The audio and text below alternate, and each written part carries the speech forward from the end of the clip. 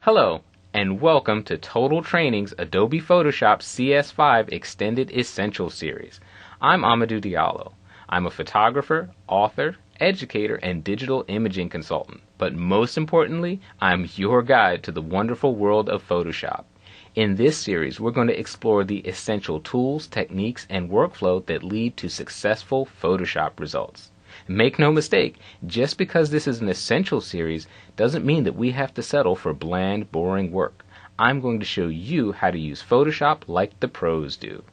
We've got a lot to look forward to over the next few hours. At the end of this training, people will be asking you for Photoshop advice.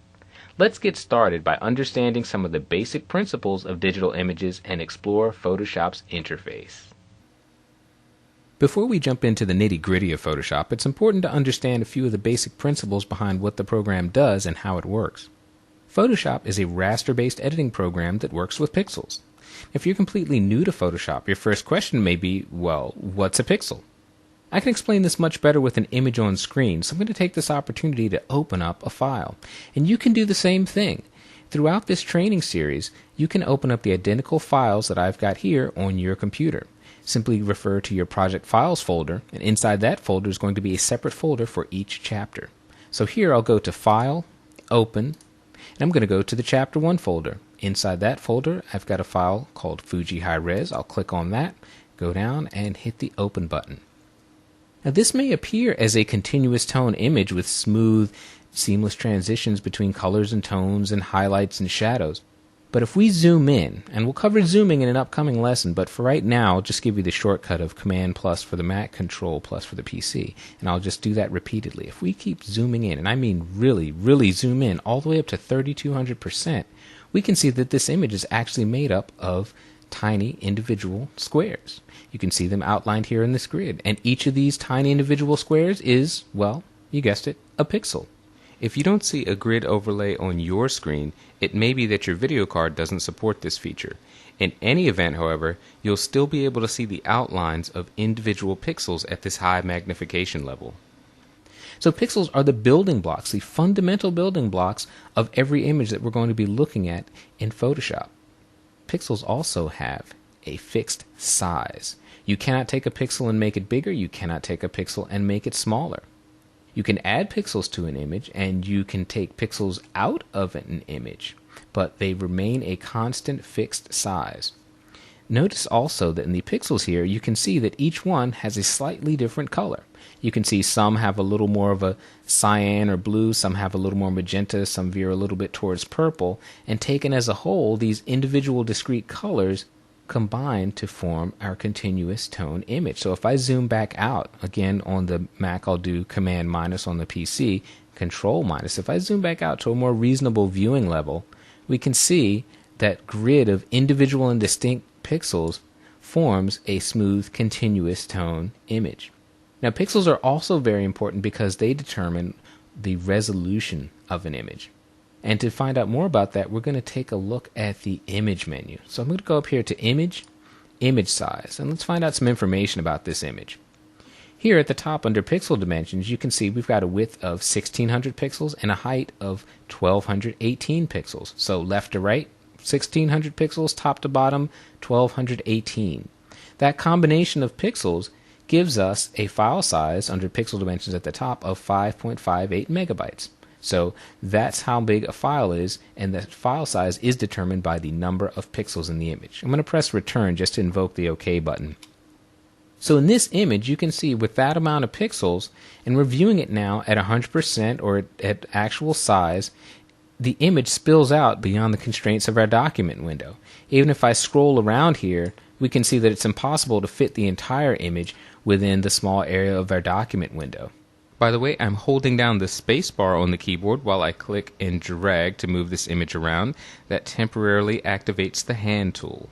Let's contrast that with another image. I'm going to go back up to File, Open, back into our Chapter 1 folder. This time I'm going to select Fuji Low Res. I'll just hit the Open button with the Return key. Now, same image, shot of Mount Fuji, early morning, but let's go up to the image menu and see what is different about this file. So we go to image, image size. Now a much different set of numbers. Our width is 500 pixels and our height is only 381 pixels, giving us a file size under pixel dimensions of 558.1 kilobytes, not megabytes, but kilobytes. I'm going to invoke the OK button by hitting the return key. So we have a much smaller image now. This image has less resolution. It has 500 pixels left to right versus 1600 pixels in the previous image. So this image right now is actually at 100%, and you can see that our view is much smaller than we had in the prior image. Now you might ask, well, why can't we just zoom in like you did before? We'll do Command plus on the Mac, Control plus on the PC, and zoom into an identical size or a reasonably similar size to what we had before. Let's try that. But if I scroll in, we're zoomed in at 400%, you can see the image quality has suffered dramatically. We can actually see the outlines of the pixels, and we can see very hard edges, stair-stepped edges.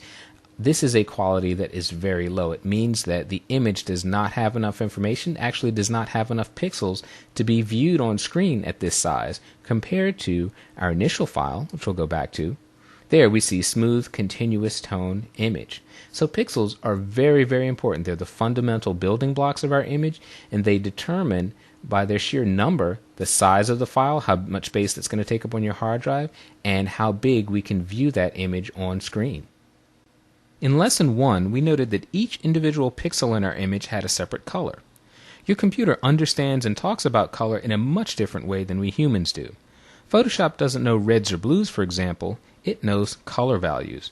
In our case, RGB values, a set of 3 numbers describing how the 3 primaries of red, green, and blue are combined. From just these 3 primaries, we can create literally millions of distinct colors. So what do these numbers actually mean? To find out, let's open an image. We're going to go up to File, Open, and in my Project Files folder, in the Chapter 1 folder, I'm going to select the image titled Garden, and on the keyboard I'll press the Return key to invoke the Open button. Now in Lesson 3, we're going to talk about workspaces and panels, so don't worry if your screen doesn't look exactly like mine does at this point. But what I do need you to have is the Info panel available. I'm going to click on mine here on this tab, and that's the Info panel. If you do not see this on your screen, I want you to go up to the Window menu, scroll down until you see the word Info, and select it. That will pop up the Info panel on your screen. Once the Info panel is up, I want you to pay close attention to this left quadrant of the panel where we have spaces for RGB numbers. Now watch what happens as I move the mouse over the image area. Notice that those numbers are populated and they're also continuously updating as I move the mouse. Now these numbers represent the individual red, green, and blue components of the pixel located directly beneath where my mouse is located. So as I move the mouse and it's over a different pixel, I will see a different set of RGB numbers. Now Photoshop's color numbering system works on a scale of 0 to 255, with 0 being no color and 255 equaling maximum color. So as I hover the mouse over this blue area in the sky, we can see that at this pixel I have a red value of 96, a green of 124, and a blue of 172. Of those 3 primaries, blue is at a higher strength or intensity. It's at a level of 172 versus where the red channel is. Now if I move down here to a warmer part of the image, we can see that it's somewhat reversed. Now the red component of that pixel is at the highest intensity compared to the green and the blue. And this is very important because Photoshop works with numbers. We might think in colors, but Photoshop is doing math and working with numbers. Now let's take a closer look at how these numbers relate to each other. I'm going to move over here to the Tools panel, and at the bottom I'm going to just double click on the foreground color to bring up our color picker. This is going to be a great way to see exactly how Photoshop mixes colors together. Notice down in here I've got our old friends, the R, G, and B values. We said that 0 means no color and 255 means maximum color. If I have my red at 0, my green at 0, and my blue at 0, the color I have up here is black. If I set my red at 255, my green at 255, and my blue at 255, they're all at maximum color And that, in this color model, equals white. So watch what happens if I have red at 255, and I turn off green, put that to 0, turn off blue, put that to 0. Now I've got a pure red color. By the same token, if I turn my red off to 0 and turn my green on to 255 with the blue at 0, I now have a maximum pure green color. So you can see that there's literally millions of combinations you could have here. Each one of these red, green, and blue values can be anywhere from 0 to 255. Right in the middle, obviously, would be about 128 or 127, depending on how you like to do your math. If I set all of these, the red to 128, the green to 128, and the blue to 128, I now have a neutral mid-tone gray. So the combination of these red, green, and blue values are how Photoshop mixes its entire bucket of colors. With some of the basic theory behind us, let's take a close look at Photoshop's interface. This will be our neighborhood over the next 6+ hours, so let's get the lay of the land. Now before we do that, I'd like to open up an image. There's a couple things we're going to talk about that'll make a little more sense if we can see an image on screen. So we're going to go to File, Open, and in the Project Files folder, in the Chapter 1 folder, let's choose our old friend Garden and open that up on the screen. Now in this lesson, it's imperative that your screen look exactly the way mine does. So what I want you to do is go up to the Window menu. Under Workspace, I want you to select Essentials. This is the default that Photoshop ships with, so you may be here already, but if not, if this does not have a check mark to it, simply select it. Once you do that, you should be looking at the same thing that I've got. Now, if you've been playing around with the Essentials workspace and it looks a little bit different, what I'd like for you to do is go up in the Applications bar. I want you to put your mouse over the name Essentials. It should be highlighted. On the Mac, I want you to control-click. On the PC, I want you to right-click. And I want you to choose Reset Essentials. That'll take the Essentials workspace all the way back to the factory defaults. So now we should be looking at the same thing on screen. Now, at the beginning of your Photoshop experience, the place you're going to spend probably the most amount of your time is in the Tools panel. So let's take a look at that. It's over here on the left, and we can see we've got a single column that lists the available tools in Photoshop. Now, you can work in a single column view, that's fine. For the recording purposes here, that's spilling a bit beyond the edge of my screen. So what I'm going to do is, here at the top, I'm going to click on the Expand, these double arrows icon, and make it into a shorter 2-column tool panel. I'd like for you to do the same just to follow along, but keep in mind you can work in a single column, you can work in a double column. Either one is fine. Now the tool panel, as I mentioned, lists the tools that are available to use in Photoshop. And already it looks like there's a ton of tools in here, but this doesn't even scratch the surface, because if you'll notice, most of these tool icons at the bottom right have a black triangle. And if we click and hold for a half a second on that black triangle, we get a flyout menu that lists all the secondary tools. These are tools that are located underneath that same icon. There's so many tools in Photoshop, the engineers couldn't even fit them all with their own icon. So beneath the brush tool, we've got a pencil tool, color replacement, and mixer brush tool. Note also these letters on the far right. Here we've got the letter B. This is the keyboard shortcut for these tools. As you start to work in Photoshop and gain more proficiency, you're going to want to learn some of these keyboard shortcuts. If you press the letter B, it'll take you to the brush tool. Press it again, it'll cycle you through the pencil tool, then the color replacement, and then the mixer brush tool. So this is a great little handy tip here. You can always remind yourself of what the keyboard shortcut is here. If we go to another tool, let's say the clone stamp tool here, click and hold for a second. We've got a clone stamp tool and a pattern stamp tool.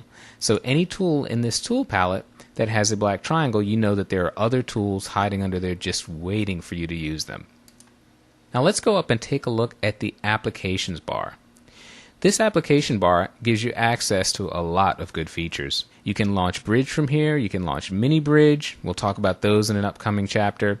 You can view your guides, turn them on and off. We can even change the zoom level or magnification of an image. We could go here, set that to 50% right there. We can choose how we're going to arrange multiple documents. We can choose the various screen modes. We've got standard and 2 full screen modes. We'll also get to those in an upcoming lesson. Over here to the right, though, is where we have our workspace switcher. And this is pretty cool. This is new to CS5 in terms of how it's laid out, because not only can we get our workspaces from up here in the window menu, we can get them right here in this application bar. What I can do now is I can actually click on this double vertical line and drag to resize them. If you've got a lot of workspaces, because Photoshop ships with some defaults, but you can add your own, we'll talk about customizing your own in a bit, you can actually expand it, or what I prefer to do is really just drag this to the right and close it down. I'm not a big fan of taking up extra space, so here I'll just set it just so that our Essentials workspace is visible.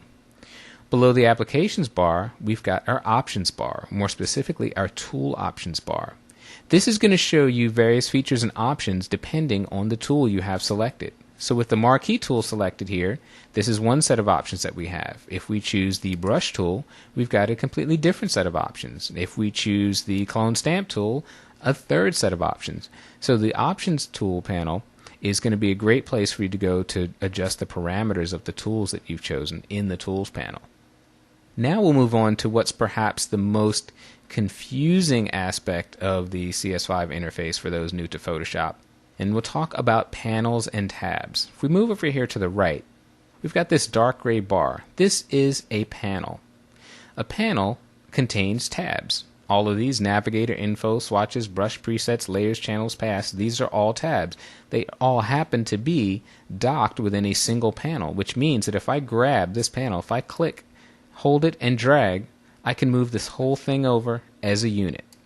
This is very handy because if you need to move something, if you need a little more space on your screen or move things over to the side, you can do that with one click and everything moves over. So inside these panels where we have tabs, we can access one tab versus another simply by clicking on it. If I go down here, I've got the Swatches tab highlighted. If I click Brush Presets, that shows me my brush presets, and I can go back and forth between the two. Now, what I can do with these tabs, when they're linked together like this, they're called grouped tabs or tab groups. If I double click here on the word Navigator, I'm collapsing that tab group. So Navigator and Info are collapsed, giving me more room to see swatches and brush presets and the layers, channels, paths.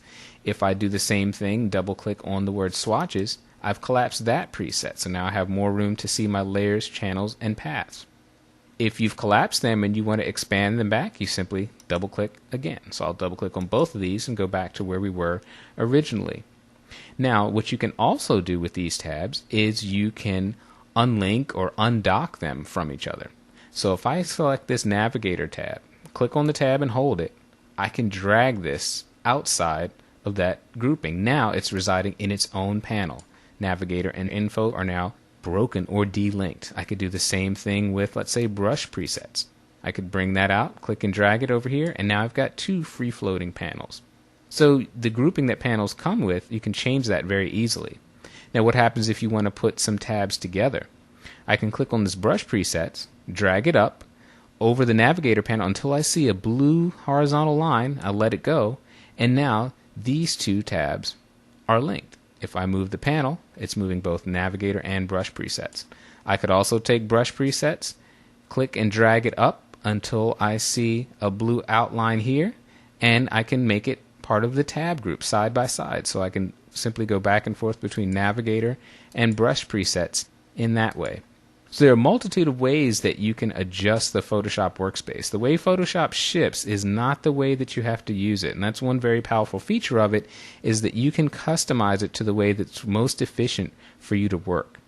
Now the last thing I want to talk about here is the application frame. And before we get to that, let's go reset these essentials so we can clean up our workspace again.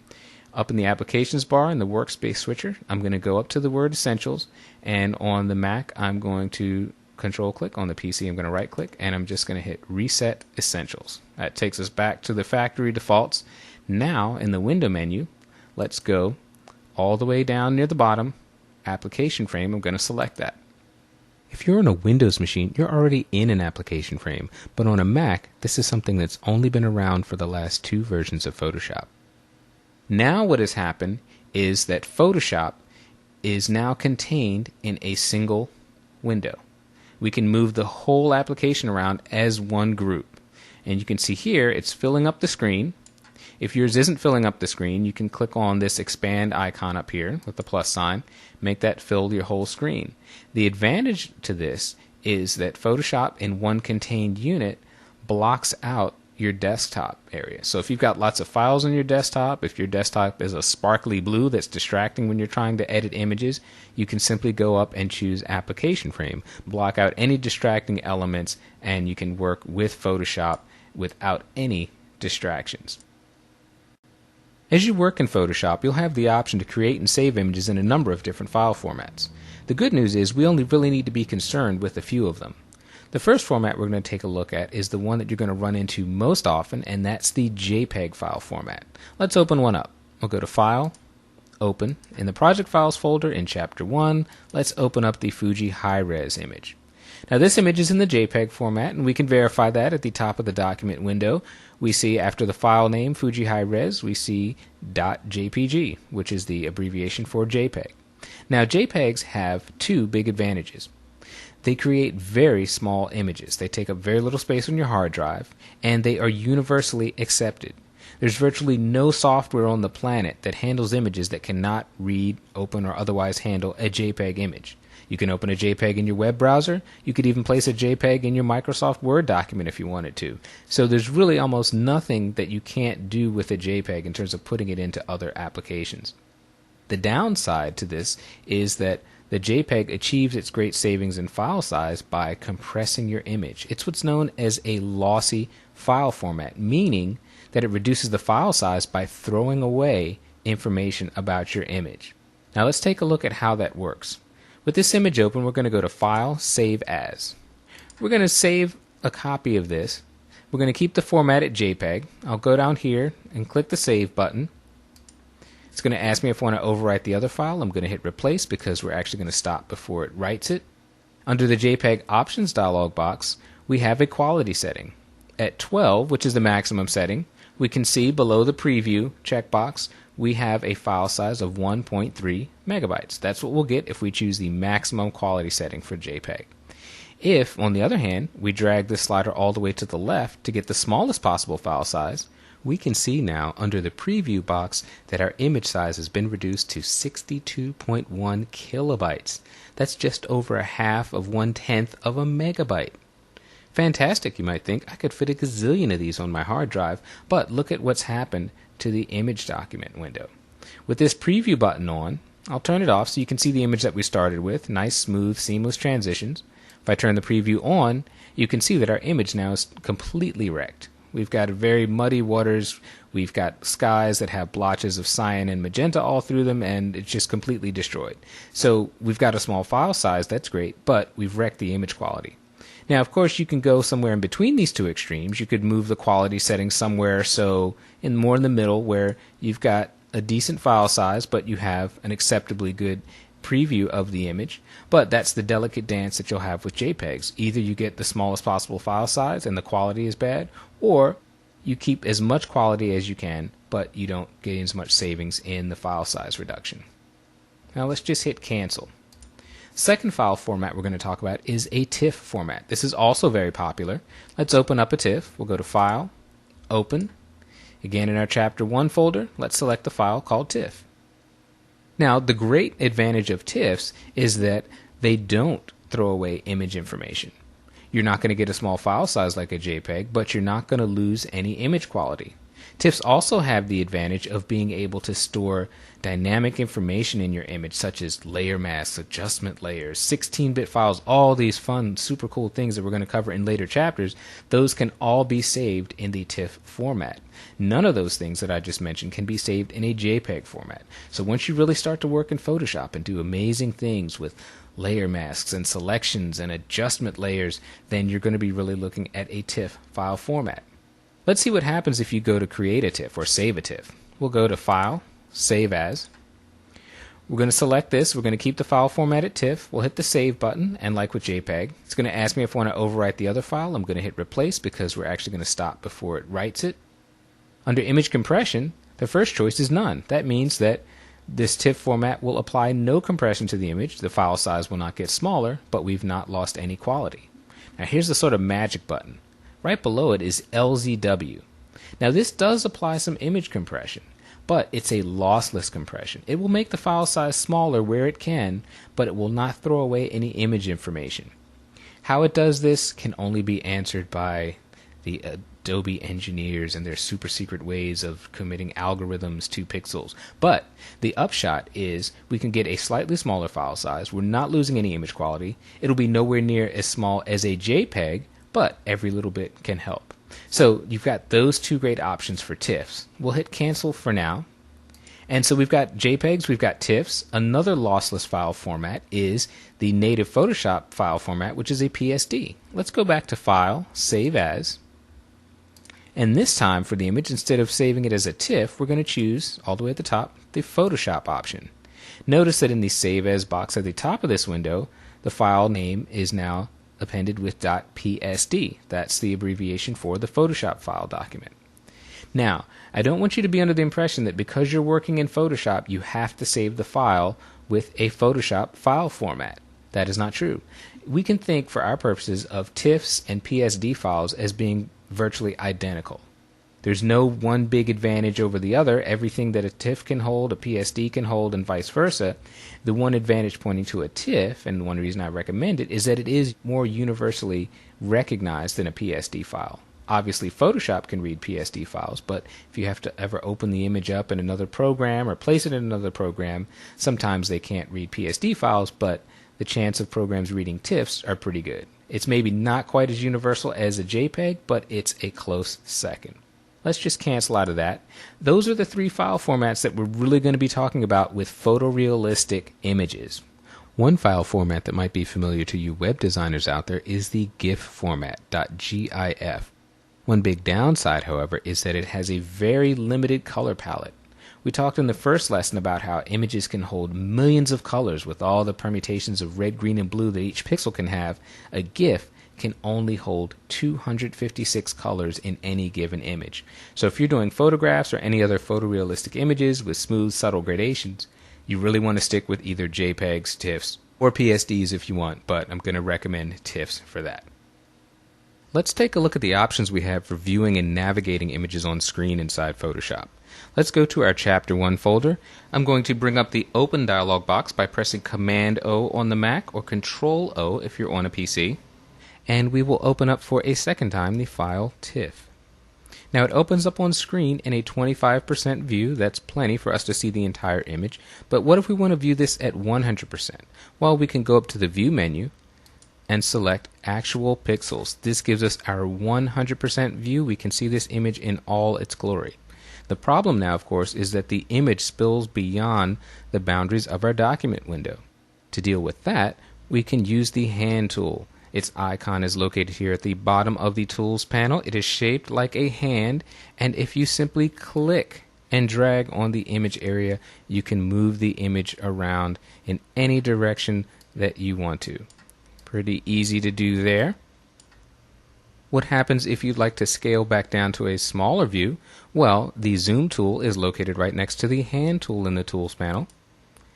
Notice that we have a plus sign in the middle of this magnifying glass, meaning that if we click, the image will get larger, but we want to reduce it.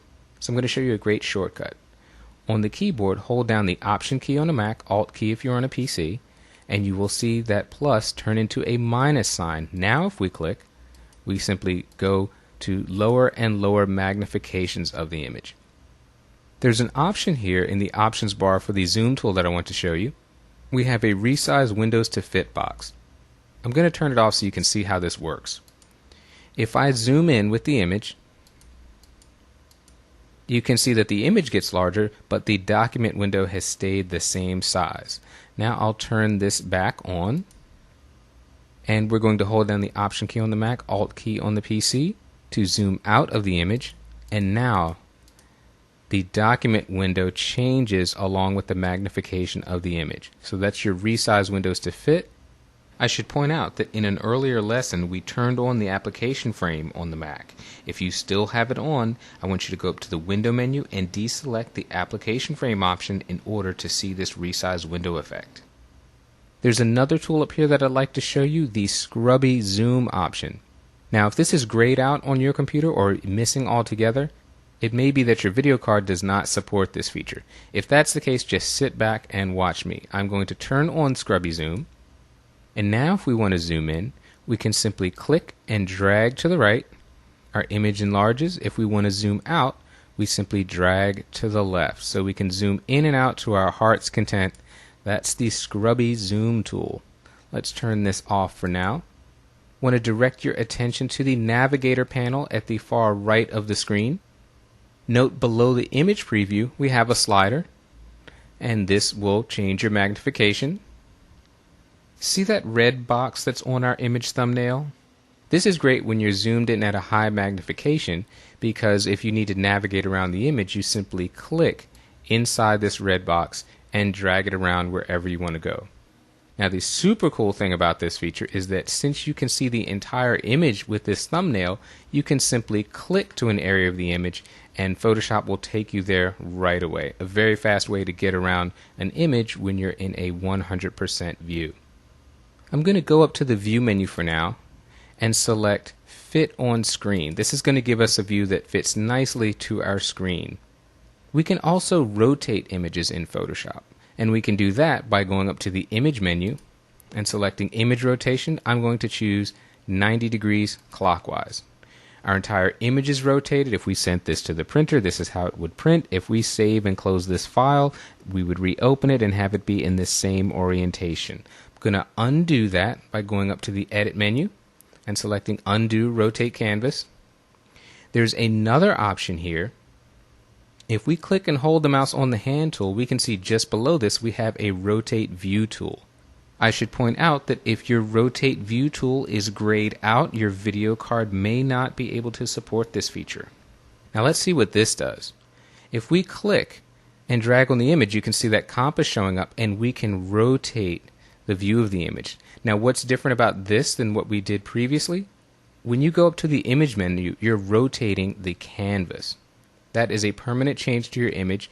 With the Rotate View tool, we are temporarily rotating the view of the image. This is not saved. We're not altering any pixels. This is just for on-screen purposes only. So if you save the file right now and open it back up, it will show up in its original orientation. The Rotate View tool can be useful if you're doing some retouching, particularly if you're using a tablet. You can get a more comfortable drawing angle. In the options bar, we have a Reset View button, so once we're done playing with the Rotate View tool, we can simply hit Reset. Photoshop offers 3 screen modes that I want to take you through, and before I show you these, I need to give you the shortcut. If we look up here in the application bar, we have a standard screen mode. That's what we're in now, a full screen mode with menu bar, and a plain old full screen mode. The keyboard shortcut to cycle through these is the F key. So we're going to do that with the F key, and I'm going to show you why in a second. I'm going to press F once. We're now in full screen mode with menu bar. We still have our menu bar, but here's the beauty of this mode. If we select the hand tool, we can move this image freely around the entire screen. We can move it behind panels, we can move it up above there, we can move it wherever we want. Our next mode is the full screen mode, and I'll press the F key to get to this. Now we have no menu bar, no panels, no Photoshop interface, and this is precisely why we need the keyboard shortcut. There's no menu for us to click on to go back to our standard view, so I'm going to press the F key. And that takes us back into our floating document window. Now Photoshop gives us a lot of options for how to deal with multiple images open at the same time, so let's open a couple more. We'll go back to our Chapter 1 folder. We're going to select 2 files this time, so I want you to select 16-bit file, and then just below it I want you to hold down the Shift key on the keyboard and select Fuji High Res. Both of these files will be selected. They will both be opened. Notice what's happened. We still have a single document window, but it contains 3 tabs, one for each image, and we can move among the images simply by clicking on each tab. Now if you don't like this tabbed interface, you can simply drag an image into a floating document window. Click on the tab, drag it out until you see that outline, and you have it in a floating document window. You could also accomplish that by going up in the application bar and selecting Float All in Windows. This gives us now free floating documents for each image. I'm going to close these for now, and I want to go back to TIFF to show you one last thing. Photoshop gives us some very good visual information without having to go and open up any menus. The first place I want you to look is in the title bar right at the very top of the document window.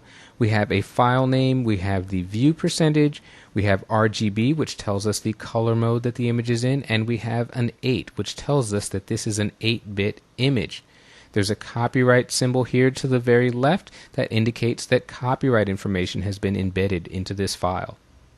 I'm going to widen this image window by dragging down at the bottom, and down here we have pixel dimensions for the image. If I click on this triangle, we can see various elements that we can show in that window. We can see the document size, we can see the profile, what color space is attached to that image, and there are all of these choices down here: measurement scale, scratch sizes. I think you're going to find most helpful document sizes, profile, and dimensions. So you can set it to any one of those three and know that you can always quickly access the additional information. So we can see that Photoshop gives us a lot of ways to manage our images on screen.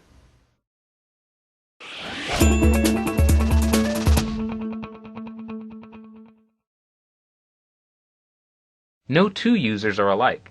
Photoshop can be customized to suit a wide variety of needs. Let's find out how. Photoshop has dozens of preferences settings, but fortunately, most of them can be left at their default values. Let's take a look at the ones you should consider changing to make it easier to follow along in upcoming lessons. To get to Preferences, we're going to go up to the Edit menu, scroll all the way down to the bottom where we see Preferences. I'll point out this is on a Windows machine. If you're using a Mac, you're going to find the Preferences menu located underneath the Photoshop menu. In Preferences, we're going to start with General. Now, the very first thing I would like for you to do here is go up to the Use Shift key for tool switch and turn it off, uncheck it. With this disabled, we're going to be able to move quickly from one tool to the next using keyboard shortcuts without having to invoke the Shift key, a huge time saver. While we're here, let's turn off Enable Flick Panning as well. This is an interesting little piece of eye candy, but it's far from essential, and quite frankly, if you've never seen it before, it takes a little bit of getting used to, so we won't use that. Let's go down now to Interface. I would like for you to turn off the Show Tooltips box. What's a tooltip? Well, there you see it. It shows up in yellow and it shows up over menu items and tools, giving you little hints and tips about what they do. But who needs tooltips? You've got me. So let's turn that off. We'll move down to Performance. And I just want to verify a couple of things here. Under Memory Usage, I just want you to make sure that this arrow is not dragged all the way over to the right. Now that Photoshop has 64-bit versions for both the PC and Mac, it is possible to drag it all the way to the right and use up every last ounce of memory on your system. But for our purposes, we really want to be somewhere in the 60 to 70% range. So just verify that you're somewhere along there. Wouldn't go past 70% for our uses. That'll be fine. Down here under GPU settings, we've got an Enable OpenGL drawing option. Sounds geeky, but feel free to check it. This will give us access to some visual interface enhancements. Now, if it's grayed out, that means your video card doesn't support this feature, but don't despair. This functionality is nice, but not crucial. I'll give you a heads up whenever I show features that require an OpenGL compatible video card. Finally, let's go down to cursors. Now, I just want to verify a couple of things. Make sure that under painting cursors, you've got it set to normal brush tip. And then, to the right under Other Cursors, please set it to Standard. With these two settings, we'll guarantee that we are looking at the same thing on my screen and your screen once we start painting and brushing and all that other cool stuff. And that's it. Our preferences are set up and we're ready to move on. The color settings in Photoshop are often overlooked, but with just a few changes to the defaults, we can avoid color issues down the road. We're going to go back to our old friend, the Edit menu. Scroll down to Color Settings. Note that to the right of Color Settings, we've got a keyboard shortcut command of Shift-Control-K on a Windows machine, Shift-Command-K on a Mac. This is the keyboard shortcut that you can use to directly invoke the Color Settings dialog. So as you're reaching up and pulling down menus, keep an eye on the keyboard shortcut commands where available, and if you find yourself going to the same menu numerous times, you can start using that keyboard shortcut. It saves a ton of time. Here we are in Color Settings. I want to start with a preset, North America General Purpose 2. If you don't see that in this pull down, simply click, open it up, and select North America General Purpose 2. We're just going to make a couple of changes. For working spaces under RGB, we're going to set it to Adobe RGB 1998, a much bigger color space than sRGB. For gray, we're going to use Gray Gamma 2.2, a very common working space for grayscale images. And color management policies, these all look great at preserve embedded profiles. What we are going to do is check the missing profiles ask when opening box. If we ever get an image that does not have a profile, doesn't have Adobe RGB 1998, Gray Gamma 2.2, sRGB, what have you, it's good for us to know about that, because then we're going to have to make a couple of decisions about how to handle that image. Now, under settings at the top, since we've made some changes, notice that it says custom. And if you don't want to have to remember these settings and keep reapplying them in case they get messed up, you can simply go to this save button and click save. Give your file a name. We could call this total training, for example. Photoshop has already set this up to save in a special settings folder so it knows where to look for it, and simply hit the save button and you've got this custom color settings saved that you can reuse anytime you need it. For now we're going to just hit cancel, but we are going to hit OK so that we can continue working with these settings. It's very easy to take Photoshop from its off-the-shelf appearance to a customized setup that fits your own specific needs. In Chapter 1, we took our first brief look at workspaces. Now we'll get to customize our own. Before we do that, however, it's time to go back to our old friend, the Edit menu. Scroll down to Menus. Let's open this up. This dialog box allows us to do something very, very interesting. If I open up the File menu here, and you can see below File is all of the menu items that are listed in Photoshop. If I open up File, we see these visibility icons next to New, Open, Browse, and Bridge, etc. If I click, for example, on New, on the visibility, what I've done is I have hidden that New option in the File menu. I could do the same thing for Open. That means that when we go back into Photoshop and we go under File, we will not see New and we will not see Open. The first menu item that we will see is Browse and Bridge. Photoshop ships with a lot of menu items. Now, if there are a lot of items that you feel you're never ever going to use and you want to declutter and compact things a little bit, you can simply come up here into Menus and turn things off. You can always come back and turn them on, so you're not throwing them out of the program, you're just hiding them. Let's take a look now at keyboard shortcuts, because here's where you can really do something powerful. Again, we've got a lot of our menu commands here. I'll open up File. In an earlier lesson, I talked about the importance of using keyboard shortcuts. Well, here they all are listed. For example, the keyboard shortcut for New is Control-N on the PC, Command-N on the Mac. I can go and click on this, and if I'm not happy with that keyboard shortcut, I could change it. I could change it to any key combination that I want. If there's an item in this list that does not have a keyboard shortcut, such as, let's say, Open a Smart Object, I can click in this empty area. It gives me a box, and I can type in my own keyboard shortcut. I'll type in here, let's see, Control/ on the PC. Now on a Mac, you'd have to include the Command key for menu items, so maybe Command Control/ would work. Hit the Add Shortcut button, and voila!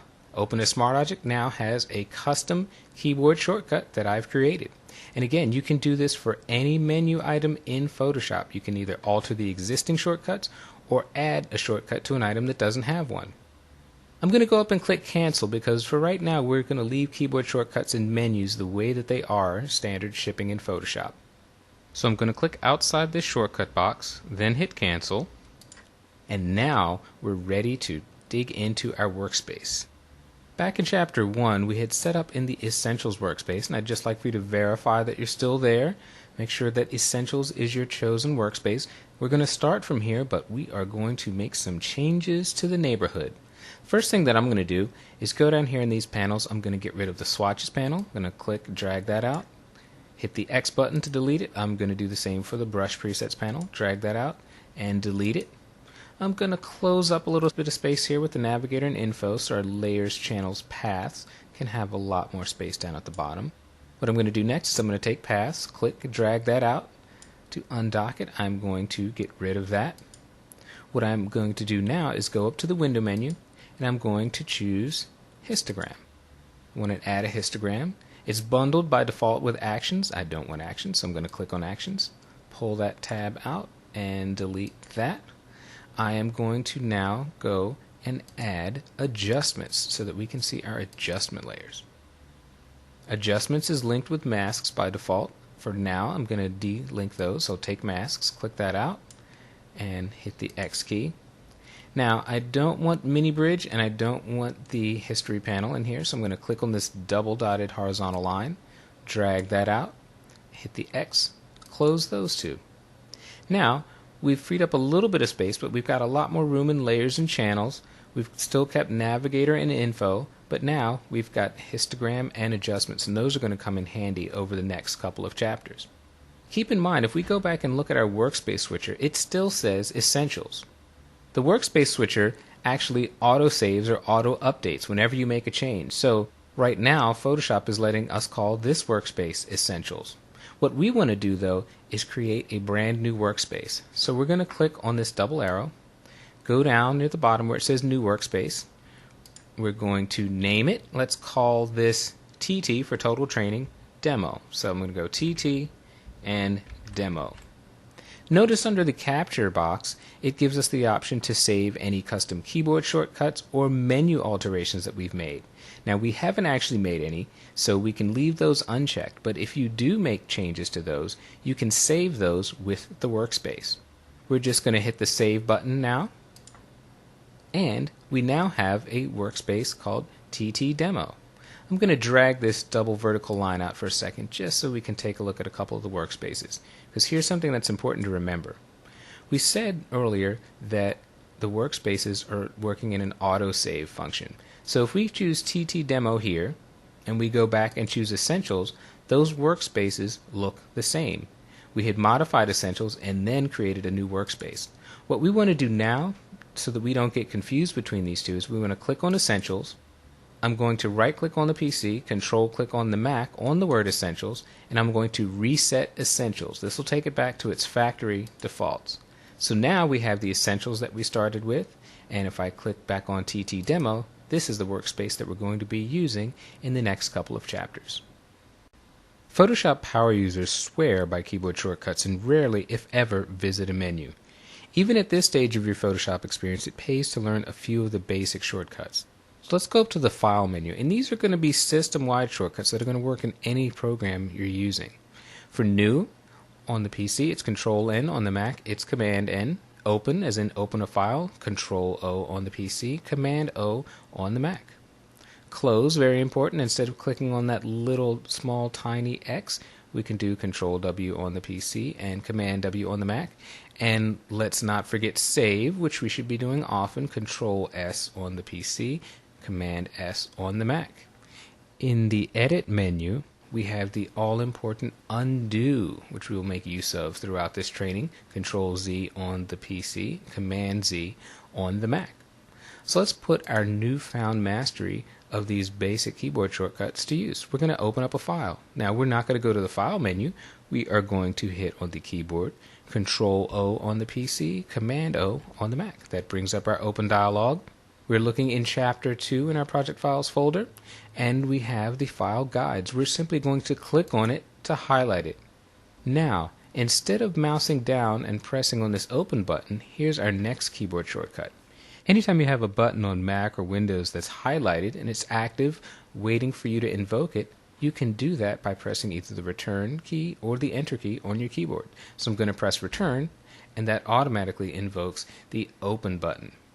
Now we have a missing profile dialog box. If you followed me carefully in Lesson 2 when we set our color settings, you should be seeing this warning box that says the document guides.tif does not have an embedded RGB profile.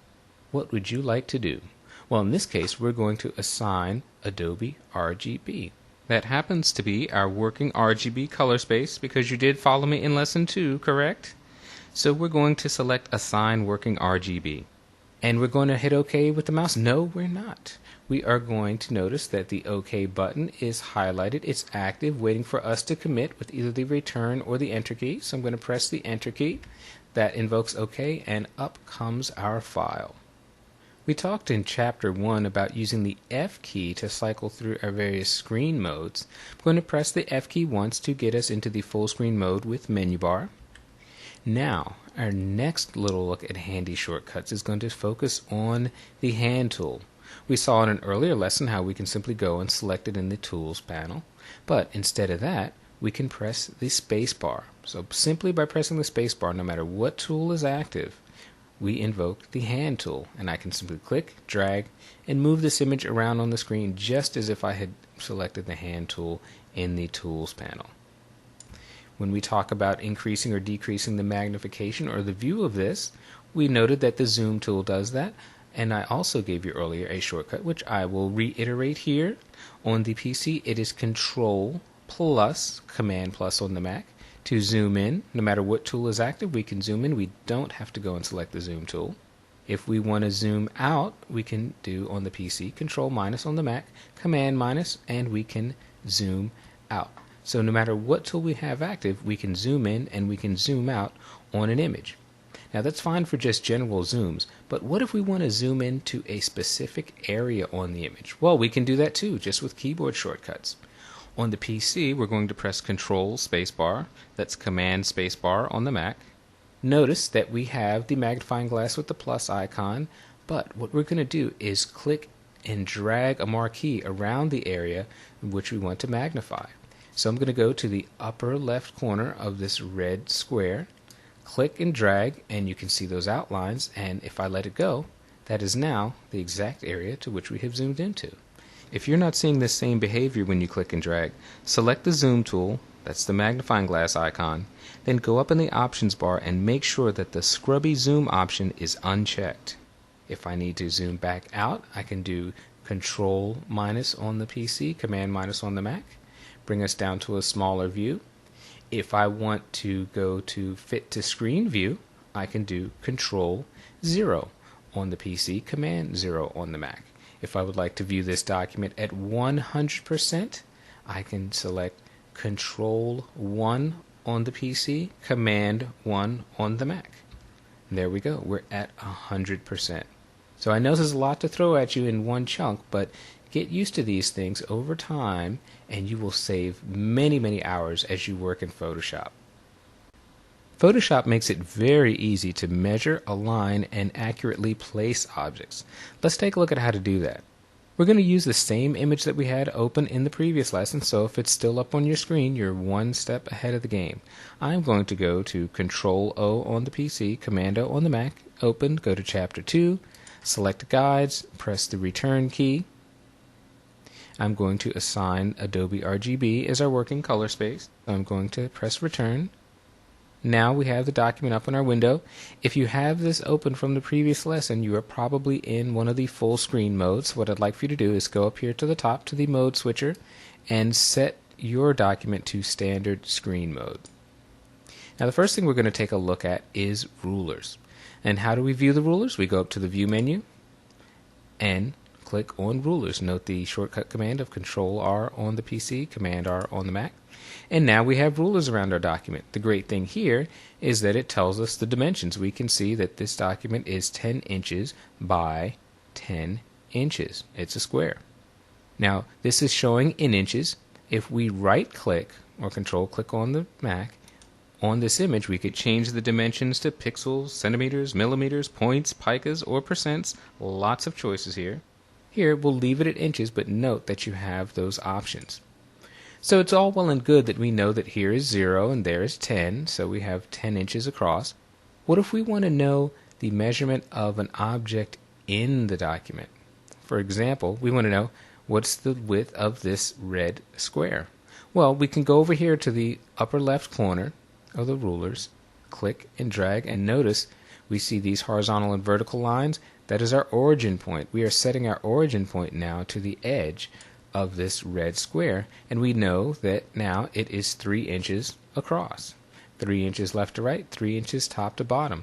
So you can drag your origin point anywhere you want in the image. Now if you'd like to reset it back to its default 0 at the edge of the document, you simply go back here in the upper right hand corner and double click, and we are back to 0. We also have another tool for measurement, the ruler tool. If we go down here where the eyedropper icon is, we click, hold it down, we can see that underneath here is a ruler tool. Now watch what we can do. If we didn't know that this square was 3 inches, we could simply take the ruler, set it on the left edge of the square, drag it over to the right edge, and if we let go, note up here in the options bar, L1 is our length. That is showing us that it is 3 inches. If you're seeing a drastically different number here, make sure that in the options bar you have Use Measurement Scale unchecked. Well, with a 3 inch by 3 inch square, how long is the diagonal? I wasn't very good in math, so I'm going to have to actually measure this. Staying at that upper left-hand corner, we bring it all the way down here to the right, and we can see that the diagonal of a square is 4.2 inches and some change. So that's great. We've got the ruler tool that we can use to measure lots of different things. We've also got guides that we can use. I'm going to go and click on the marquee tool just to get rid of that display of the ruler. And I'm going to move right up into the ruler bar, click and drag down to the image, and I've got a horizontal guide. I'm going to move over here to the ruler bar on the left, click and drag, and I've got a vertical guide. Now guides are great for aligning objects along their edges. You'll notice down here in the layers palette that we have 3 separate layers. We're going to go into layers in a future chapter, but for right now the thing to understand about layers is that they allow us to move objects individually. So let's go to the tool panel, select the move tool, make sure you have auto select checked. That's very important. With this checked, we're going to be able to click on this red square, drag and move just that red square, leaving the other squares alone. So you can see we can easily align this up against the guides. Now you'll notice that when you drag, you sort of feel a tiny little magnetic pull that's letting you butt right up against that edge without spilling over. That's because we've got Snap to Guides on. In the View menu, you can see this snap has a check mark next to, and what is it snapping to? Well, one of the things it's snapping to is guides. So that's a handy feature. We don't have to sort of guess of when we're there. You can kind of feel the tug of it snapping your image right there. Now once we've placed guides, we can move them. You can see the cursor turning into a double vertical line with arrows on either side. So that means that we are selecting the guide, and I can drag it in any direction that I want to. I can do the same for the horizontal. If you're finished with the guides and you want to just get rid of them, you can go up to View and Clear Guides, and that is going to throw your guides away. Now the last thing I want to talk to you about is something called Smart Guides. Let's go up to the View menu, and we're going to go to Show and Show Smart Guides. Well, nothing has happened, but watch what happens as we start to move this red square. As I move it over, look at that. As soon as I am centered over the blue square, I get 3 magenta smart guides. It's telling me that I've aligned in the center and I've aligned on the left and right edges. If I move further to the right, it shows me now that I have aligned to the center and to the right edge of that blue square. If I keep going, look at this. Now I'm completely aligned bottom edge to top edge. Smart guides are great when you're trying to just visually place things very quickly, but you want to be precise. So you can see that we have a lot of ways to move and align images and also measure them. These are going to come in very handy as you start to work with discrete elements in Photoshop and put them together into a single image.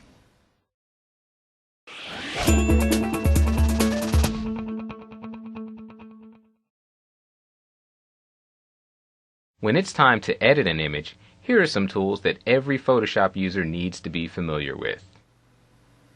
The Levels tool is really the key to understanding how Photoshop manipulates pixels when you edit an image. Let's open up a file, Control-O on the PC, Command-O on the Mac. We're inside our Chapter 3 folder, and we're going to open the file Full Range. Now in the last chapter we turned rulers on. We're going to turn them off. Up in the View menu, scroll down to where it says Rulers and select it. Now when we made our custom workspace, we included a histogram panel. So let's click on it to open it up, and let's make 2 quick changes. Here in the flyout panel in the far right, I want you to set it to expanded view, and to the right of channels, instead of colors, let's set the histogram to luminosity.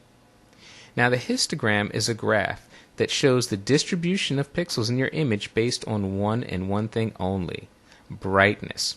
So it shows you how many pixels reside at a particular level of brightness. The far left end of the histogram is reserved for maximum deep dark shadows. The far right end of the histogram is reserved for complete, super duper, blown out whites. Remember that Photoshop works on a level of 0 to 255 in terms of image brightness? So let's see how that translates to this image of the waterfall. If we start over here on the left, down at a level of about 3, and note that we have here level and count, I want you to pay attention to those. We have no pixels at this location. There's no data here in the graph, it's all empty. But as we move over to, say, a level of 25, we start to get some pixels. 25 is a relatively dark tone. As we move over to the right, just underneath where this peak is, at a level of about 60, 61, we can see that's where we have the greatest number of pixels in this image. And we've actually, if you look at count, we've got 3,260 pixels residing at that level. As we move over to the right, we're heading towards our mid-tone areas. Now we're at a level of 128, and we have a small little peak there, a little hump. We've got 818 pixels at that mid-tone level. And as we move over here along the right, another little hump comes down, tapers off nicely, so that by the time we get over here to a level of 250, we have no pixels occupying that range. So the histogram is really just a diagram of where our pixels fall in terms of brightness. Now there's no such thing as a perfect histogram. Each image is going to have its own unique shape. Let's open up a few. Control O on the PC, Command O on the Mac. This time we're going to open up multiple images. So I'm going to click Shadow down here at the bottom, and now I'm going to hold the Control key on the PC. On the Mac it'll be the Command key. I'm going to Control Command click on Mid, Control Command click on Highlight, and Control Command click on Clipping. We're going to open up 4 files at the same time. With those selected, I simply press the Return key, and Photoshop is going to open up all 4 files. Now this shadow image, this is highlighted in the tab, so that's the image we're looking at. Look at the shape of its histogram. It's bunched all the way over to the left. That means that we have the greatest number of pixels devoted to the darker range of brightness. And you can see the image is a dark image. It doesn't mean that it's bad, it just means that it has a lot of dark pixels.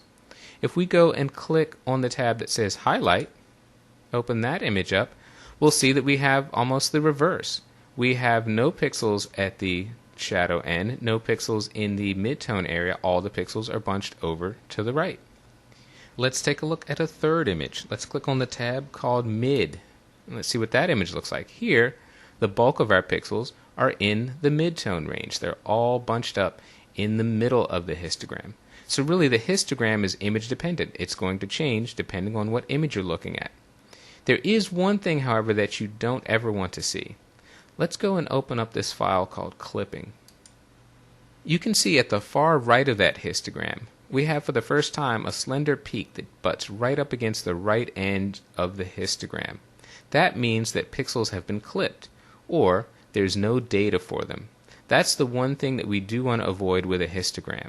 In this image, the greatest number of pixels is residing at that maximum level, that would be 255, and if a pixel is at 255, it's just pure white. There's no detail, no information. And we can see in the image that corresponds to this area here with our blown out sky. There's no detail, no information in there, and that's a situation that we'd like to avoid at all costs. Similarly, if you had an image where that peak butted right up against the left edge for the shadows, then you'd have plugged up shadows with no detail. So those are really the only 2 scenarios we want to avoid with the histogram. Otherwise, just get used to the fact that different images are going to have different shapes in the histogram. If this warning icon in the histogram panel has been bugging you for the past 6 minutes, you can simply click to update the cache that Photoshop is using to display the histogram.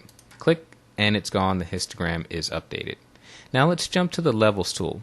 We're going to click on Full Range, open up Image, Adjustments, and the Levels tool. We've got our Levels dialog box here. Notice that in the Levels dialog we have the histogram. So let's close this histogram panel. We don't need to see it twice. In this Levels dialog box we've got 3 sliders beneath the histogram. One at the left for the shadows, a gray one in the middle for the midtones, and one on the far right for the highlights. And this is how the Levels tool works. We move these sliders. Right now in this image, any pixel indicated by a graph in the histogram that resides above where this slider is pointing is going to be set to maximum black. So if I drag this over to the right, I have set all of these pixels directly above it to be maximum black. If these pixels above it are maximum black, any pixels that initially were residing to the left are also going to be maximum black. And let's move this out of the way so you can see what it does to the image. Not only does it darken the shadows, it destroys the unique pixel values of a lot of areas in this image. Here, we'll slide it back out. This is where we started. As we drag this to the right, any pixel value that was here is now maximum black. So before we had a distinction between pixels that were darker, pixels that were even darker. Now they have all been set to the same value. I'll slide this back out. Same thing will happen on the highlight end. If we click this highlight slider and drag it over to the left, now any pixels that are residing directly above this are set to maximum white, meaning any pixels that were brighter than that initially are also set to maximum white. So this is actually clipping colors and throwing away unique pixel information, setting them all, in this case, to maximum white. This middle slider indicates where a pixel is going to be at a middle brightness value. So if we drag it to the left, the image brightens because now these pixels, which were dark, are now at a middle level of brightness. If we drag this slider to the right, the image gets darker because these pixels, which were bright, have now been brought down to a middle level of brightness. And that's how you use the Levels tool. You can quickly change the brightness and darkness of the entire image just by moving those three sliders. The Curves tool, while a bit harder to wrap your head around, offers a degree of precision and control that is unrivaled in Photoshop. Let's start with a new image. Control-O on the PC, Command-O on the Mac to open. In our Chapter 3 folder, we are going to open the image titled Curves. Now this is going to open up by default in our standard screen view. Let's go up to the Applications bar, and we're going to select Full Screen Mode with Menu Bar. We could also use our handy shortcut F key to do this. Now we're going to go to Image, Adjustments, and Curves. And this is why we switch to screen mode. Over the image, I'm going to press the space bar to invoke the hand key. You remember that from lesson 2, right? We're going to move this over here so that we can see both the image and the curves dialog box at the same time. Now there's an option here I want you to set in Curve Display Options. I want you to click and open that up. Drag this box up to the top. Under Show, I'd like for you to turn off the check mark for intersection line. We don't want to really confuse ourselves with too many things to look at one time, but do make sure that under Show Amount Of, you have the radio button set for light. This will give us our 0 to 255 numbers that we've been talking about all along. So we can close this options box now. In the Curves dialog window, first thing you're likely to notice is that we have a histogram behind it. So this should look very familiar to us. We have a triangle on the left and one on the right. Again, very similar to what we saw in the Levels tool. And Curves is oriented in the same way. Shadows are on the far left, highlights are on the far right. Every curve starts with a diagonal line that represents no change to the image. Now let's see how this tool works. We're going to go click on the On Image Adjustment tool. That's this finger hand icon with the up and down arrows. We're going to click on it to select it. And as I hover the mouse around the image, I'm not clicking, I'm not dragging, I'm simply hovering over the image. Note that in the main window of the Curves dialog, we have a hollow circle that is moving along that diagonal line. That hollow circle represents the brightness value of the pixel located directly underneath my cursor. So as I'm moving up in here in the clouds, you can see that that hollow circle is to the right side towards the highlights. But if I move my cursor down into these shadow areas, you can see that hollow circle now has drifted down to the left end of the histogram. So here we're focusing on shadow pixels. If I move it up here, we're focusing on highlights.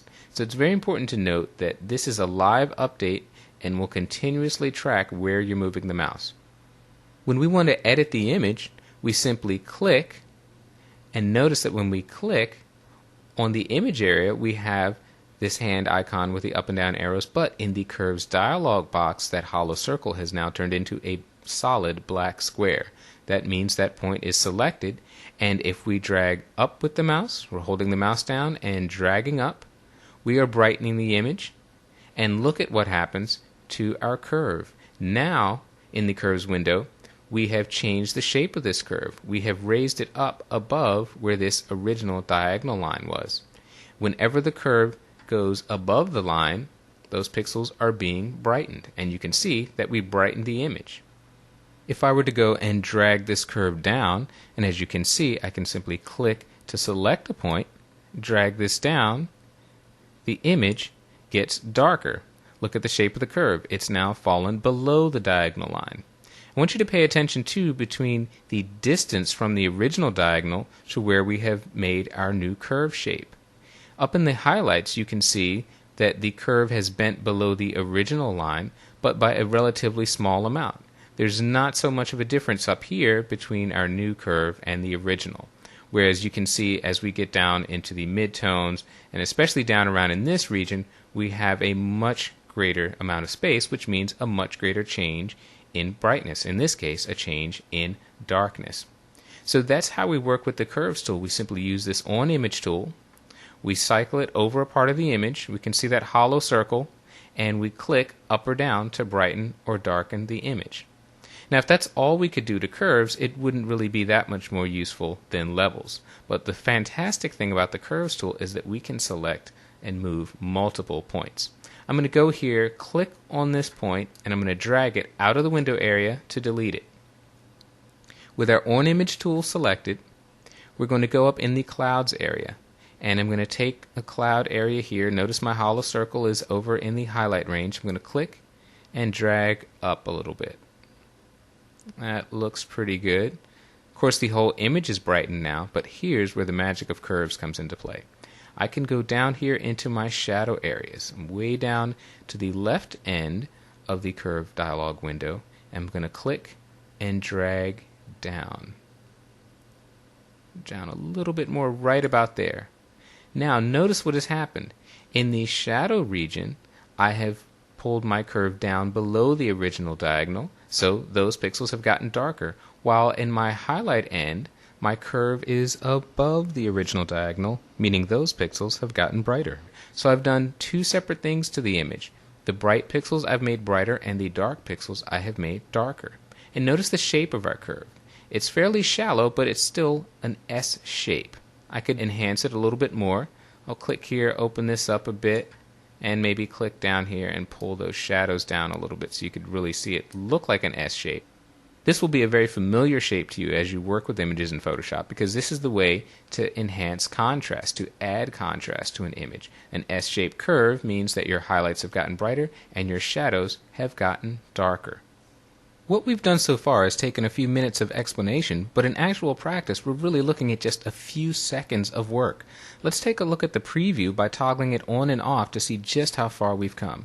If I uncheck preview, here's where we started, a flat, low contrast, uninteresting, dull image. With just 2 points on the curve, however, we quickly go to a much fuller, richer, and dynamic image. And that's part of the beauty of working with the curves tool.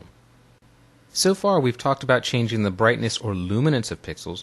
Now we're going to look at how to change actual colors. We're going to open up a file in our Chapter 3 folder, Control-O on the PC, Command-O on the Mac. And in this Chapter 3 folder we are going to open Saturation. Pull that up on the screen, and like we did in the previous lesson, we are going to change the screen view to full screen with menu bar. So we can do that up here in the screen view switcher, full screen mode with menu bar. This is going to let us move it out of the way once we call up the Hue Saturation dialog box. To get to that, we go to Image, Adjustments, and Hue Saturation. We'll move this over here. Again, the space bar to temporarily invoke the hand tool. We'll slide this image over and move the Hue Saturation dialog box there. Now, when we talk about hue, we need to really understand what we mean. Hue we can think of as color. Saturation, on the other hand, is the intensity of the color. So we can have a single hue, a single color, and we can have that at various levels of intensity or various levels of saturation. Now, the Hue Saturation tool is fairly straightforward.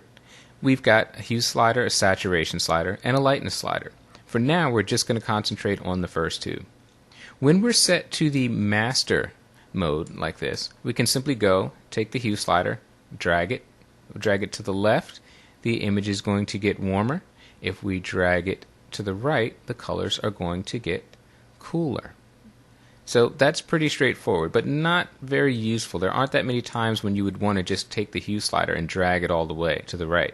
One thing you will do more often, though, is adjust the saturation. If you wanted to add more saturation to this image, you drag this slider to the right. If you wanted to take saturation out, you drag it to the left. And if you dragged it all the way, you would take all of the color completely out of that image. Going to hit 0 here to set our saturation back to no change. But here's the great thing about this tool. Just like we did in Curves, we have an on-image adjustment tool.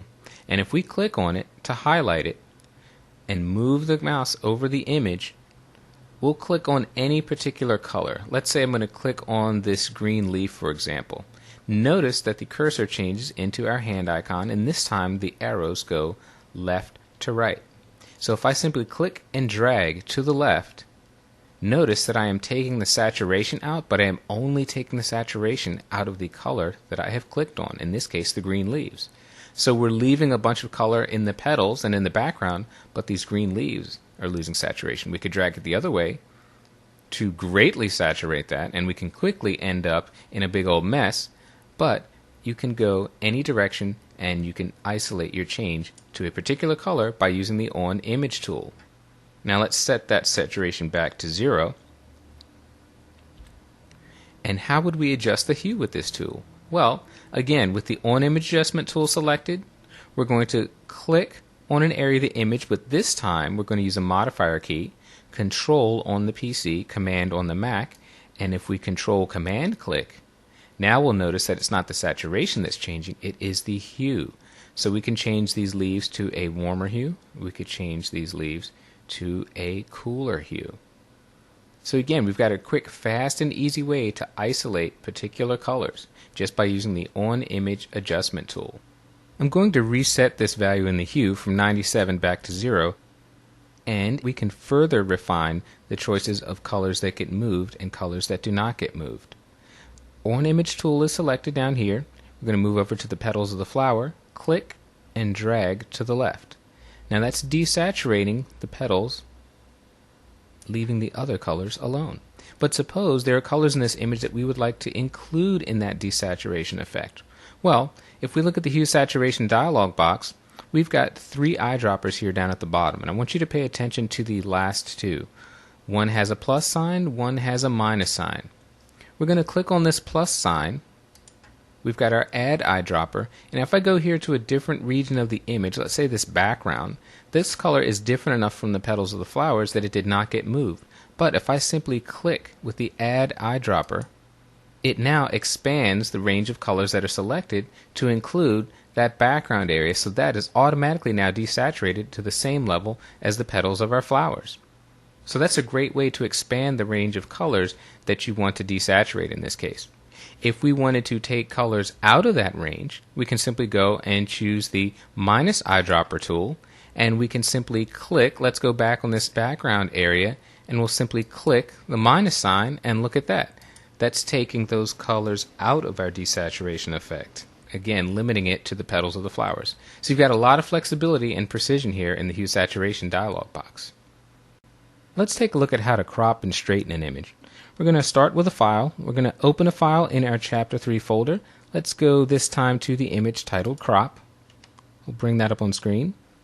The tool we're going to use is named, appropriately enough, the Crop tool. That's located here in the Tool panel. The shortcut command for this is the letter C. And the easiest way to use Crop is simply click and drag on an image.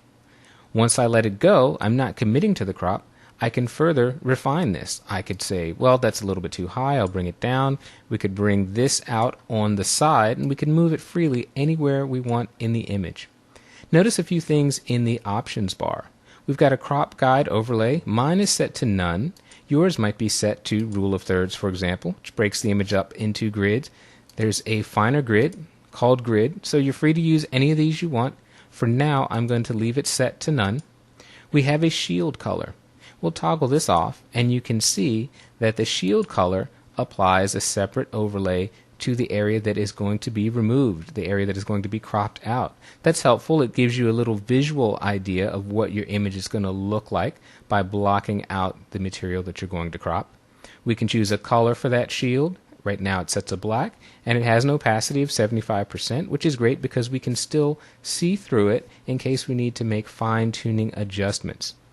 Now if we go, I'll drag this out to the bottom. To commit to this crop, you can simply press the return or enter key on the keyboard, or on the PC we can right-click, control-click on the Mac and select crop. And there we have our crop. I'm going to undo this with Control-Z on the PC and Command-Z on the Mac, because there's something else I want to show you. We just did a freeform crop, but suppose you want to crop to a specific ratio or perspective. In the width and height box, I'm going to type in numbers. For the width, I'll put in a 4, and for the height, I'll put in a 5. Now, when I drag with the crop tool, I am automatically constrained to a 4:5 proportion. So if I had to fit this for a magazine layout, for example, and their pages were spec'd for a 4:5 ratio, I could automatically crop to that perspective and know that my image is going to fit. I'm going to cancel out of this with a right click on the PC, control click on the Mac. Now, those of you who've been paying attention, I'll zoom into this a little bit more, may notice that this image is not level, it is not straight. When you use the crop tool, I'll draw it again, you have the option, if you move the cursor over one of the corners, you get this double bent arrow tool, and that lets you adjust the crop and move it, and you can use that to straighten out an image, but it's a very imprecise method. So here's how we're going to do it. We're going to go back to the tool panel, and we're going to choose the ruler tool. The ruler tool is hidden underneath this eyedropper tool. So we'll go here and select ruler. Now this is great because we simply click on something that should be straight. I'm going to use the top edge of this building. I'm going to click on the left corner and drag over towards the right corner. I've now drawn a line over an item that should be straight but that is currently crooked. In the tool options bar, I have a straighten button. If I click straighten, watch what happens. It not only straightens the image, it crops off the excess area of the image that it had to do to eliminate any white spaces. So that's a great, easy, one-step way to straighten an image and crop it at the same time. If you don't want the image to be straightened and cropped all in one step, here's a little trick. You can hold down the Alt key on the PC, Option key on the Mac, while you press the straighten button, and the image will only be straightened. It will not be cropped. You'll end up with something that looks like that, and you can crop it manually. We can make an image appear warmer or cooler by adjusting the color balance. Photoshop offers two tools that make this a snap. Let's open up an image. We're going back to our Chapter 3 folder, and we're going to open up our old friend, the garden image that we first saw in Chapter 1. Now, there are two ways that we can adjust the color balance. The first way is in the Image menu, Adjustments, and we'll go down to Photo Filter. Now, this brings up a preset selection of filters that mimic what photographers used to carry out into the field with them. We're starting here with a warming filter, but if we click on the pull-down menu, we've got 3 warming filters here to choose from. I'll choose warming filter 81. That should give us a good difference, and I'll toggle off the preview. There's where we started. Here's that warming filter. We could also go cooler. I'll go down here and select cooling filter 82, for example, and you can see, here's the preview off, here's the preview on. You can see just how far we can go with these filters. Now within these preset filters, you can adjust their strength by moving the density slider. If you drag the density slider to the left, you are decreasing the effect of that filter. If you drag it to the right, you're making that filter appear even stronger. So you've got a lot to play with here, and simply by clicking through this menu, you can go warm to cool in just a couple of steps. Let's cancel out of this, and now we're going to look at our second method. We're going to go back to Image, Adjustments, and this time we'll select Color Balance. Now this works with 3 sliders that move between 6 primary colors. If we want to warm the image, we simply go along towards the red. In the second slider, we'll maybe move a hair towards magenta, and in the third, we'll move towards yellow. Here's the preview off. Here's it on, so you can see it definitely warms up the image. Under tone balance, we want to stay on midtones. This is going to be the most realistic approach. It's going to focus our efforts in the midtones of the image and taper off nicely into the highlights and shadows. If we wanted to cool this image, we could go towards the cyan end a little bit. Maybe we'll take a little bit of magenta out that we did, but the big one is we're going to go from yellow over to blue. And if we toggle the preview on and off here, there's where we started, and now we have a much cooler image. So we've got two quick and easy ways to adjust the color balance in Photoshop. Photoshop offers a great tool for converting images from color to black and white. Let's open up an image. We're going to go back to our Chapter 3 folder, and this time we're going to open up the file labeled BW, short for black and white. Now with this image on screen, what I'm going to do is select the Fit to Screen view. The shortcut for that is Control-0 on the PC, Command-0 on the Mac, to get it just a little bit bigger on our screen. And the tool we're going to use for this conversion is named, appropriately enough, Black and White. It's located in the Image menu, under Adjustments, and we'll simply scroll down and select Black and White. As soon as this dialog box opens, it gives you a default black and white conversion. I'll toggle the preview off. Here's our color information, and here's the default conversion. There's also an auto button that you can choose. If you're not happy with the default, you can see if the auto gets you to a better starting point. But for now, we can just go back to default because we're going to do all of this manually. Now in other tools that we looked at, we had an on-image adjustment tool that we had to click and select. Here in black and white, it's turned on and activated by default. So all we have to do is move our mouse over the image. I'm going to move it here over this area of the chair, and if I simply click and hold down the mouse, you can see the icon turning into the hand with left and right arrows. More importantly, in the black and white dialog box, you can see that the yellow value is highlighted. If I click and drag to the left, you can see those numbers go down, and the yellow parts of this image are getting darker. If I click and drag to the right, the yellow parts are getting brighter. Why yellow? Well, because I clicked on an item in the image that was yellow. Yellow was the underlying color information. So just because Photoshop gives you a black and white preview of the image doesn't mean it forgets the colors that were in this image. That's the beauty of the black and white tool. It lets you make image adjustments based on the underlying color information. If I go here and click on this chair, you can see that that's going to select blues primarily. So I'm going to slide this to the left to darken that blue value. Maybe I'll brighten it up a little bit. I changed my mind. I'll go a little bit brighter there. I'll select on this chair, and let's see what color is underneath there. That's red. What happens if we drag to the left? We're making those much, much darker. Notice that the yellow chair and the blue chair have been left alone. The table was also red, so that's getting darker. Let's go back here and find another color. In this foliage, let's click here and see if we can find a green color. We have green here, so we're simply going to click and let's lighten this up a bit. So we're going to open up those greens in there. And so with just a few clicks of the mouse, you can see that we can drastically alter the contrast in this image simply by changing tones based on their underlying color information. Let's go back for a minute, toggle the preview off. Here's the color information that we started, so you can see the individual discrete colors we have in the image of reds, blues, yellows, and greens, and now we've adjusted the brightness of all those values. Now there's another thing we can do with the black and white tool, is we can tint the image. Once we're happy with this black and white conversion, we can go down and click on this tint box, and let's see how this works. We've got hue and saturation. The important thing when you're working with this tool is to boost your saturation up. It has to be very high so you can see the changes that you're making in hue. We're ultimately going to come down from this, so don't worry about your colors looking exactly right. Here the saturation is very high, but that's just so we can find a nice hue. If we wanted to get a nice sort of sepia print, we'll come over here. That's a little bit too much red. We'll add a little yellow in there, something about like that.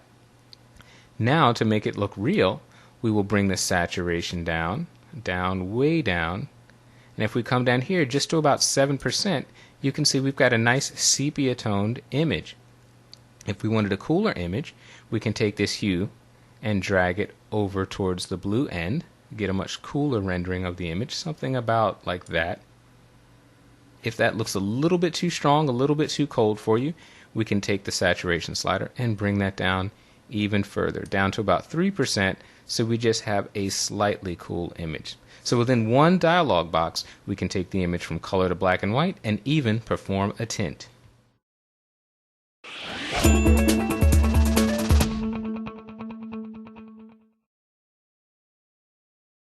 The ability to create precise selections is what separates good Photoshop work from great Photoshop work. Here are some tools to get you there. Photoshop has two sets of tools that come in handy when making basic manual selections. Let's see how they work. We're going to open up an image. We'll go to our Chapter 4 folder and select the file titled Marquee. The very first tool we're going to work with is, well, you may have guessed, the Marquee tool. It's the very first tool in our Tools panel. If you do not see a rectangle here, I want you to click on this bottom right disclosure triangle and scroll up and select Rectangular Marquee tool. In my image on screen, you can see two guides. If you do not see guides on your screen, I want you to go up to the View menu, Show, and select Guides. The last thing I'm going to do is change the screen mode. I'm going to go up to the mode switcher and select full screen mode with menu bar. I could have also used our handy shortcut, the F key. Now, using the rectangular marquee tool could not be any easier. You simply click and drag and draw any type of rectangular shape that you want. If you want to constrain your shape to a square, you click, drag, but on the keyboard you hold down the Shift key. And no matter how big or small you make it, you're automatically constrained to a square shape. Note that the point at which I click and drag becomes the upper left-hand corner of my selection. But there's a way to make that the center point of the selection. I'm going to move my mouse directly over the intersection of these guides, and if I click and drag, you can see that intersection is the upper left-hand point. But if I hold down the Option key on the Mac, Alt key on the PC, that starting point now becomes the exact center of my selection. Let's take a look at the choices that we have up in the Options bar. The very first icon here on the left is the New icon. That's what we've been using, so if you have a selection that you've drawn and you draw a second selection, this option automatically wipes out the first selection. Moving here to the right, we have the Add selection. So I'm going to start with the first selection. Now, notice that my cursor has a plus sign at the bottom. Any selection that I draw now will be added to the first one, so we're not wiping out the first one automatically. If we go over here, our next choice is Subtract, and this one, our cursor has a minus sign at the bottom. If I drag anywhere over an existing selection, that area of overlap will be deselected. Finally, we have the Intersect option. Now this one gives an X at the bottom of our cursor. And watch what happens. If I click and drag, the only selection, the only area of the selection that ultimately will remain is where these two intersect. So I've got a thin sliver over here on the left, and if I release the mouse, that is the only part of the selection. Let's go back to our default. Under the Style menu, we've been working in normal mode. But suppose you want to have a fixed ratio or specific proportion for your image. We can simply go to Fixed Ratio, and here I've set it to a 6:7 proportion. So if I drag, no matter what I do with the mouse, I'm always going to be constrained to a 6:7 ratio. Underneath this, we've got Fixed Size. Now this one is interesting. Right now it's set to 3 inches by 3 inches. And this time I don't have to click and drag. I've already told Photoshop the dimensions of my selection, so all I have to do is click, and I have automatically a 3 by 3 inch square. Once we have a selection, we can move it. If I bring the mouse inside my selection area, notice that the cursor turns into a white arrow with a little rectangle around it. We can simply click and drag and move the selection anywhere we want to over the image. Once we've drawn a selection, what can we do with it? Well, if I move my mouse inside the selection and hold down the Control key on the PC, Command key on the Mac, note how my cursor changes. I can now cut the selection out of the image. So if I click and drag, I've now cut this out and made a hole in the image. I'm going to do Control Z on the PC, Command Z on the Mac to undo that. Just one last thing I want to show you. We'll go back up and set normal mode. I'm going to draw a shape. Now, up to this point, we've been drawing a shape around the areas that we want to select. That would be the inner contents of this shape. But if we go up to the Select menu, we can scroll down to Inverse, and we can invert the selection and select everything that we did not draw with that shape. So this time, with Inverse selected, if I go inside my selection area, and on the Mac, if I press the Command key, Control key on the PC, and drag, I am now removing that inverted selection.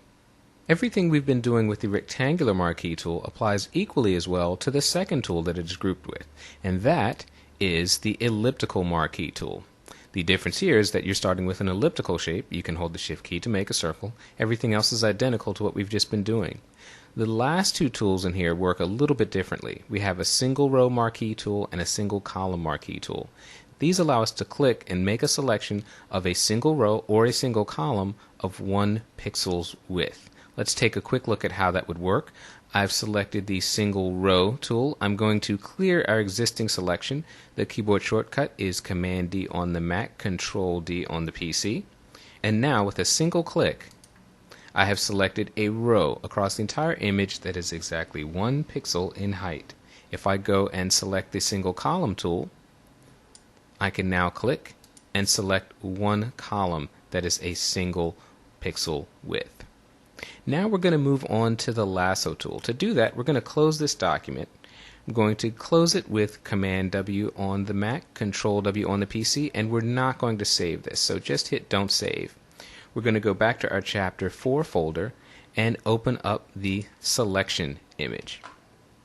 Before we get started with the lasso tool, I'm going to hit F to take us into full screen mode with menu bar, and I'm going to hit Command 0 on the Mac, Control 0 on the PC just to fit this image to screen. And the first lasso tool that we're going to use is the freeform drawing tool. It's just called lasso, and it's the first option in the lasso tool panel. This tool works by allowing us just to click and draw in a freeform manner. So I'm going to click, drag it around, and draw, and wherever I let go of the mouse, we're going to automatically have a completed shape moving from our first point to our last point. So there we've got this freeform shape, and again, if I move the mouse inside, I can move the shape. If I move the mouse inside and hold down the Command key on the Mac, Control key on the PC, I can cut this shape out of the image. Let's undo that with Command Z on the Mac, Control Z on the PC. Now the second tool here residing in the lasso tool panel is going to be a bit more useful. It's the polygonal lasso tool. And this works a little bit differently. Here we're going to click, drag, and click repeatedly. We're going to just connect straight line segments. So if I click here and then drag, and click again, you can see that I'm just creating straight line segments. In this case, around the gentleman in this image. They're all straight lines, and we're just setting anchor points in between them. So I can simply click repeatedly. I'm just making a very rough outline of his shape. When you're ready to close the selection, and with this tool you have to do it manually, you can see that my cursor now has a circle beneath it. Once you see that circle, you know that your next click will complete the selection. Now I have a selection, and again, we can move this selection or we can cut out the object. The final lasso tool that I'm going to talk about is the magnetic lasso tool, and this tool is very interesting. I'm going to zoom in here on the image onto this subway sign. The magnetic lasso tool is great because it allows us to trace over shapes and automatically snap along edges. I'm going to cut out this U in the Union Square sign. So with the magnetic lasso tool selected, I'm going to simply click and then start dragging. Points are automatically added, and it's following the outline of this letter. This tool works great in areas of high contrast, and obviously black and white have about the highest contrast you can get. So all I'm really doing is tracing along the edge of this letter. And there's my hollow circle that lets me know that I can complete the selection. Now, it's not perfect, but I can move the mouse in here, Command click on the Mac, Control click on the PC, and I've made a very rough cutout of that U shape. One of the issues that new users have when they first try the magnetic lasso tool is they trace around an object and they get a very rough result that's a little sloppy, kind of like what we just saw. And then they give up on the tool and say, oh, it doesn't work. But if we go up here to the options bar, there are settings that can help us get a better result. First, I'm going to undo what we just did, Command Z on the Mac, Control Z on the PC. Up here in the options bar, we have a setting for width. That tells the tool how far out from the edge it should look. That's fine at 10 pixels. Contrast determines the amount of difference in contrast between what's going to be selected and what isn't. And that's what we're going to change here. 10% is a little low. We'll change this to maybe 40% and see what that does. Frequency just tells the tool how often it should place the anchor points. I think we're fine at 11. So with that new setting, let's go down and try that U again. I'm going to deselect with Command D on the Mac, Control D on the PC. And now let's see what we have. We'll start here tracing around the edge. We're moving up. Much nicer result. We didn't get that little spillover. And there's our hollow selection. So we'll close it up. And a much better and tighter selection. So now if I cut this out, you can see a big difference. So when you're going to use the magnetic lasso tool, spend a couple of minutes experimenting with those width, contrast, and frequency settings, and you can get really great results with very little effort. For our next lesson, we're going to open up a separate image. So for now, you can simply close this without saving. The Quick Selection tool is a giant leap forward in making selections of real-life objects. In fact, it's downright awesome. Let's open up an image. We'll go back to our Chapter 4 folder, and this time we'll open up the image titled Quick Select. I'm going to hit F to go into full screen mode.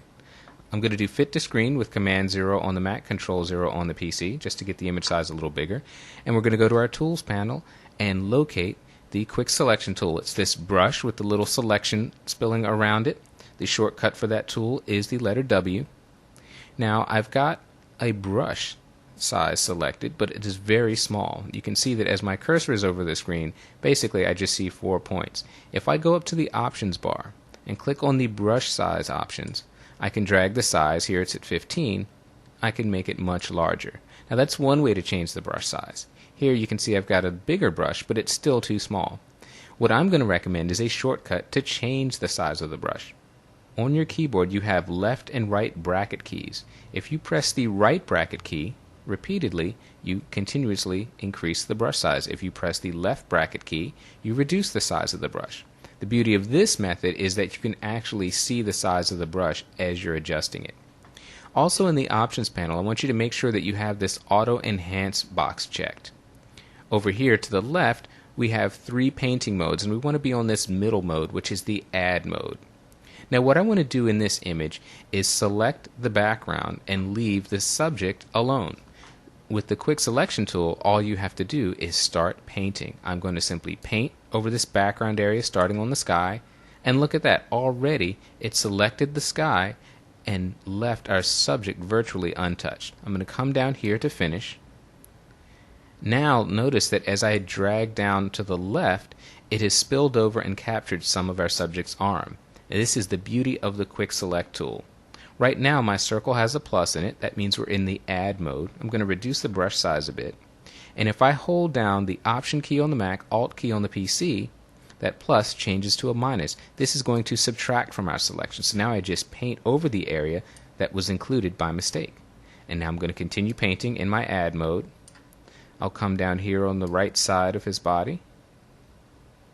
And I'm going to zoom in to make sure I get this area as well. My brush size is much too big for that. And again, I'm reducing the brush size by repeatedly pressing the left bracket key.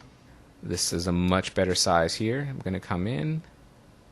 And because I've got auto enhance on, as I let go of the mouse, Photoshop does its best to try to make my selection even more precise. That looks pretty good. I'll try to get this one little spot up here in the top. That's not bad. I've got a little bit of spill over here on the edge, so I'm going to go into my subtract mode with the Option key on the Mac, Alt key on the PC. And that looks pretty good. One last area down in the bottom that I want to get to. I'll paint in here with a little bit bigger brush size. And finally, this last area of green. But I'll take out some of this. I think this is part of the chair he's sitting on. Looks pretty good. Now we've got a selection of the background and we're leaving the foreground alone. Well, what can we do with this selection? Well, one thing we can do is use an adjustment on this. We talked about levels and curves. Let's go up to the image menu, go down to adjustments, and we'll bring up levels for this example. Now, because I have selected an area, in this case the background, any adjustment tool that I use in Photoshop is going to be restricted to that selection. So if I grab this slider in the middle and drag it to the right, you can see that I'm darkening the background significantly, but my subject in the foreground is being left completely alone. The quick selection tool is going to quickly become your very best friend when it's time to make complex selections. When we need to make a selection based on the color of objects in an image, we can sit back and let Photoshop do all the hard work. Let's open a file. We'll go to our Chapter 4 folder and this time open the color range image. I'm going to press the F key to take us into full screen mode with menu bar. I'm going to invoke the hand tool by pressing and holding the space bar while dragging this over to the left to make room for our dialog box. And we're going to go up to the select menu and choose color range. Now what we want to do in this image is select these tulips, but we don't want to select the stems. We just want to select these red tulip heads. In the color range dialog box, we have 3 eyedroppers. This first eyedropper is what we're going to use to actually make our color selection.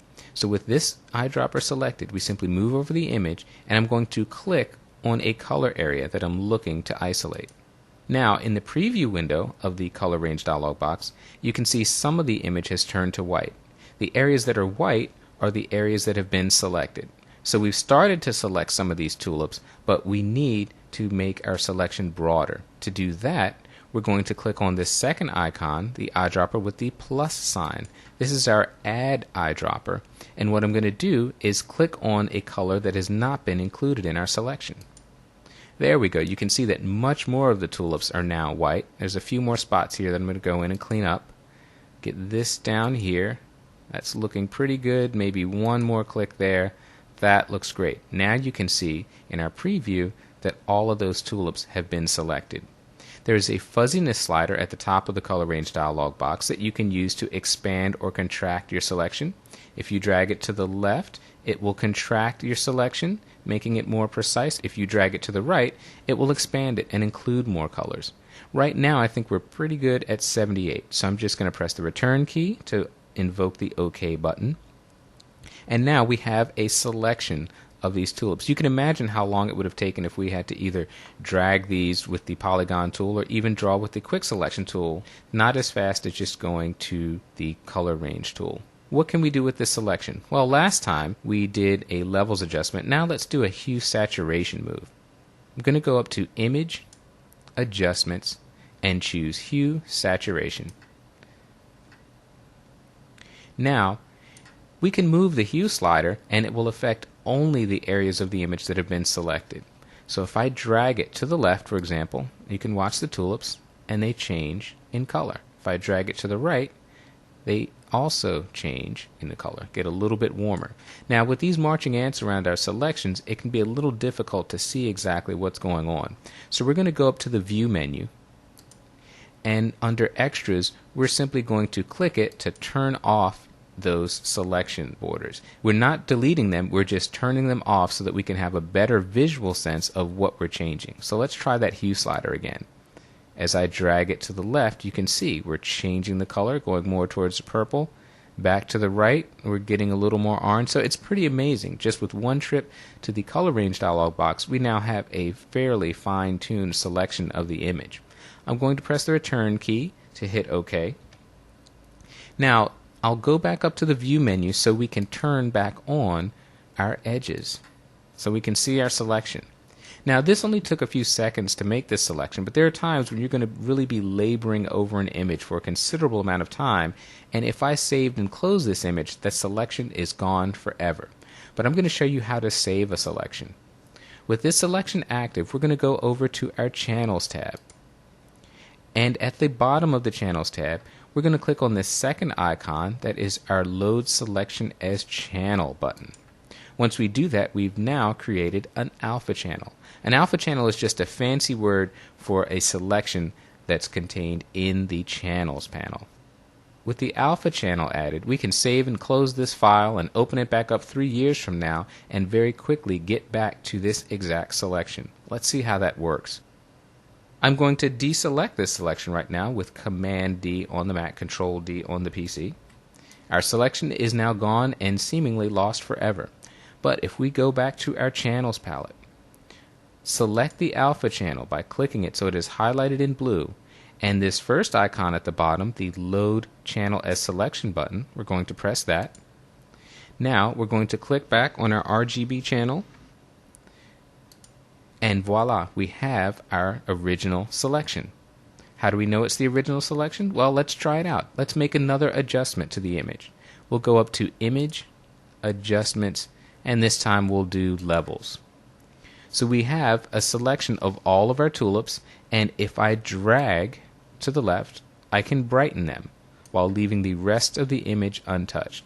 So if you need to select something based on color, the Color Range tool is a great place to start, and we can save selections.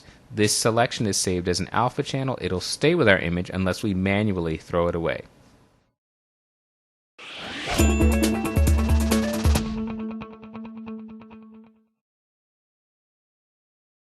Non-destructive editing is a critical part of any high-quality workflow. What is it, and how do you apply it? Let's find out.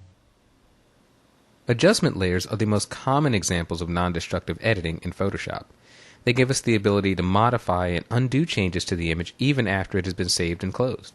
Let's open up a file. We'll go to our Chapter 5 folder and select the Adjustment Layers image. Now I'd like to direct your attention to the bottom right portion of the screen where you find our Layers panel, and for the very first time we have a series of adjustment layers. We've got a Curves adjustment layer, Photo Filter, and Hue Saturation. Now we've worked with each of these three tools before. The difference this time is that they've been applied as adjustment layers. Well, what's so great about adjustment layers? The answer, a lot. If I move over here to the Layers panel, I can turn the visibility of each of these adjustment layers on and off independently. If I click on this eye icon, I'm temporarily disabling the effect of this adjustment layer. I'm not throwing anything away, I'm not tossing them out, I'm simply temporarily hiding their effect. So with all three of these turned off, you can see how the image looked before I started making any edits. I'm going to turn these three back on. Another great feature of adjustment layers is that at any point after they've been created, you can modify them. If I double click anywhere in this Curves adjustment layer, we open up an Adjustments panel, and you see our Curves interface that looks remarkably similar to curves that we've used in previous lessons, and the behavior is identical. You can see how I've modified the shape of the curve. The highlights have opened up a little bit and I've brought the shadows down just a hair, but there's nothing preventing me from going up, clicking on the On-Image Adjustment tool, clicking and dragging somewhere in the image, and further modifying that effect. Another great thing that you can do with adjustment layers is change their overall strength or opacity. If I move back to the Layers panel, with the Curves adjustment layer selected, it's highlighted in blue, I'm going to click on the word opacity. Right now it's at 100% or full strength. If I type in a lower value, 30% in this case, you can see how much that reduces the overall strength of the adjustment layer.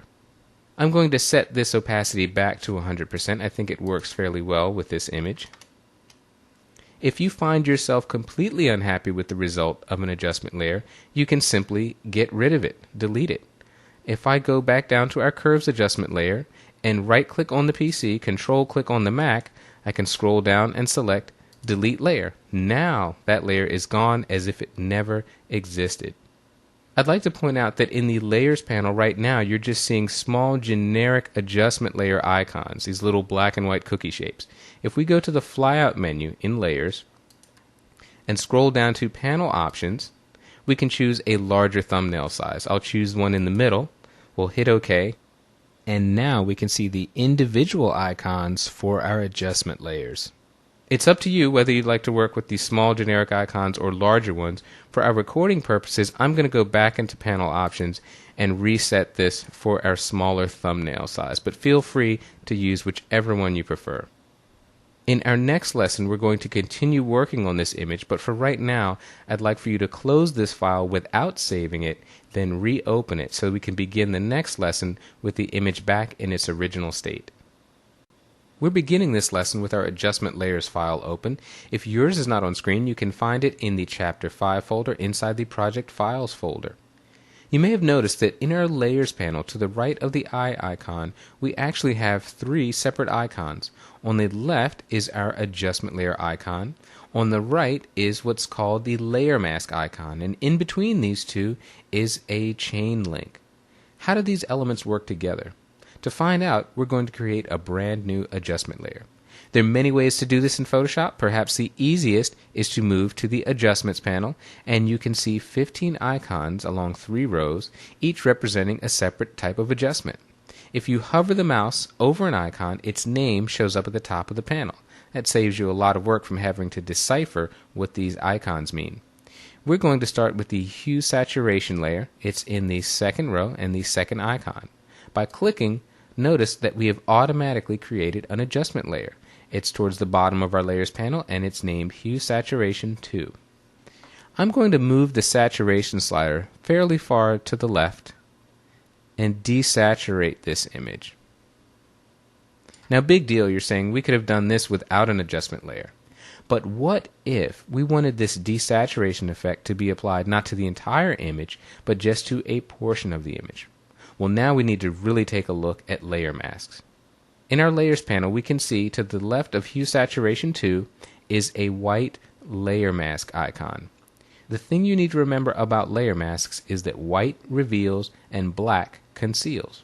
Well, what's being concealed or revealed? It's our adjustment layer here on the left. Our adjustment layer is currently set to desaturate the image at a value of -65. That adjustment effect is linked via this chain link icon to a white layer mask. Because the layer mask is white over the entire frame of the image, that desaturation effect is being applied to the entire image. Watch what happens if I change the color of that layer mask. With Hue Saturation 2 highlighted in blue, and make sure you can see these 4 brackets around the layer mask icon. It's very important. If you do not see it, simply click on the layer mask icon, and I'm going to go up to the Edit menu. Edit and then Fill. And under Contents, I'm going to select Use Black and hit OK. Now you can see that our layer mask has changed from all white to completely black. Watch what happens if I toggle the visibility of this adjustment layer on and off. You can see that the image does not change at all. Why is that? Well, we still have a desaturation effect in our adjustment layer. It is linked to a layer mask, but this time the layer mask is completely black, and black blocks out the effect of that adjustment. It's as if it doesn't even exist. On its own, this might not seem very helpful, but what I would like to do in this image is desaturate part of the clouds. There's an area of these foreground clouds where the blue is really bothering me, and I'd really like to take the color out of that area while leaving the color throughout the rest of the image. We can accomplish that by painting on the mask. So what I'm going to do is go and select the brush tool in the toolbar. The shortcut for the brush tool is B. I'm going to go up to the options bar, click and make sure that my hardness is set to 0%. This gives us a nice feathered edge on the brush. At the bottom of the Tools panel, I want to go to my foreground and background colors, and I want my foreground color to be white. Right now, white is set to my background color. I'm simply going to click on this double bent arrow, and now that white chip is on top of the black one. That means we are going to be painting with white. If you're seeing another color in here altogether, I want you to move down and click on this Set Default icon to automatically set you to a white foreground and a black background. As we paint with white over this black mask, watch what happens. As soon as I start painting, you can see the areas over which I brush are now being desaturated. I'll hit this little portion in the top of the clouds, and that looks pretty good. Now notice what's happened in our layers panel. The hue saturation layer mask has been updated. It's no longer a completely black mask. We've got areas of white. Those represent the brush strokes that we just made. Let's take a closer look at what's just happened. If I move over to the channels panel, at the bottom we have a hue saturation 2 mask. This mask is created automatically every time we select an adjustment layer mask. And if I turn on the visibility icon here, we can see that the bulk of the image is covered with a red overlay. That represents the black area of the mask. Where I have painted, you can see the actual image color showing through. So this represents the brush strokes that we've made to create this adjustment on the mask. I'm going to toggle this preview off, go back to the layers panel, and let's review what we've just done. We created a hue saturation layer, desaturated the entire image, then set our layer mask to black, blocking out the effect of that desaturation. We then selected a brush tool, set our foreground color to white, and painted with white over the mask. The areas over which we painted in white are now allowing the desaturation effect to show through. So it's a great way to apply localized or selective adjustments where you want to alter one part of the image without touching other parts of the image. Now I did a fairly good job of painting on here if I do say so myself, but suppose instead of painting just over the clouds, I had accidentally painted over in this sky area and desaturated some parts of the image that I didn't mean to. Well, all is not lost. Painting with white on a black mask is very easy to reverse. We simply go down to our tool panel, switch our foreground color to black, and just paint over that area again. We are painting black over that white area of the mask that was inadvertently painted. So you can get an idea of the power and flexibility that you have when you combine adjustment layers with layer masks. We've just seen how to paint on a mask, but there's another way of hiding and revealing the adjustment layer by using the gradient tool. Let's open a file in our Chapter 5 folder. We're going to select the file titled Gradient. Notice in our Layers panel we have a Curves Adjustment layer, but the visibility is toggled off right now, so we're looking at the image in its original state. As it stands, the sky in here is pretty good, but the foreground is a little dark and heavy. Let's turn on this Curves Adjustment and see what change has been made. Here I've made a curve that has opened up the foreground nicely, but the sky is too bright and washed out. We're going to fix that with the Gradient tool, but two things we need to verify. In your Tools panel at the bottom, you need to make sure that your foreground color is set to white and your background color is set to black. If these colors are reversed, simply go to this double bent arrow and click. That will reverse the colors. If you're seeing another color in here altogether, I want you to move down and click on this Set Default icon to automatically set you to a white foreground and a black background. Let's go and choose the Gradient tool. It's located in the Tools panel, and the keyboard shortcut is the letter G. The last thing we need to verify is up in the Options bar. Here we've got a gradient picker that lets us set the mode. I'm going to click, and we want to make sure that we have the very first option selected. This is our foreground to background gradient. In this case, our foreground is white and our background is black. That's what we want to be painting with. So I'm going to click that to select it. And just to the right of this gradient, I want you to make sure that this very first option is highlighted in terms of the type of gradient. Now we're ready to get started. The Gradient tool works by drawing a gradient from, in this case, white to black.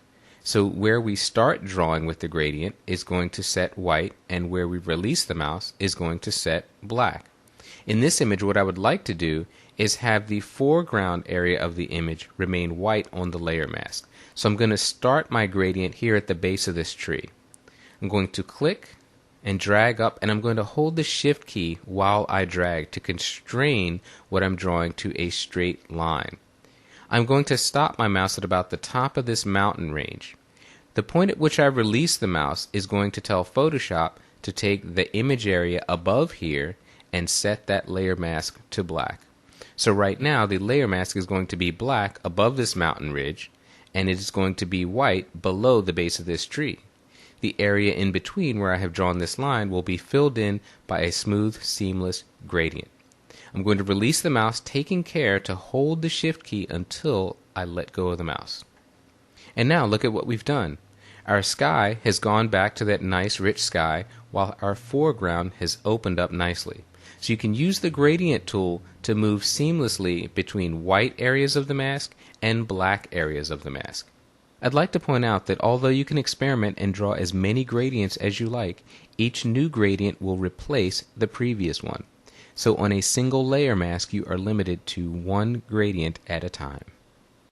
A thorough discussion of blending modes could easily take up an entire training series. Here, we'll look at a quick and easy way to build up image contrast using blending modes. First step, as always, is to open an image. We'll go to our Chapter 5 folder, and we'll open the image titled Blend. Simply put, blending modes perform math on your image using the RGB values of two sets of pixels. So in order for blending modes to work, you have to have at least two items in your Layers panel. We're going to add an adjustment layer above our background layer, and here's the trick. It really doesn't matter which one we use because we're not going to make any adjustments to the layer. We're simply going to use an empty adjustment layer as a conduit for invoking a blending mode. So let's go to our adjustment panel, and we'll just choose brightness contrast. I'm going to go to the layers panel, and at the very top we have our blending modes menu. Now there's a lot of options in here, but let's break it down a little bit. This second group, starting with darken, is our darkening group. This is what you choose if you want to make an image darker. This is followed by the lightening group of blending modes, and they, of course, lighten an image. This third group, beginning with overlay, is our contrast group. And this is what we use to adjust the contrast in the image by brightening some pixels and darkening other pixels. We're going to choose overlay. Now you can see a huge difference in the image, much more contrasty.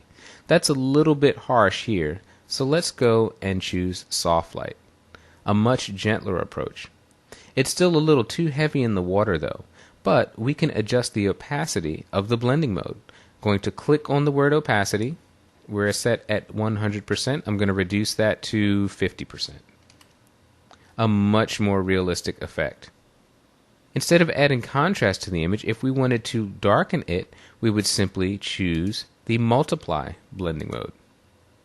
If we wanted to lighten the image, we would choose screen. And of course, as you move between different blending modes, you can adjust the opacity as needed. So far, it may seem that adjustment layers and layer masks have no downsides, but before you tack on 15 layers to an image, you should be aware that layers and masks significantly increase file size. Here's a way to get similar results without the bloated file size. The history brush, in conjunction with snapshots, allows us to make selective changes to an image. Let's go to our Chapter 5 folder and open up the file titled History. Now what we need to do is show the History panel. We'll go to Window and simply select History. Right now it's grouped with Mini Bridge, which we'll talk about in an upcoming chapter, so for now let's just get rid of it. I'm going to expand the History panel, and I'm going to dock it right beneath our Adjustments panel. The History panel keeps track of the changes you make to an image, allowing you to quickly revert to an earlier image state. Photoshop, by default, limits you to 20 history states at any given time. You can increase this number in preferences, but adding more history states uses up more memory. Snapshots allow you to create temporary copies of an image state that will reside at the top of the History panel, even if its corresponding history state has been recycled. In this image, I'm going to change the color of two of the outfits. To do that, I'm going to go to the Image menu, Adjustments, and select Hue Saturation. Here I'll take the hue and I'll drag it over to the right to turn this outfit into a nice light purple. I'll hit OK. Now what I want to do is add a snapshot. You'll notice that at the very top of the History panel, we've already got one snapshot that simply has the name of the image file. By default, Photoshop adds an initial snapshot every time you open an image. We can add a snapshot by clicking on this camera icon at the bottom. I'm going to hold down the Option key on the Mac, Alt key on the PC to allow me to name the snapshot while I'm adding it. I'll call this one Purple. Now I'm going to revert back to our original image state by clicking this initial snapshot. I'm going to select the Hue Saturation tool again, Image, Adjustments, Hue Saturation, and now I'm going to change that outfit to a nice bright green. We'll hit OK. I'm going to make another snapshot, holding down the Option key on the Mac, Alt key on the PC. I'm going to name this one Green. Now in the Tool panel, I'm going to select the History brush. That's located directly beneath the regular brush tool. You can see it's a brush icon with a curved arrow. I'm going to go up to the Options bar and make sure that my hardness is set to 0. I want a nice soft feathering for this brush. And in our History panel, we have 3 snapshots. I'm going to revert back to our initial snapshot, and I'm going to set the source of the History brush to our second snapshot titled Purple. I'll set the source simply by clicking in this box. Now I'm going to paint on the image. I'll make my brush a little bit larger. And I am painting from this snapshot. So you'll see that this outfit is now becoming purple. It's picking up the state of the image document from the point at which I created that snapshot.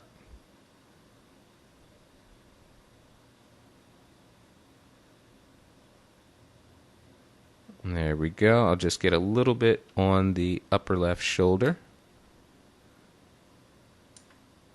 And that looks pretty good. Now I'm going to set the source of my History brush to the green snapshot.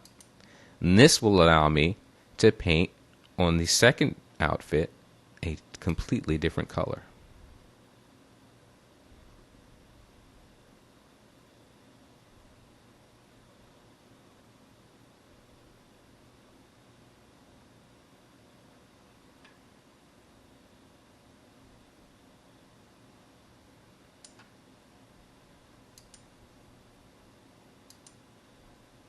Now you can see I had a little bit of spillover here on this mannequin at the far left.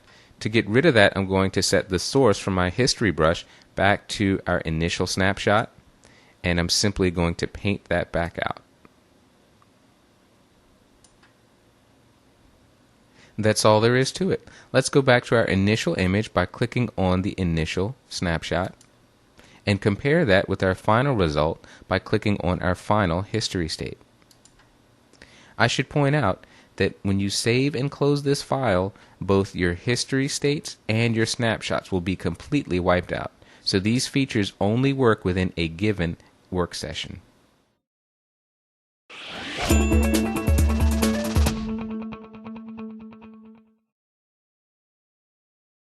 Sometimes even the best photographers take pictures that need a little touch-up to look their best. And just like Henry Higgins in My Fair Lady, Photoshop lets us improve upon the original. When it's time to clean up imperfections, Photoshop offers some fantastic tools to get the job done. Let's open a brand new file. We'll go to our Chapter 6 folder and open the image titled Film Scan. I'm going to zoom into a 100% view. That's Control 1 on the PC, Command 1 on the Mac. And I want us to start here in the upper left part of the image. And you can see we've got our work cut out for us. A lot of things in here that need to be cleaned up. The first tool we're going to look at is the Clone Stamp tool. This allows you to paint one part of the image over another, removing flaws and defects. The Clone Stamp tool is located in our Tools panel. It's the icon that looks like a rubber stamp. The keyboard shortcut for this tool is the letter S. To use the Clone Stamp tool, you must first select a sampling point, the area from which you will be copying pixels. To do that, I'm going to hold down the Option key on the Mac, Alt key on the PC, and click. You can see the cursor change with the crosshair in the middle of that brush, and I have set a sampling point. The trick to using the Clone Stamp tool effectively is to continuously update your sampling point. I want you to go to the Options bar and make sure that you have this aligned box checked. If you don't turn this on, you'll be sampling from the same spot every time you click. a dead giveaway that you've been retouching the image. I'm going to set a new sampling point, Option Alt, and now I'm simply going to click, painting over the areas I want to remove. And that's really all there is to it. It can be tedious work, but it makes a huge difference at the end of the day. Notice that inside my brush cursor, you can see a preview of the area that is going to be sampled. If you find this distracting, go up to Window, scroll down to Clone Source, and at the bottom of this Clone Source panel, you can turn off the overlay. Now as I move the mouse across the image, you can see directly underneath my brush through to the underlying image.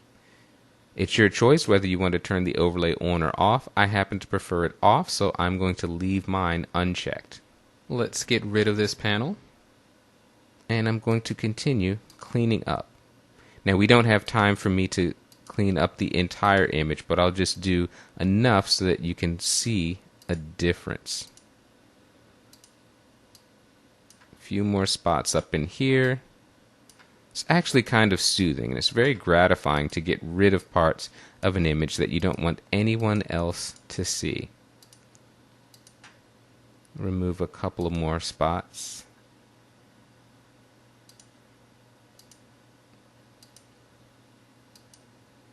Alright, we've done some work. Let's take a look at the before and after. We'll scroll up in our history panel. Here's the image that we started with. And with about 10 or 12 clicks of the clone stamp tool, this is where we end up. Not bad.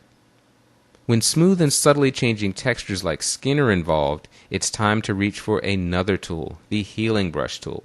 So let's close this file. You don't need to save it. We'll go back to our Chapter 6 folder, and this time we'll open up the file titled Skin. The healing brush tool works on the same principle as the clone stamp tool, but it matches the texture of the sampling point to the destination point. Even better, we've got a spot healing brush that offers one-click retouching. I'm going to zoom in a bit on this image. That's Command plus on the Mac, Control plus on the PC. Let's get rid of this history panel. And the spot healing brush is in the tools panel located directly above the clone stamp tool. It's got a band-aid icon with some marching ants around it. The keyboard shortcut for this tool is the letter J. Now with the spot healing brush, we don't have to set a source point manually. Photoshop automatically takes a look at the image and tries to select an appropriate sampling point. Now when you're retouching on skin, you can help out Photoshop a great deal by going up to the options bar and making sure that you're set to proximity match. This instructs Photoshop to look for a sampling point that's relatively close to the defect you're trying to remove. I'm going to zoom in just once more. Move over here, and there's a couple of stray hairs that we can remove. I'm going to increase my brush size. The keyboard shortcut is the right bracket key on the keyboard, and simply going to click. And it removes that. It'll remove that over there. Let's go get rid of this. Another spot down here, and just beneath the eye. It really couldn't get any simpler. You just click, and Photoshop automatically removes the defect, blending the sampled pixels to the destination. The spot healing brush tool is great for small discrete areas that you need to remove, but if we have a situation like this with milk around this young man's lips, we need to reach for the healing brush tool. That's located just beneath the spot healing brush tool in the tools panel. Again, the keyboard shortcut of J. Now with the healing brush tool, we have to set a source point like we did with the clone stamp tool. So I'm going to make my brush bigger. Right bracket key is the shortcut. I'm going to press the Option Alt key to select my source point. And as I start painting, initially it looks like this is just going to be a horrible retouch. But once I let go of the mouse, Photoshop goes to work and automatically matches the texture and lighting of the sampled pixels to our destination point. So we are simply going to set another source point, paint again here, come down along there. This is looking really good. Right now I shudder to think back to life before the healing brush. This kind of retouch used to take considerably longer. I'm going to make a smaller brush size now and go into this lip area. See if we can remove a bit of this.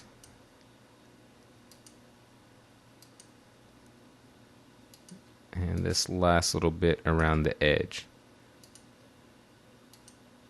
Not bad. We'll come over here on this side, small brush size.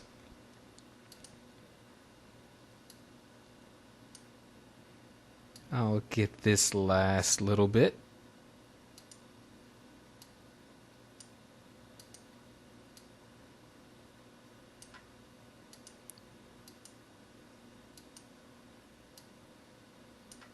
There we go. Not bad at all.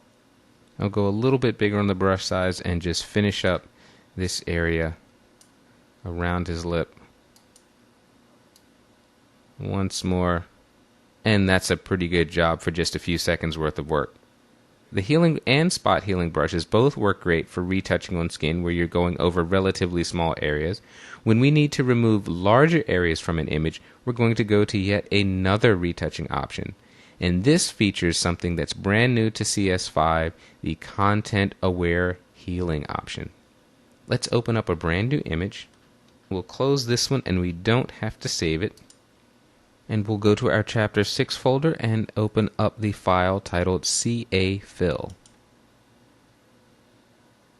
Now in this image, what we would like to do is remove these three lovely ducks from the foreground.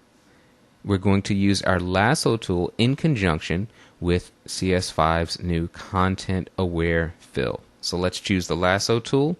The keyboard shortcut is L, and we're going to choose the freeform lasso. And what I'm going to do is simply draw around each of these ducks. I'm taking care to include the reflection on the water. Now when I want to make an additional selection, to invoke the add mode, I am simply going to press the shift key. You'll see a plus icon around my lasso that allows me to add to this selection. And the third duck is selected right here. Now I'm going to go up to the edit menu, down to fill, and under fill I want to select content aware in this pull down menu and simply hit OK. Look at that. Photoshop has removed the ducks and filled them intelligently with other areas of the image, blending them seamlessly. Couldn't get any easier than that. There's another situation that you may come up with if you're using Flash to take your pictures, and that is the dreaded red eye. Let's close this file. We don't need to save it, and we'll go back to our Chapter 6 folder and select the file titled Red Eye. Red eye is not very attractive at all. It occurs when your subject is looking directly at your flash. Now the good news is that we can quickly get rid of this in Photoshop. I'll warn you now, this is going to be very complicated. Underneath the options where we have our healing brush, we have at the very bottom the red eye tool. Again, very complex. You may want to take notes for this. I'm going to center my cursor over the red part of the eye and click. I'll do the same for this eye. There we go. Could it be any easier? I don't think so. The last thing we want to talk about here in terms of fixing defects is image noise. We'll close this red eye file. Again, we don't need to save it. We'll go back to our Chapter 6 folder and open up the file titled Noise 1. Let's zoom into this image at 100%. That's Command 1 on the Mac, Control 1 on the PC. You can see in this image that we've got a lot of brightly colored pixels, reds, magentas, a little bit of blues in there. This is what's known as image noise, and the cause for it is shooting at a high ISO on your digital camera. This happens when you're in low light situations, and it's oftentimes unavoidable, but let's see how we can clean this up in Photoshop. We're going to go up to the filter menu, scroll down to the noise submenu, and go to reduce noise. Now this filter is nice. It pops up a nice big 100% preview of your image. And what we are going to do is simply move to the reduce color noise setting and boost this up. The default is at about 45%. And what we're trying to do simply is take the saturated colors out of those noisy areas. If you want to see the preview, simply move your cursor into this preview box, click and hold. That's where we started from. And if we let it go, we see the after. So that's pretty good. Strength, you want to be very conservative here. This affects luminance noise, and this can very quickly lead to a soft, mushy file. So you don't want to stray too far above the default. It's the reduce color noise option that you really want to be concerned with. They have a basic and an advanced mode. In most cases, you're going to be fine with basic, but if you need to reduce image noise on a per channel basis, if you want to work differently on the red channel versus the green or the blue, for example, you can simply click on advanced. And now, instead of an overall strength setting, you can go and make changes per channel. For this image, the noise is fairly uniform over all three channels, so we're good in the overall setting and in the basic mode. Again, you want to use the reduce color noise option to get rid of as much color as you can. With sharpen details, you don't want to stray too far from the default in most cases.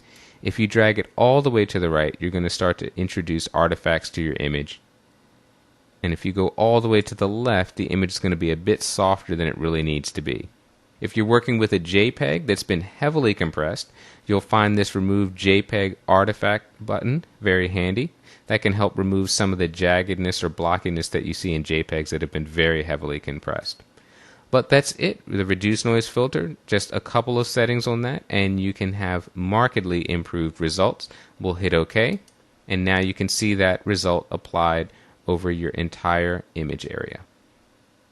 The clone stamp and healing tools work fine when your source and destination elements are the same size. But what happens when you need to sample elements that grow or diminish along a perspective-based plane? The answer lies in the vanishing point filter. Let's start with a brand new file. We'll go to our Chapter 6 folder and open the image titled Vanish Point. I'd like to remove the street lamp from the image, but the building was photographed at an angle, and because of that, the bricks on the left side of the frame are smaller than those towards the right. As it stands, there is no place where I can sample bricks that will be the same size as those currently hidden by the street lamp. This is exactly why the vanishing point filter was created. We select it in the filter menu and go down to vanishing point. To work with this filter, we first need to define for Photoshop the plane along which this image flows. The Create Plane tool in the upper left is selected automatically when we launch this filter. We're going to use this tool to select 4 corners along our image plane. I'm going to zoom in to 100% because the effectiveness of this tool is going to really depend on the accuracy with which we define these corner points. I'm using Control plus on the PC, Command plus on the Mac to zoom in at 100%. And I'm going to choose these window outline shapes as my image plane. I'm going to click here in the upper left corner, move over here to the upper right corner, and I'm going to scroll down, maintaining a straight line along that window frame, and stop right at the top edge of this stonework. Now you may have noticed that I just brought up the hand tool to move the image around in this preview window.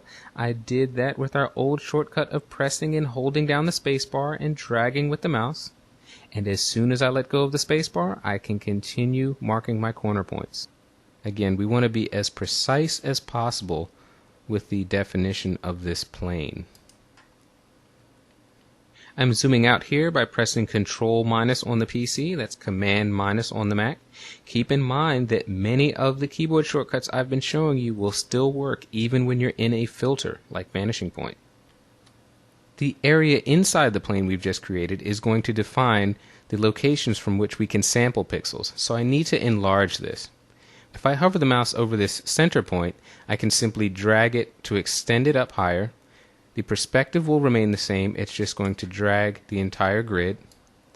I'll bring this over here to the left, open this up a bit on the right, and I'll zoom out so that I can scroll all the way down to the bottom. Now I can zoom back in, With our plane drawn, we're ready to use the stamp tool that's located here in the left part of the filter. Now what we need to do is set a source point. And again, you really want to be zoomed in at 100% because the accuracy of this placement is going to go a long way towards the quality of our clone. I'm going to select a source point in this upper right corner of the window frame. I'm going to hold the Option key on the Mac, the Alt key on the PC to select the source point. Now, as I drag the mouse, you can see the overlay of the sampled pixels. Unlike in the previous lesson where this overlay was optional, here it's crucial that we see what we're sampling from, because now what we want to do is find the corresponding location in this right window frame and line it up until we get an exact match. We want to have the bricks be a seamless, continuous match in both the horizontal and vertical direction. So I'm going to line this corner up.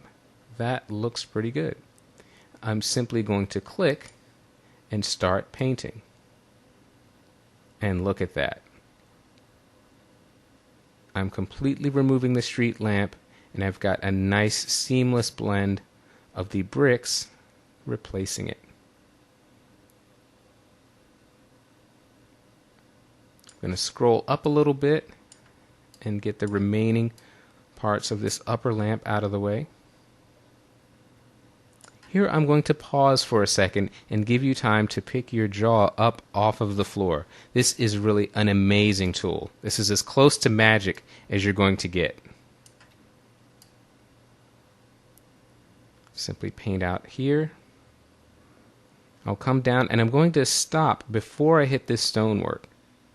This part of the image has a lot of detail, so I'm going to choose another source point so that I can make a very precise alignment. I'll choose something in this corner area over here. I'm going to Option click on the Mac, Alt click on the PC. Now what I want to do is look for a region in this destination area that matches up exactly. Let's see if I can get this lined up right over here. That looks like a pretty good match. Perhaps we'll start from this one. There we go. That's absolutely 100% perfectly aligned. So I'm simply going to click and start painting.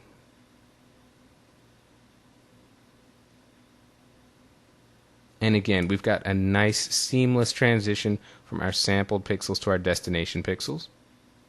Once again, as we hit another detailed area of the image, I'm going to choose another sampling point. Here I'm going to start just at the left corner. I'm going to Option click on the Mac, Alt click on the PC. Now we want to match this corner up with the corresponding left corner, and we get something that's just about there. That looks really good. I'm going to click, move over our street lamp, and simply start painting. There we go. That looks good. I'm simply coming straight down here,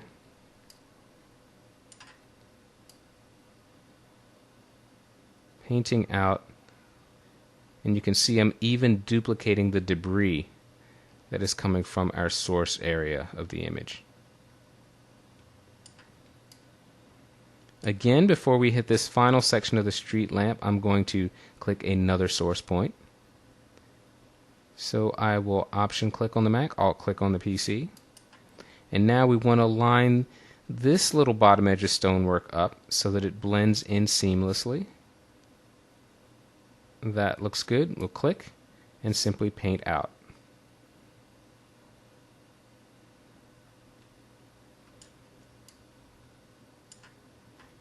I'll zoom back out. And there you have it. We've removed the street lamp and we've sampled bricks that were able to maintain the perspective of the original image. If you're paying close attention to your screen, you may notice that there are some areas of bricks that are not lined up as perfectly as they could be. Normally I'd go back in and touch those up a bit, but since you have the image on your computer, I'm going to ask you to take a very close look at your results, and if necessary, go back into Vanishing Point and make some adjustments until each and every brick is perfectly perfect. We'll hit OK. And our work in the vanishing point filter is accomplished. The most common flaw when photographing architecture is the phenomenon known as converging lines. Vertical elements appear to fall away from us because the camera lens was tilted up when the photograph was taken. Let's see what that looks like. In our Chapter 6 folder, we're going to open the file titled Perspective. You can see here that this fountain appears to be leaning backward, particularly the lamppost. The lens was tilted up to fit everything into the scene, but we now have the issue of converging lines. As you can probably guess by this point in our training, Photoshop can help you correct this distortion. We're going to go to the Filter menu and select Lens Correction. Now in the Auto Correction tab, I want you to change two settings. We're going to turn off the auto scale image setting. We want to keep the same field of view, but under Edge, I would like for you to set it to Edge Extension. This is going to allow Photoshop to try to fill in any blank edges that occur when we correct this distortion. Now we're going to select the Custom tab, and down towards the bottom under the Transform options, we are going to take the vertical perspective slider and drag it to the left. You can see as I drag, the image is straightening up. We'll go right about there. Looks pretty good. If you look carefully at the image, you'll also notice there's a little bit of a shift from left to right. So we're going to the horizontal perspective slider, and we'll drag that just a couple of points to the right. That looks pretty good. I'm going to toggle our preview on and off simply by pressing the letter P on the keyboard. There's our original image. I'll press P again. Here's our corrected result. We can simply go up and hit the OK button to commit to this filter. And now we have our image in its fully corrected state. If you pay close attention on your screen, you may notice at the bottom we have some artifacts that were created when we let Photoshop do an edge extension. There are many ways to fix this. I've already shown you some of the tools you could use, like Clone Stamp, Healing Brush, and even Vanishing Point. There are also more advanced techniques that are beyond the scope of this course, so feel free to experiment on your own. What I'm going to do is simply crop the image. We'll select the Crop tool in the Tool panel. The shortcut is the letter C, and simply start from the top, and we'll go right about to here. Looks pretty good. And now we have a fully corrected image. If you need to change the ratio or proportions of your image dimensions and don't want to crop out any of the image content, the Content Aware Scaling tool is just for you. We're going to open a brand new image in, surprise, surprise, our Chapter 6 folder. This time we're going to open the image titled Scale. Now let's suppose I want to change the ratio of this image by making it shorter from top to bottom. Let's go back in time to life before the Content Aware Scaling tool. We would go to the Select menu, select All, then move to the Edit menu, and select Free Transform. This places control points around our image, and we would simply go up to the center top control point and drag it down. Now this does indeed change the ratio, but look what happens to the image. The people are squashed like bananas. Not a believable result at all. I'm going to move up to the options bar and click the Cancel button. Now, with our image still selected, I'm going back to the Edit menu, but this time I'm choosing Content Aware Scale. We have the same control points. I'm going to click on this top center point, drag down to change the ratio, and now look at what a difference that tool makes. The image has scaled very nicely, but the people still look like, well, people. I'm going to go back up to the options bar and click on this check mark to commit to that change. Now, the only thing left to do is simply crop out the empty white space from this image, and we have a completely new but believable image ratio.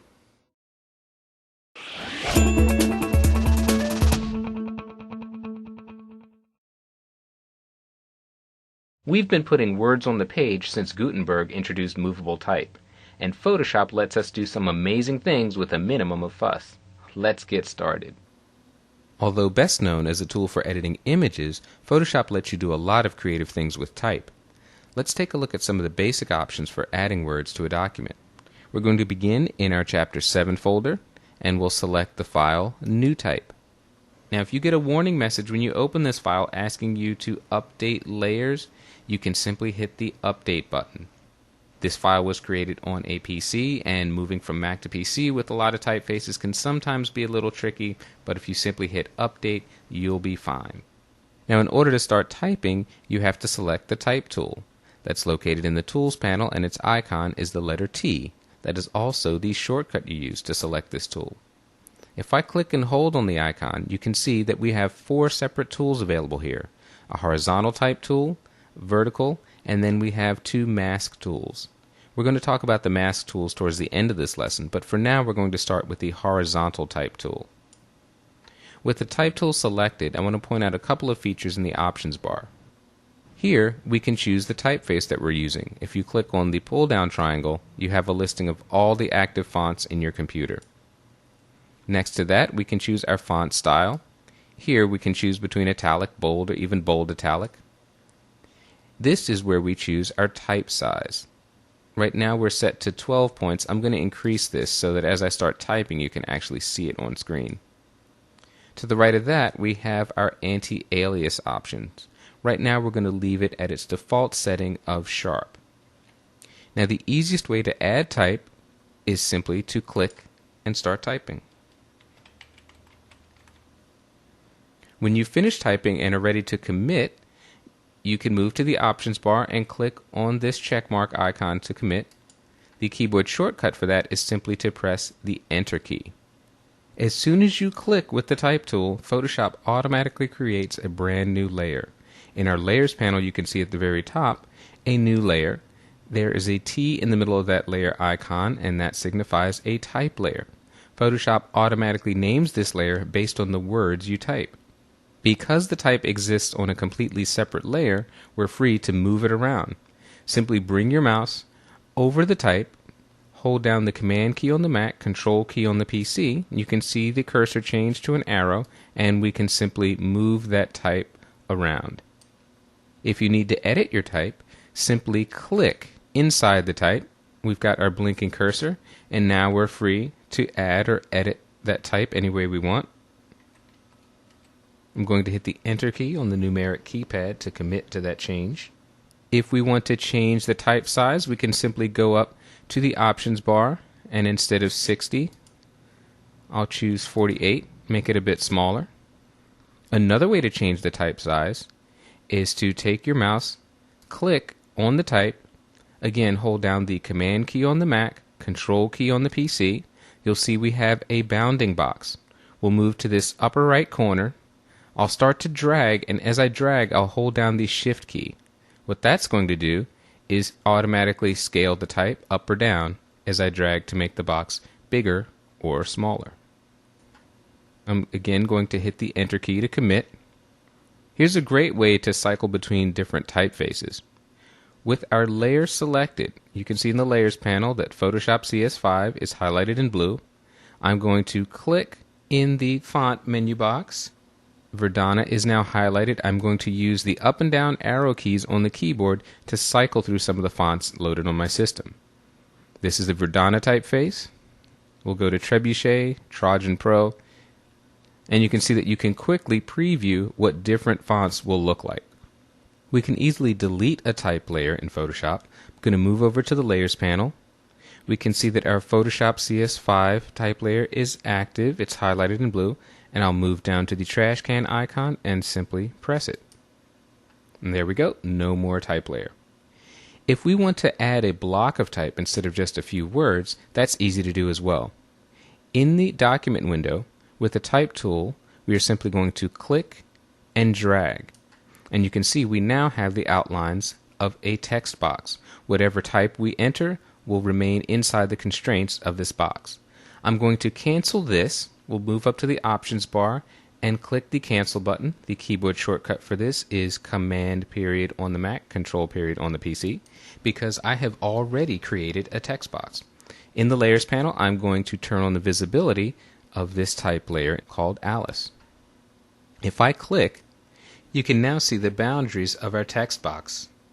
I'm going to reduce the size of this text. First, I'll press the Enter key to commit, then move up in the options bar and select a much smaller type size.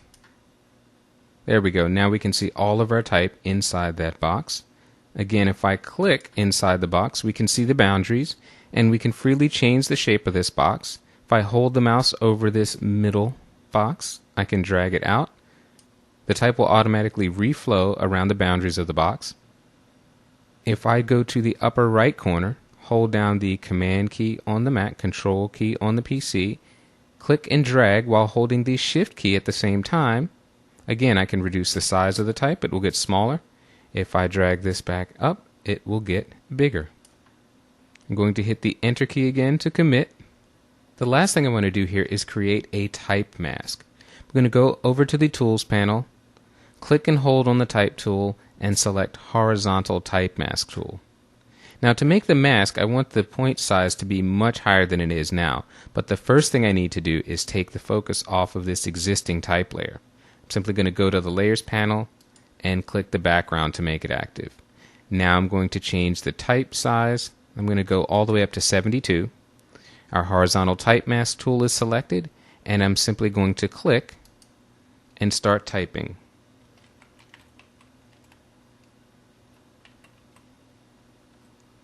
I'll press the Enter key to commit.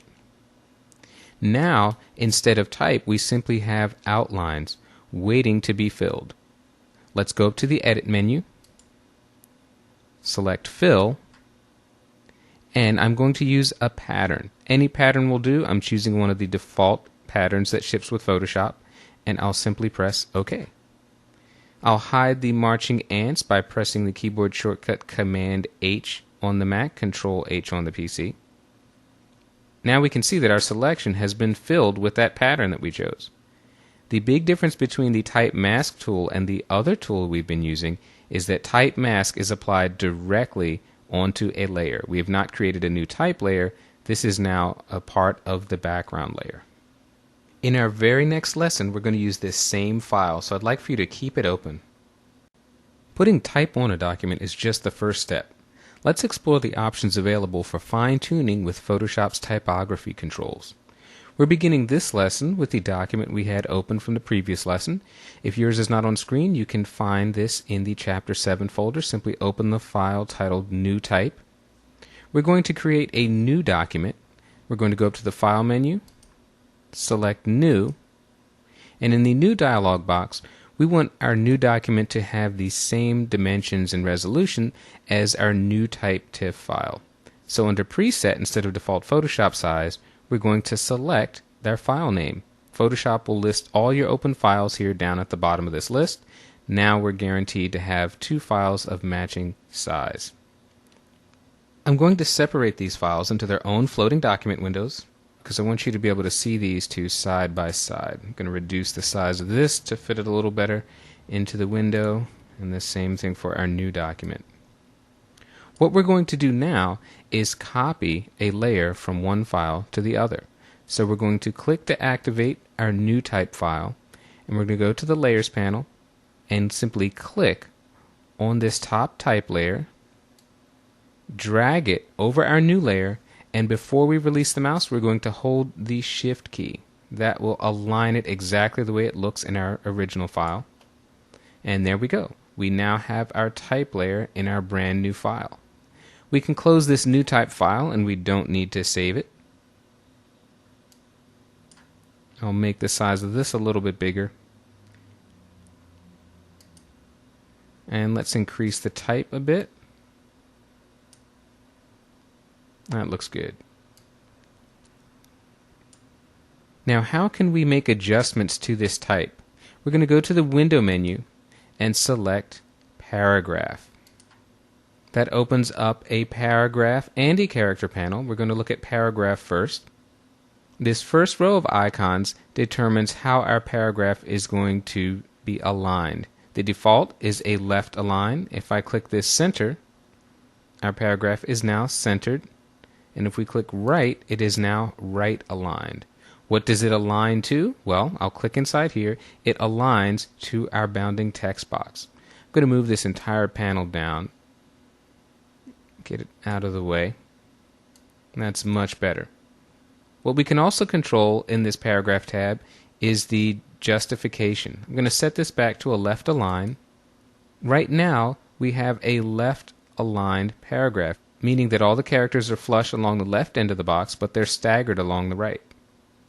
If we click this first justification icon, our words now flow from the left to the right edge of the text box. This second icon will leave our full justification, but the bottom line of the paragraph, it will center it instead. So you can see that change to the bottom line. Our third option here is again going to retain full justification, but it is going to right align the very last line of the paragraph. Our final option here is simply going to take that last line and stretch it out all the way from left to right. We're going to set it back to our initial state. And now we're going to look at the indent features. If I click here on this left indent, the default is at 0. If I type in 40, the whole paragraph indents 40 points from the left edge. I'll set that back to 0. If we move over here to the right, we can change the indent along the right. If I type in a 40 here, we now have a 40-point inset from the right side of our text box. Reset this. We can also choose to indent just the first line of the paragraph. I'll select this and type in 40, and you see just the first line of that paragraph is indented. Again, we'll reset it back to 0. These final two options at the bottom are our before and after spaces. When we have multiple paragraphs, these are going to determine how much space is in between each paragraph. To take a look at that, I need to open up this box. I'll drag it down so now we have the end of our first paragraph, the beginning of our second paragraph. If I click anywhere in the first paragraph and change this after space, we're going to see a difference in the spacing between our first and second paragraph. There we go. If I hit 40, we increase that after space. Instead of increasing the after space of the top paragraph, I could click in the second paragraph and change the before space. If I change that to 40, we'll see the same visual effect. This second paragraph is set to a right align. I'm going to reset this to a left align paragraph. Let's take a look at the character formatting options. We're going to click on the Character tab. Now the options here are only going to take effect on areas of text that we manually select. So the first thing we're going to do is select some text. I'll choose the first few words of this second paragraph. Now a lot of these should look familiar. We can change the typeface here. We can change the font style if we want to make it italic or make it bold. We can change the type size. So if we wanted just these first 4 words to be a larger type size, I'll simply click on the icon and I could change this from 30 to 40. I'll go and change this back. To the right we have our leading option. This controls the spacing between lines within a paragraph. In most cases you're going to be best off leaving it to auto because that way Photoshop will adjust the leading based on your type size. Below leading we have our tracking option. This increases spacing between both letters and words. So if I start with the default value of 0 and increase it, you can see that I now have more space within the area of text that was selected. I'll set this back to 0. Kerning is similar to tracking except it only increases the letter spacing. So we're going to place the cursor in between 2 letters, click, and then I'll simply increase the space here. We'll go up to 160, but you can see that the spacing is only increased between the I and the D. We'll set this back to its default of metrics. At the bottom we have vertical and horizontal scaling. We'll start with vertical scaling first. If I select the word considering here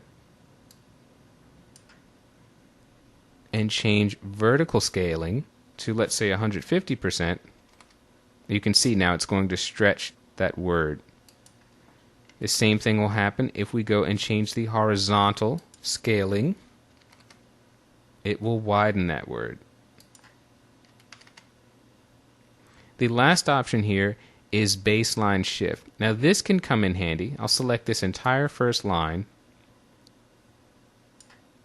Baseline shift will move a line of words up or down. So if I click to select it and increase the value in the baseline shift box, the entire line has shifted up.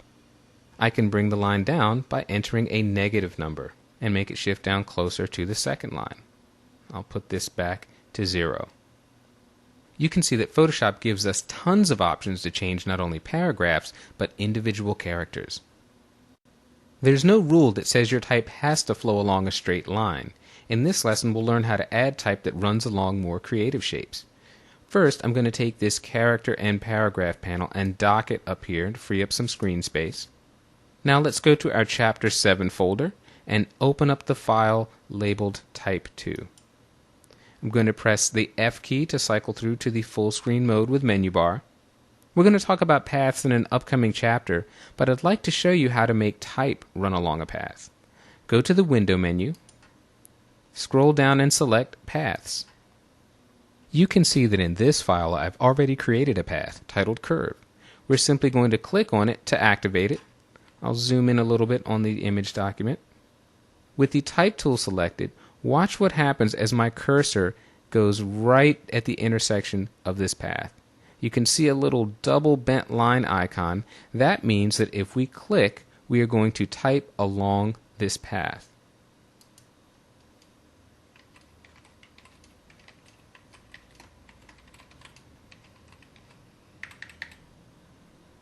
Okay, so we've clicked, our type is running along the path. If we need to edit the type, clean up some mistakes, we simply click with the mouse and make our corrections. And let's make this a lowercase o.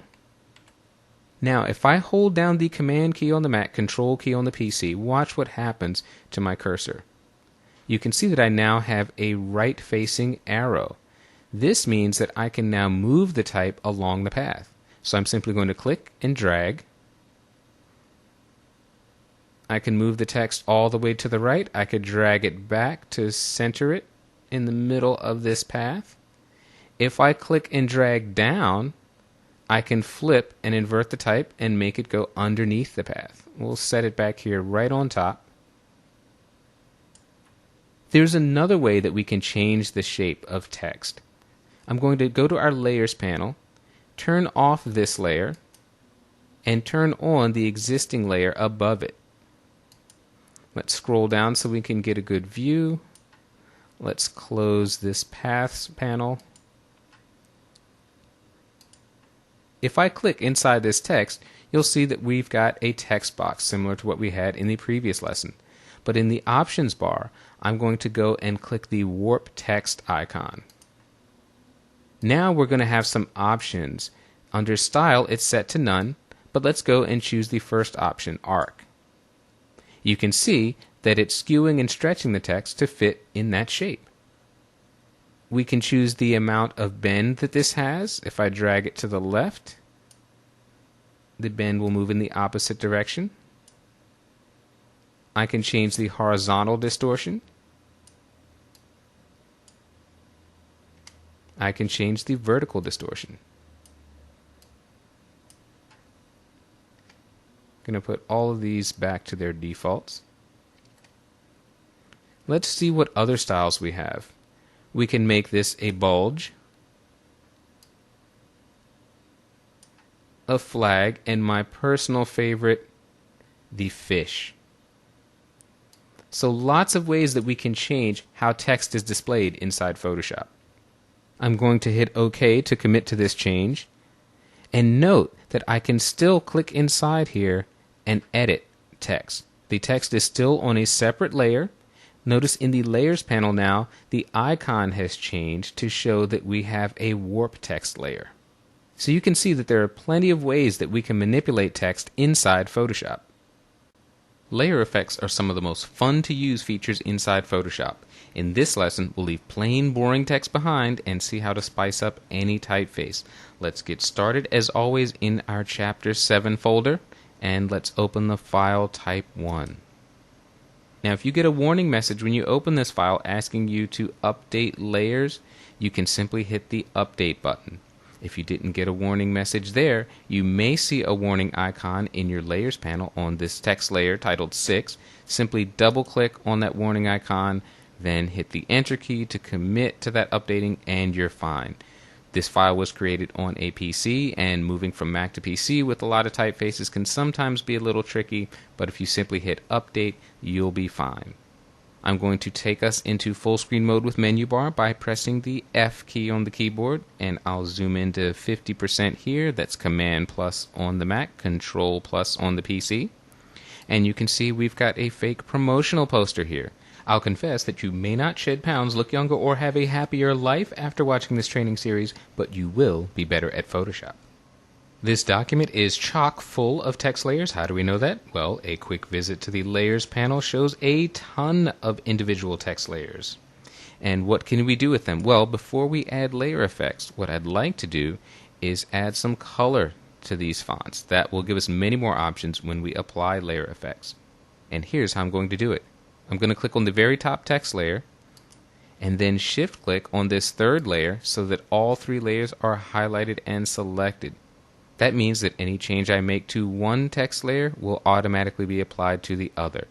So I'm going to now open my character panel. If your character panel is not here in the dock from previous lessons, simply go to the window menu and select character. What I'd like to do is change the color. I'm going to simply click in this color swatch box. Here's my color picker, and I'm going to type in new RGB values. I want a dark gray instead of black, so I'm going to type 80 for the red, hit the tab key, 80 for green, tab again, and 80 for blue. Hit the return key to invoke the OK button, and now our top three layers of type are dark gray instead of black. Now let's do something about this shed pounds type. I'm simply going to click to highlight it in the Layers panel. Again, I'm going to go and click in this color box, but now we're going to do something very cool. For design consistency, I'd like for the headline type to take on a color that already exists in the image. So if I move my mouse over the image area, notice that as it hovers over this sleeve, the icon turns into an eyedropper, and if I simply click, this color from the shirt is applied to the text. I'll hit OK. Let's go down to Look Younger. I'll click on that layer to activate it. Again, click in the color swatch box, and this time I'm going to pick a blue from the shirt, a lighter tone of blue right about there. Looks pretty good. I'll simply hit OK. And be happier, we can't leave that alone. I'll click to select it in the Layers panel. This time I'm going to select a much brighter color. In fact, I'll pick up the white from this t-shirt. Notice that it's not a completely neutral white. It's got a hint of blue in it, but that's going to add a nice subtle touch to this design. I'll hit OK. Now we have some color to work with. The very first layer effect we're going to use is the most common, and that is a drop shadow. So let's go and click on the Adobe Photoshop CS5 Extended. That type is very big there, and it will be easy to see these results on screen. I'm going to zoom in at 100% view. That's Command 1 on the Mac, Control 1 on the PC. And I'm pressing the space bar to temporarily invoke the hand tool so that I can move this text to an area where you can see it. I'll close this character panel. And with my text layer selected, I'm simply going to go down to the bottom of the Layers panel and click on the Layer Effects icon. This brings up our Layer Effects menu, and I'm going to choose the drop shadow. This brings up the Layer Style dialog, and you can see a number of settings all at their default values. You're almost never going to want to use these defaults. They're very, very heavy-handed. So what I'm going to do is drop this opacity down to about 20%. So I'll move the slider here just about there. Looks pretty good. Next, I'll move down to the distance slider. As I drag it to the right, notice that the shadow moves further away from the text. We don't want to go that far, so I'll bring it back down and end up right around 6. That looks pretty good. If I drag the spread slider to the right, you can see the drop shadow spread out. We don't want to go too far with that either. I'll bring that down to about 5 or 6%, somewhere around there. We don't want to make a big move. And for size, we're going to leave this at the default. I'll show you what happens if you drag it to the right. When you keep going to the right, you simply obliterate any definition in there. So we're going to leave this right back at the default of 5, and we've got a nice, subtle, yet effective drop shadow. The last thing we'll do here is change the angle. You simply click on this line and rotate it around the circle. This changes the angle of the drop shadow in relation to the text. You can drag it to any angle that you desire. I think here let's try to look for something about 111. Maybe let's boost it up just a bit, right about in the 170 range, 173. That looks great.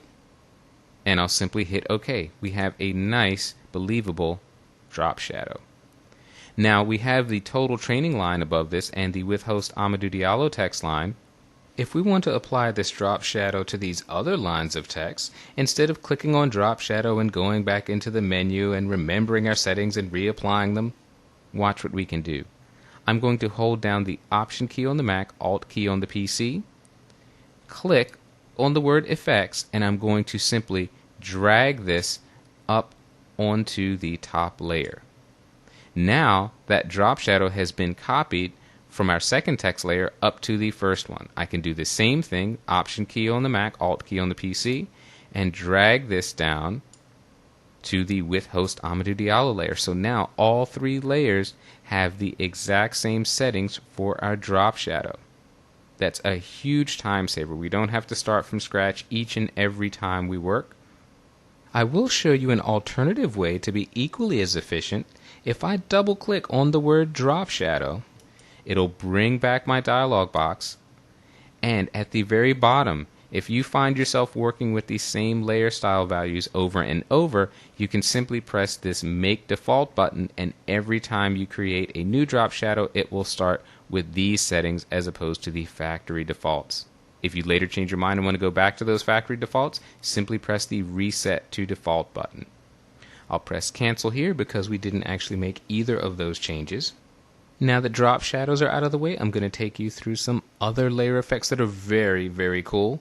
You'll see in a moment that there are a lot of layer effects to choose from. I'm not going to take you through each and every one, but I will show you the ones that are most effective when working with text. I'm going to scroll down in my Layers panel and let's select the Shed Pounds text layer. Here we're going to add another layer effect, and this time we are going to start with an inner shadow. I'll move this box out of the way, and you can see the dramatic change that inner shadow applies to our text.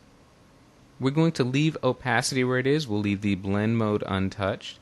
The distance, if I drag this to the right, you can see that it's actually moving that inner shadow away from our original text. We don't want to go too far with that. We'll leave it right here about 6 or 7. 7 doesn't look bad, so we'll leave it there.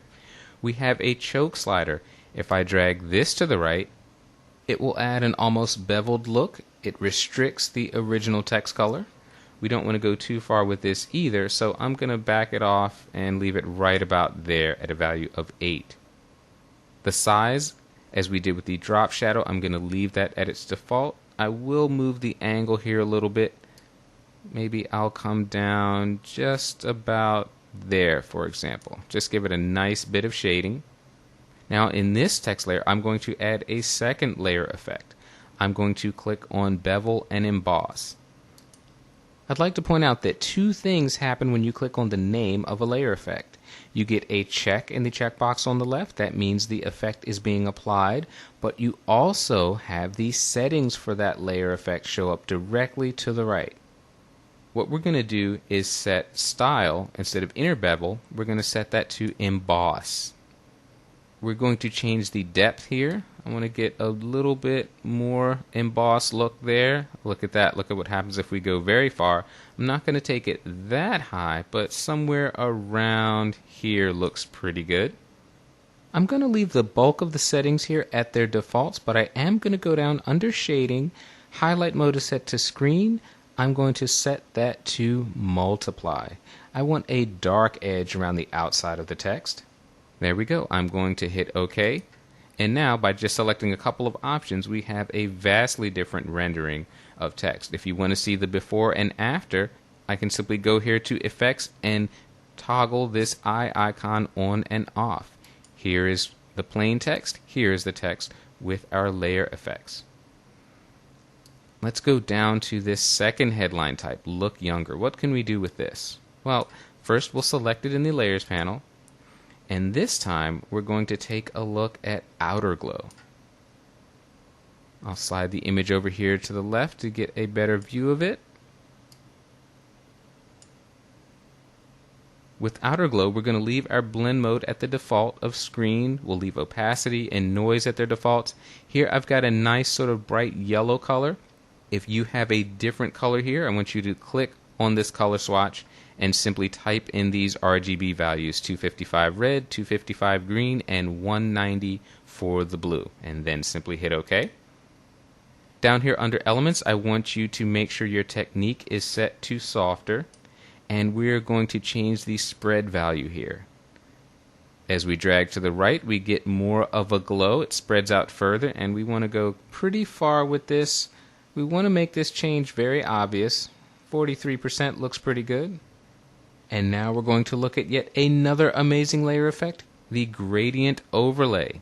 Again, I mentioned that if I click on the text gradient overlay, I see my options. If I wanted to add it without seeing the options, I would simply click this checkbox. But let's click on the text gradient overlay so that we can manipulate this default setting. I'm going to change the blend mode here. Instead of normal, I'm going to set it to screen. That's going to be a nice blend between our original text color, which was the blue that we pulled into the shirt. We have a nice gradient here, but this is a linear gradient. We are going to click on Style and change that to Reflected, and watch what happens. Right now, the gradient is light at the top and dark at the bottom, but if I change it to Reflected, you can see this gives us a mirrored effect. The gradient is now starting at the top and the bottom of the text. I'm going to adjust my scale slider here. If I drag scale to the right, you can see that I've compressed the gradient. There are much fewer areas of white. So let's go back down to the left. Right about there looks pretty good. And you can see that I've expanded the highlights. Gives me a much more dramatic effect. And I'm going to hit OK. Let's move over here so we can take a look at our last headline type, Be Happier. I'm going to select that in the Layers panel. And here, when we work with white text, we're limited with the layer effects. Many of them require a color in order to show a visible change, but I'm going to show you a layer effect that will work on any color. This time, under Effects, I'm going to choose Stroke. Let's move things around a bit so we can see our text. There we go.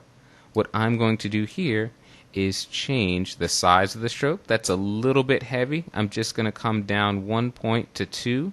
So I'll type a 2 in there instead of a 3. That way we still have a little bit of air between the letters. For position, this stroke is on the outside of the typeface. I could set it inside. That would, in a sense, cut the typeface. I could set it to the center and split the difference. I'll leave this to outside. One last thing I'll do here is move down in the Fill Type box. I'll leave it set to color, but I want to change the color of that stroke, so I'm going to click in the color swatch box. I'll move this box down out of the way. Our screen is getting very crowded. Notice that as I move the mouse over the image area, I have again an eyedropper, so I'm going to click here in the upper right on this shirt, and now I have a blue stroke color. I'll hit OK to accept that color, and I'll hit OK to get out of the layer style dialog. And let's do a fit view to screen. That's Command 0 on the Mac, Control 0 on the PC. And let's take a look at how far we've come. I'll drag this over to the left, and let's go to our history panel. Here is the image that we started with, plain boring text, and here's where we ended up with layer effects plus a bit of color. We've only begun to scratch the surface of what's possible using layer effects, and now that this lesson is over, I'd like for you to keep this image on screen and experiment. Go through the layer effects options, try different settings, see what you can come up with all on your own.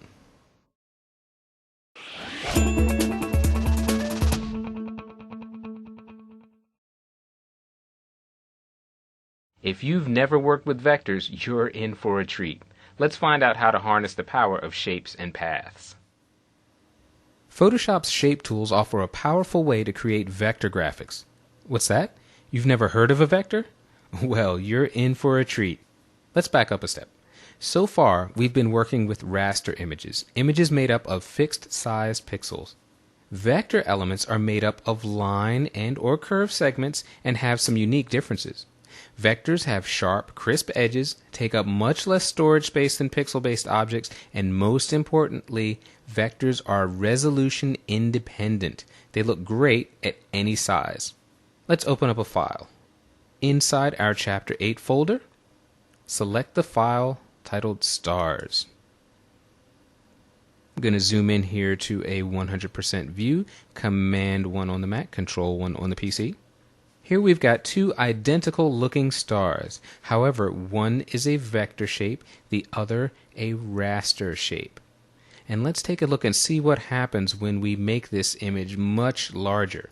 We're going to go up to Image, Image Size, and instead of a width and height of 720 pixels, I'm going to double that to 1440. We are now upsampling our image. I'll hit OK.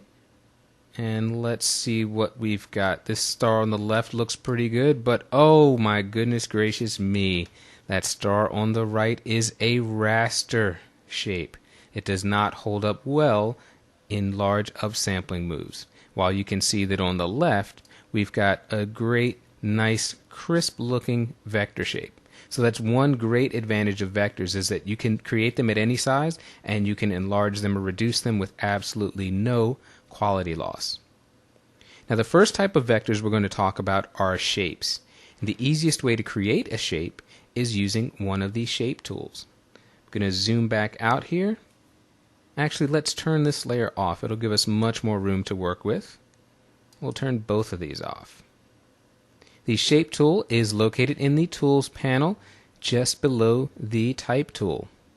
If we click and hold on the tool, we see we've got a number of options, but if we look up in the options bar, we have those same shape options and a few more that I want to talk about for a moment. Here at the top, we've got our shape layer. This will create a shape layer when we draw. To the right of that, we have a path tool. We're going to talk much more about paths in the next lesson. Here we have a fill pixels icon that will let us create a pixel-based or raster shape. We've got our two pen tool options. Again, pen tool coming up in lesson 2. Here we've got our choice of shapes. We've got a rectangle, a rounded rectangle, an ellipse, a polygon, a line, and this amoeba-looking creature is our custom shape. Whichever shape we choose here, we have some very important options. I'll click here on this pull-down menu. We can choose to work in an unconstrained fashion. This means we can drag any dimensions that we like. We can limit ourselves to a square. We could type in a fixed size. If we know the exact dimensions that we need to be working with, we can type that in and simply click to draw the shape. We can restrict ourselves to a certain proportion or ratio. There's a From Center checkbox that will enable us to draw the shape directly from the center. That can be very helpful. And for all you web designers out there, this Snap to Pixels button should be checked. This will give you much cleaner graphics for the web. Now, which shape should we draw with first? Let's choose the polygon because that gives us another cool option. Here we can see that we can choose the number of sides that our polygon is going to have. Let's start with the default of 5. I'm going to simply click in the image area, drag with the mouse. Here is a big 5-sided polygon. As soon as you draw with the shape tool, your shape is filled with a color. By default, that is the foreground color. But if you have a specific color in mind, in the options bar, we have a color picker. We'll just click on it, and let's choose maybe something in this blue range. Looks pretty good. Let's try an 8-sided polygon. Let's see what that looks like. I'll set this to 8 and draw a new polygon. There we go, 8-sided. And I'll actually select a different color for this one. Let's go back down towards the oranges. That looks pretty good. Notice in our Layers panel we have added two completely new layers, specifically two shape layers. Raster objects and vector objects cannot exist on the same layer. So if you start with a raster object and you add a vector object, you will automatically have a completely new layer. But we can have multiple vector objects on a single layer. Right now we've been working in the new layer mode that's up here in the options bar. That's telling Photoshop to create a brand new layer every time we create a shape. Let's move to the add mode. This will allow us to add vector shapes to a single layer. So now with the add mode selected, I'm going to choose the ellipse tool and I'm going to draw an oval. Now we have, if you look in the layers panel, two shapes in our shape 2 layer. I can add a third here. Let's go with the rounded rectangle and I'll draw that down here. So we've got a total of 4 vector shapes but only 2 layers. The last shape tool I want to talk about is the custom shape tool, and that's a lot of fun because this is going to give us access to dozens and dozens of pre-built shapes. If I select the custom shape tool here, next to it we have our shape options. I'll click here on this pull down menu. Here we've got a nice little listing of some shapes, but this flyout arrow on the right gives us access to a huge library of shapes. I'm going to go down here and select symbols, for example.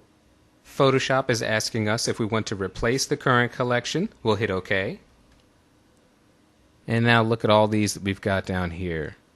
Let's choose the nuclear symbol. That's always a good party starter. I'll select that.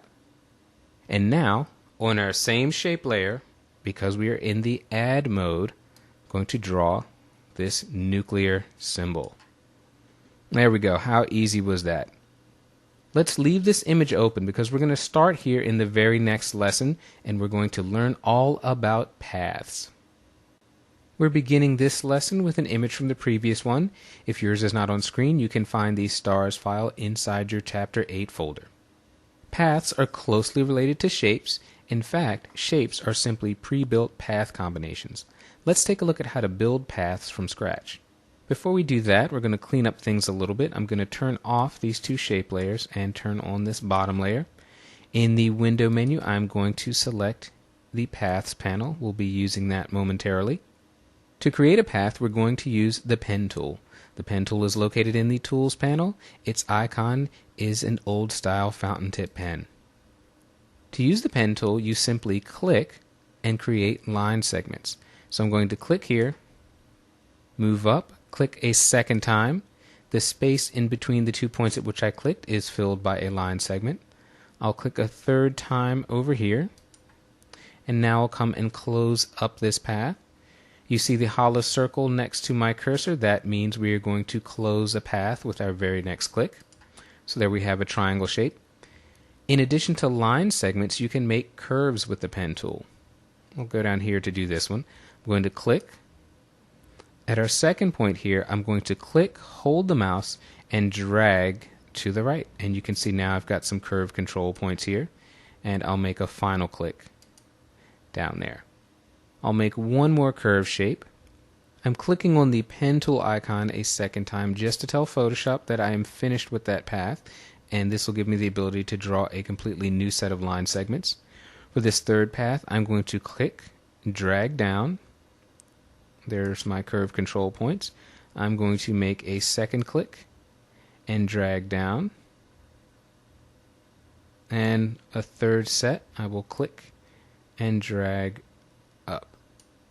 Once we've created the initial shapes of curves, we can go in and edit those shapes. In the Tool panel, just beneath the Pen tool, we have 2 selection tools. We have a Path Selection tool, which will select the entire path. What we're going to use first is the Direct Selection tool. This will allow us to select control points and anchor points. So if I go back up to this first curve that I drew, click right here in the center, you can see that I have access to this left control point. I can drag this out to extend the shape of my curve, and I can drag it up to bend it. If I click a second time here in this middle box, I get the lower half of that curve, And I can drag this one out, extend this up as well, and now I have a much more interesting shape. Well, that's all well and good, but what can we do with paths? Well, two things that we can do are fill and stroke them. I'm going to go back to the Tools panel, and this time we're going to choose the Path Selection tool. We now have three paths. We have our triangle, we have our wave shape, and we have this little squiggly guy down here at the bottom. If I select with this Path Selection tool, I can go to my Paths panel, click on this flyout menu, and I can choose to stroke the path. It's actually saying stroke subpath because in this single work path we have three paths. So I'm going to add a stroke, and it asks what tool we would like to stroke with. I'm going to select the brush tool. That's okay. And now we have a stroke. Where did the color for that stroke come from? Well, it came from our foreground color at the bottom of our Tools panel. The width and hardness of that stroke, however, came directly from our brush tool. If we go and select the brush tool, we can see that I've got a size of 40 pixels and a hardness at 100%. Let's change these settings. I'm going to go down to a hardness of 0 and make my brush size smaller. I'll hit the Enter key to close this box. And now what I'm going to do is go back and undo, Command Z on the Mac, Control Z on the PC. Now I'm going to do the same thing. I'm going to select our Path Selection tool, click to select our path, and under Stroke Subpath I'm going to select the same options, the brush tool. This time, however, you can see that because I had changed my brush options, the stroke is completely different. I'm going to go and select this triangle up here because I had closed the path, and I'm going to fill it. So I'll go to Fill Subpath. We have a choice now if we want to use the foreground color. That's fine. We're going to leave all the other options at its default, and our triangle is now filled with red. One thing that's very important to understand about paths is that by default they're not linked to any particular layer until you fill or stroke them. Now, even if I turn off this work path in the Paths panel and you can see the paths disappear, the strokes and fills remain on the layer. In this lesson, we're going to learn how to save paths, convert paths into selections, and convert selections into paths. Let's begin, as always, in our Chapter 8 folder with the File Clipping Path. Now we're going to start out with a white layer.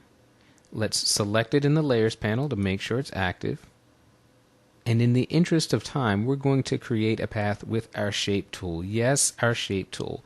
Remember, I mentioned earlier that we can create paths with the Shape tool if we select the Path mode.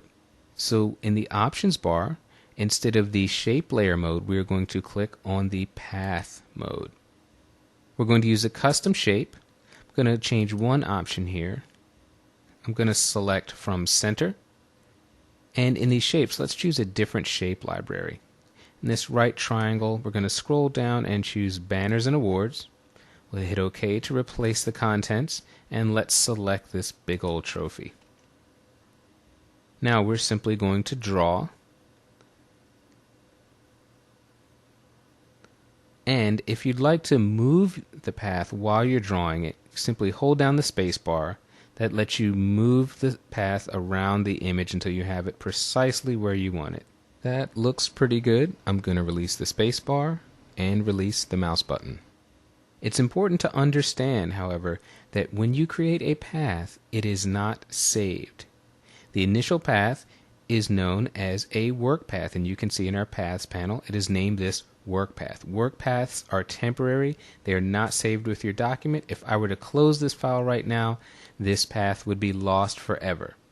Not such a big deal in our case, but let's imagine for a second that this was a painstakingly hand-drawn path that we do not want to lose. We move to the Paths panel, click on the triangle at the top right, and Save Path. Very, very important. We get to name it. Let's call this Trophy. Now, no matter how much we modify it or edit it, it will be saved with our image in its most current state. Well, what can we do with paths? We've seen in the last lesson how we can stroke them and fill them, but we can also convert paths into selections. At the bottom of our Paths panel, the third icon from the left is a Load Selection button. We'll press that, and now we have a selection. Well, what can we do with a selection? One thing we can do is fill it. Let's go to the Edit menu, down to Fill, and I've got pattern selected, and I'm simply choosing one of the 2 custom patterns that Photoshop ships with. So we'll hit OK. Now we've filled that with a pattern. We could also fill a path with a solid color. I'm going to click back on the path to activate it.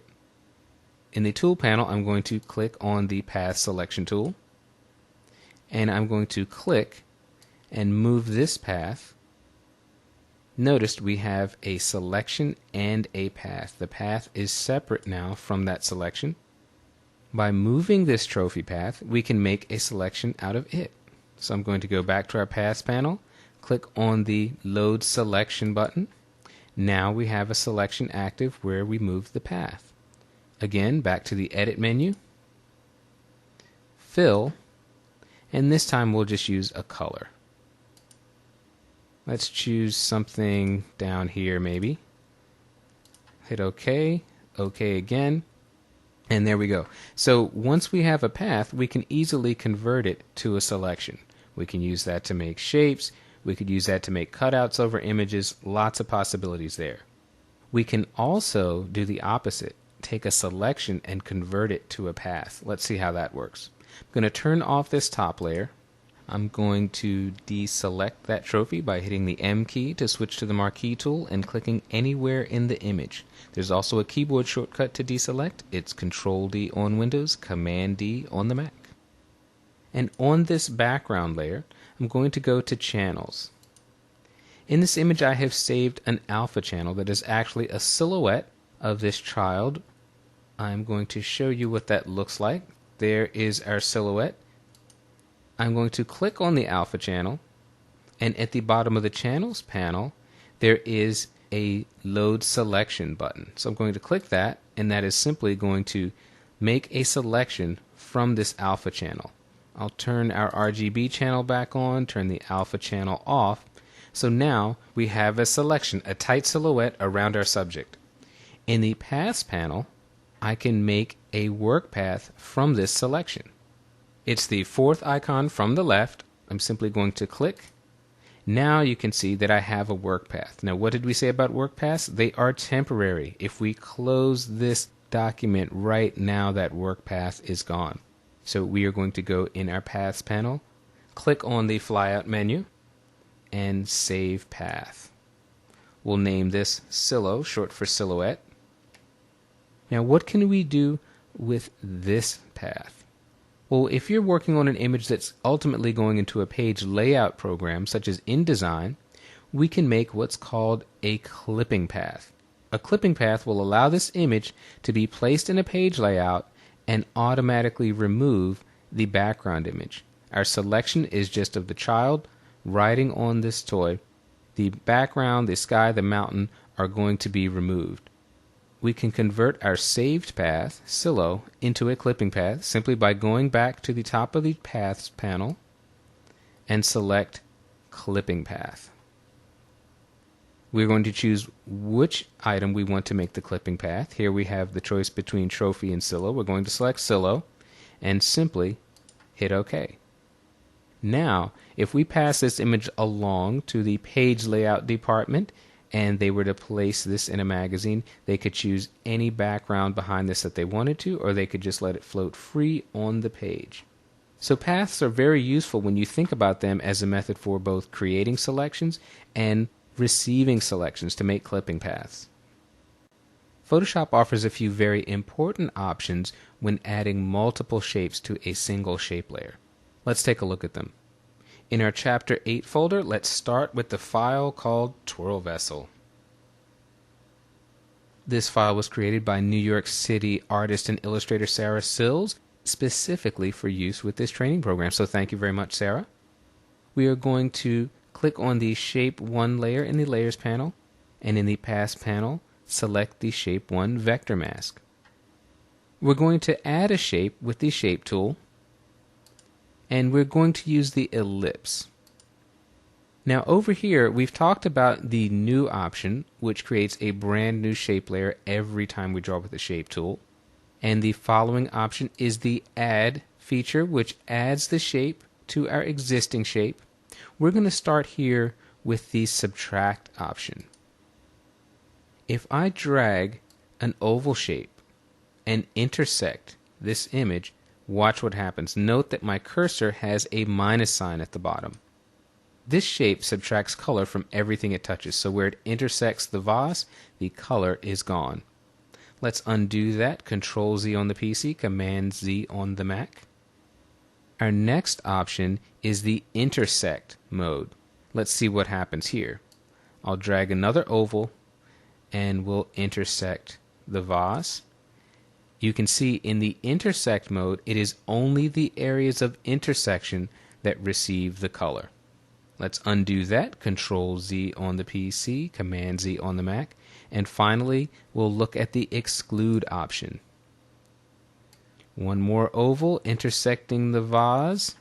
And here with Exclude, it is the areas of intersection that are being excluded.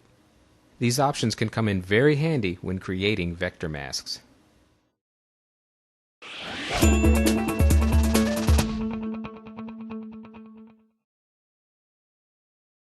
Smart objects can save us time, storage space, and provide greater flexibility when editing. Let's find out what they're all about. The term smart objects may sound like marketing hype, but this is how Photoshop allows you to work non-destructively with individual layers. Adjustments made to the smart object layer can be reversed at a later date with no loss in image quality. In the previous chapter, we talked about the benefits of working with vectors. Smart objects allow you to bring in vector graphics that were created outside of Photoshop without having to convert them to pixels. Let's begin with our Chapter 9 folder inside our Project Files folder and open the file Twirl Vessel 2. Going to go to full screen mode with menu bar by pressing the F key. We'll zoom in a bit here. Notice in our Layers panel, nestled between the background layer and the shape layer, we have a smart object. How do we know it's a smart object? Because the smart object icon is located in the bottom right of that image thumbnail. I'll toggle the image off and on so you can see what this smart object is. It is the flowers in the vase. Now, smart objects simply link or reference source files. It's not a file itself, it's pointing to an original file. In this case, the original flowers file is an Illustrator document. Now, before smart objects came along, when you placed an Illustrator file in Photoshop, the image was automatically rasterized. And we saw back in Chapter 8 what happens when you resize raster images. I'm going to select this smart object and go to the Edit menu and select Free Transform. Now, if I click and drag on our transform box and make the image smaller, I'll zoom in at 100% view. Because it's a vector graphic, we don't lose any image quality. I'll zoom back out again. If we changed our mind and said, oops, we didn't want to make it smaller, we wanted to go back closer to the original size, I simply go back to the Edit menu, Free Transform, and now we'll drag this and enlarge it. Right about there. I'll hit Enter to commit. And because this is a vector graphic, at 100% view, we still have nice, clean lines. I mentioned that this smart object is referencing an Illustrator file. Here's another cool thing you can do with smart objects. If I move to the Layers panel and double-click on the smart object icon, Photoshop automatically launches Illustrator where the file was originally created, and you can see our source file. If you get a warning about color settings, just click Continue. And if you don't have Illustrator, you can just sit back and watch. Now that it's in Illustrator, I'm going to make two quick changes to the image. You can simply watch what I'm doing, or you can follow along. If you'd like to follow along here, note that I have the Color panel open. You can find the Color panel under the Window menu. With the Direct Selection tool, I'm going to select these orange petals, and select all of them with the same fill color and change this to blue. I'll select these petals and let's change these to a bright yellow. Now I'm going to save the Illustrator file. Watch what happens when I go back into Photoshop. Our smart object automatically updates to reflect the changes that we've just made. So if you work with images moving back and forth between Photoshop and Illustrator or another program, smart objects are going to save you a lot of time. You simply make your change to the document in its originating program, and Photoshop automatically updates the contents. One great benefit to working with a smart object is that you can replace it with another smart object and maintain all of your existing modifications. To see that in action, let's first learn how to create a smart object. Perhaps the easiest way is from the File menu, and you simply select Open as Smart Object. In our Chapter 9 folder, I'm going to open the file Guanajuato. Photoshop automatically creates a brand new document.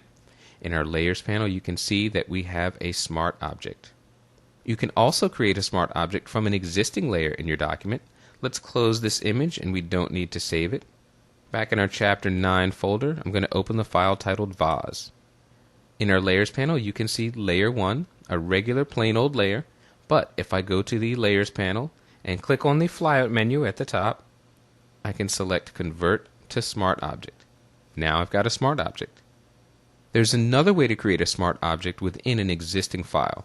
Let's close this image, we don't need to save it, and back to our Chapter 9 folder, I'm going to open the file titled Frame.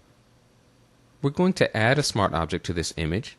Before I do that, I'm going to move to the Layers panel and select the background layer because I want my smart object to be placed right in between the background layer and the Shape 2 layer. We're going up to the File menu, and this time we're going to select Place. In the Chapter 9 folder, I'm going to select the image Face 01. This image is automatically imported as a smart object. It comes in with a transform box. We can use that to scale or rotate the image. So I'm going to start in the upper right corner. You can see the cursor turn into a double arrow icon. I'm going to click and drag to resize the image, taking care to hold down the Shift key. This will constrain the image to its original proportions. I just want to fit this little guy's head nicely inside the picture frame. Once I release the mouse, I can place the cursor directly over the transform box, click, and drag to move the image around. Now I can commit to these changes by simply pressing the Enter key. Now what I'd like to do is remove the areas of the image that fall outside the picture frame. The easiest way to do that is with a layer mask. In the Layers panel, I'm going to click on the Add Layer Mask icon. I now need to select the brush tool from the Tools panel. I want you to make sure that your brush is set to a hardness of 100%, and at the bottom of the Tools panel, make sure that your foreground color is set to black. Now we'll simply start painting. Keep in mind that we're just painting on the layer mask. We're not permanently throwing any image information away.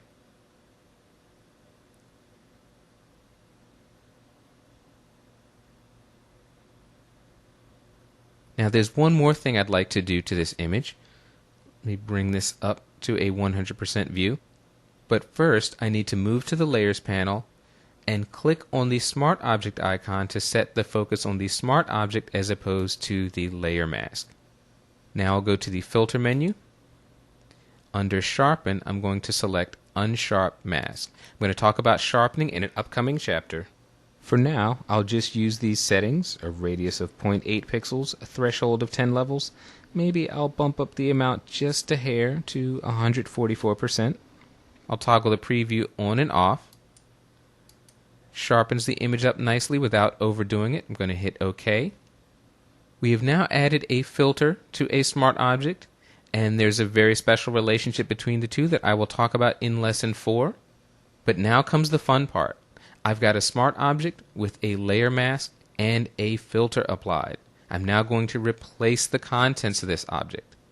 In the Layers panel, I'm going to simply right-click on the PC, control click on the Mac, anywhere in this blue highlighted area, I get a pop-up menu, and I'm going to choose Replace Contents. In our Chapter 9 folder, let's try Face 02. We have a brand new image, reduced to the same size, moved to the same location, linked to the same layer mask, and with the same filter applied. That's the beauty of Replace Contents. You can take a smart object, swap out a completely different image, and all of your work is maintained. Smart objects provide a flexible and easy way to work with multiple instances of a single object. Let's go to our Chapter 9 folder and open up the file titled Flyer. We'll zoom in a bit here. You can see in the Layers panel we have a background layer, and above that a Smart Object layer titled Strawberry. One thing we can do with smart objects is duplicate them. So if we want more strawberries in this image, we simply go to the Layers panel, and over the Strawberry Smart Object, right-click on the PC, control-click on the Mac, and select Duplicate Layer. We'll leave the default name for now. Next, we're going to select the Move tool. It's right here to the right of the Marquee tool. The keyboard shortcut is V. Make sure that you have this Auto Select option on. Now, we're going to click on our strawberry and drag to move the duplicate. We'll put it here over towards the center of the image.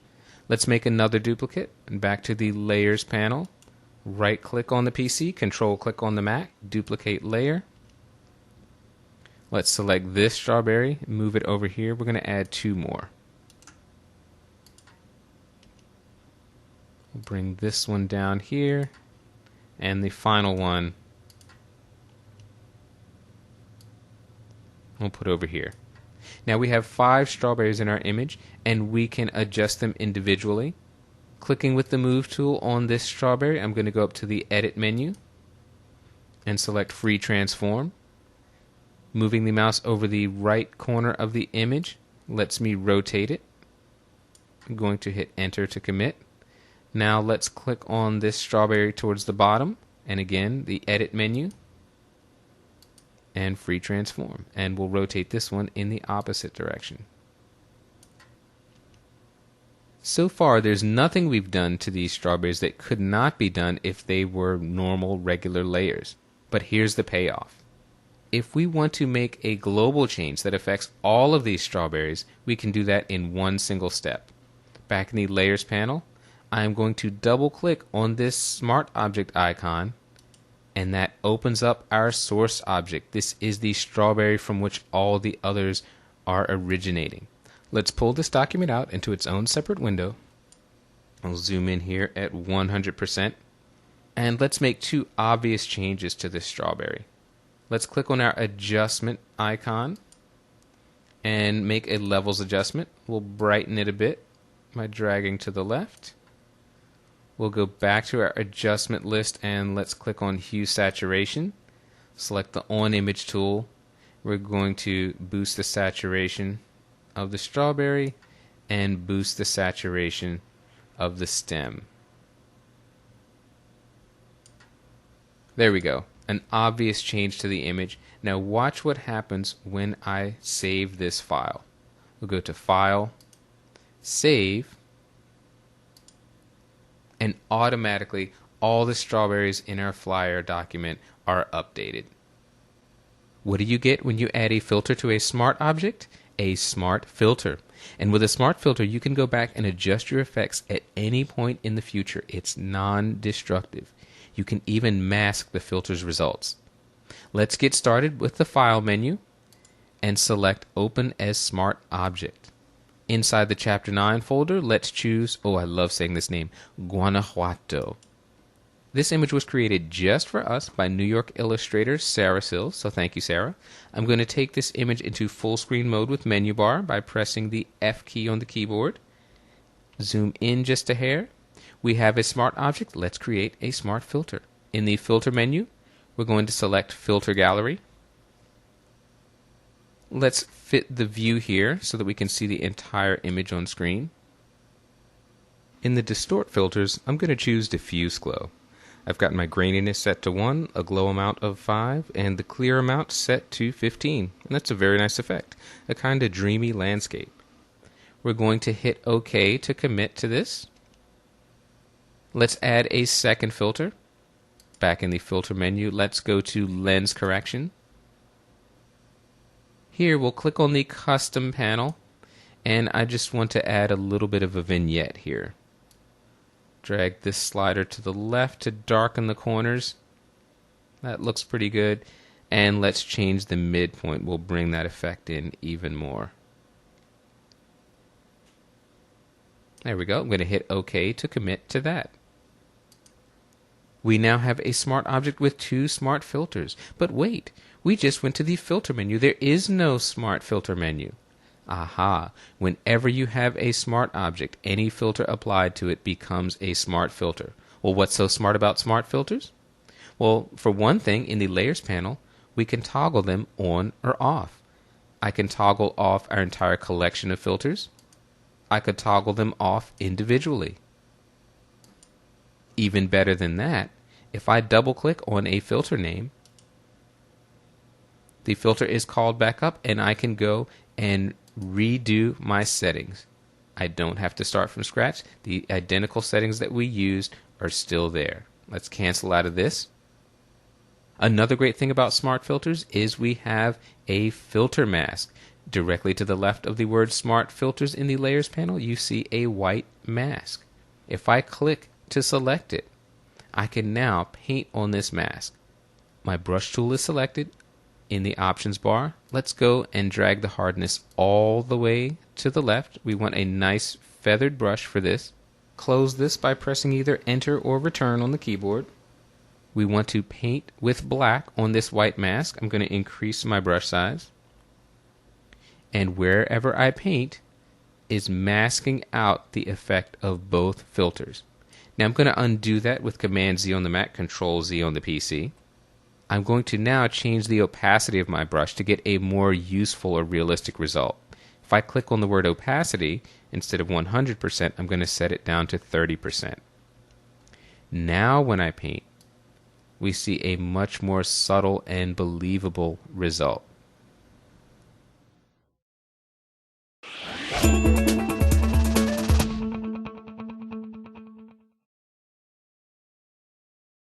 Adobe Bridge is command central for managing your digital assets. It's fast, easy to use, and comes included with Photoshop. Let's find out more. At its core, Adobe Bridge is a file browsing application. We'll see that it actually does much more than that, but the reason to use Bridge is to take control of your growing library of files. Note that I said files, not images. That's because Bridge can also display PDFs, page layout documents, audio files, and in CS5, even videos. First things first though, how do we get to Bridge? You can launch it from inside your Applications folder, but the beauty of Bridge lies in its tight integration with Photoshop. In fact, we can launch Bridge right inside Photoshop. To do that, move up to the Applications bar and simply click the Launch Bridge icon. Bridge can be a little confusing at first, so let's talk about the interface. A key to working with Bridge is understanding that the screen is basically divided into 3 main areas. On the left, we have a series of panels, and this is where you will locate or find images. In the center, we have a large content window. This is where the images that you have found or located will be displayed. And on the right side of here, most of these panels are going to allow you to add information to the images in the content window. Now, for the first time in this training, I'm going to be using images that are not included in your project files folder. Why? Bridge is best understood as a tool for managing large numbers of images. What I'd like for you to do is navigate to an image collection on your computer. How do you do that? Well, let's go to this Folders panel, and you can see here we have all of the volumes that are on my computer. Right now, I'm on a volume called Images. You navigate through your computer with these disclosure triangles.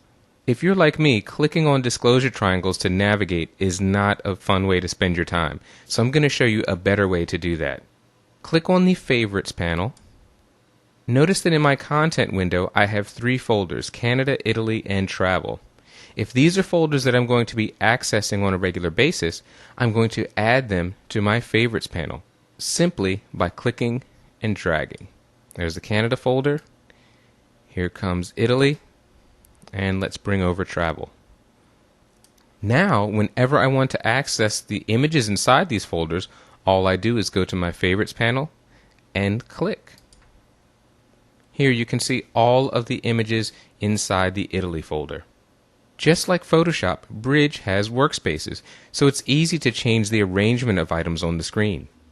Right now I'm in the Essentials workspace. Bridge ships with many others, and you can create your own custom ones just like in Photoshop.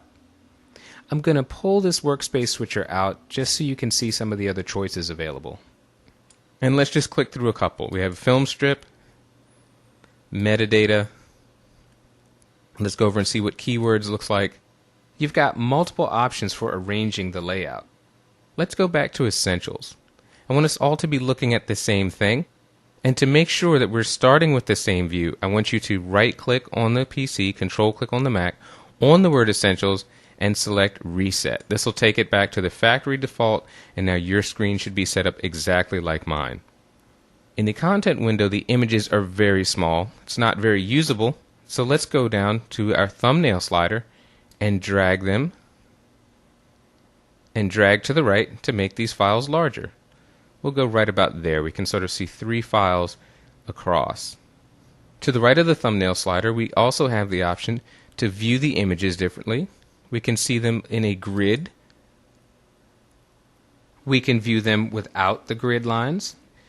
We have details view, a list view, metadata view, many different ways that we can view the information in the content window. I'm going to go back to our View Content as Thumbnails option. I'd like to point out that at the top of the application bar along the right, we have a search bar. Bridge, though, ships with some powerful filtering and collection features, so we're not even going to use the search bar. Bridge really excels at customized searches.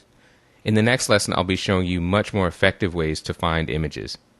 With our content window full of images, if we'd like to scroll through them, we can simply drag the slider and look through the images that are in this folder. But there's one more way to do this that I'd like to show you.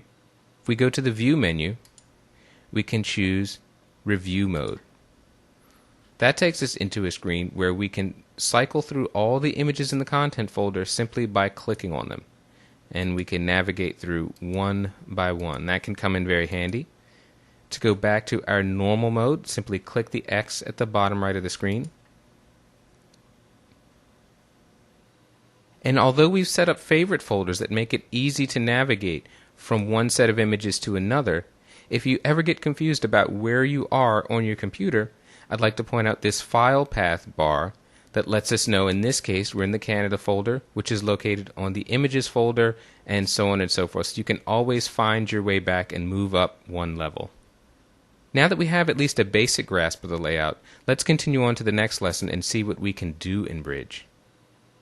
For my money, Bridge's most powerful feature is the ability to quickly and easily show you the files you want to see. In our filter panel here on the left, you can see a large number of criteria that we can use to search through images. But I want to show you something, because this is only a partial list. If we click on this disclosure triangle, you can see all of the built-in criteria that Bridge ships with to let you search and sort through images. Now you'll notice that this filter panel may look a little different on your screen because it auto-populates itself to limit you to seeing just the filters that apply to your images. Note down here towards the bottom of the list I have artist, album, genre, key, and tempo. Those apply to audio files, and because there are no audio files in my Canada folder, they're not showing up in the filter list. So the filter list will automatically populate itself with criteria it can actually use to sort through your images. Let's see how this works. I'm going to open the Date Created panel. And let me make these thumbnails smaller so you can get a sense of what we're about to do. There we go. You can see I've got a ton of images in there. Down at the bottom, you'll notice that I have 159 items listed here. Let's select a date. I'll choose 9/26/2006. Now, I've reduced that list to 58 images. I'm going to click an additional date, 9/28. So I want images now shot on both of those dates. Now I've bumped my items up to 90. Let's go down here to orientation. Going to select portrait. Now we're down to only 18 items, and I'll go and open the ISO speed ratings box and click 400. Now I'm down to 4 images. There are 4 images in this folder that have an ISO of 400 that are in a portrait orientation and that were shot on September 26th and September 28th. With filters, you've got a very powerful tool for combing through your images. I'm going to deselect these one at a time and keep an eye on the content window. As I remove search criteria, it repopulates with all of our images. In the collections panel to the right of filter, we have another option for gathering images. I'm going to go down to the bottom of this panel and click on the new collections button. We can name this collection. I'm going to call this one Rocks.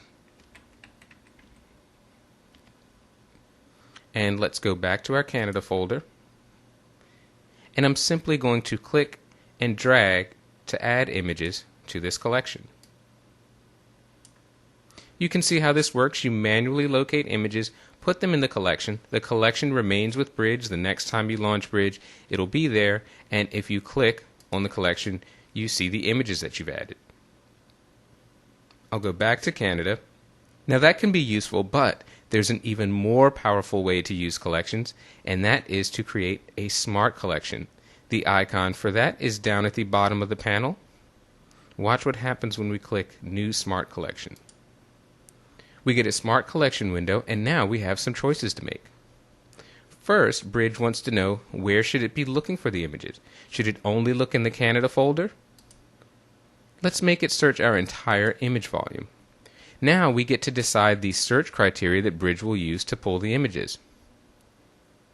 I want to see, I think, all of the images that I've shot in black and white.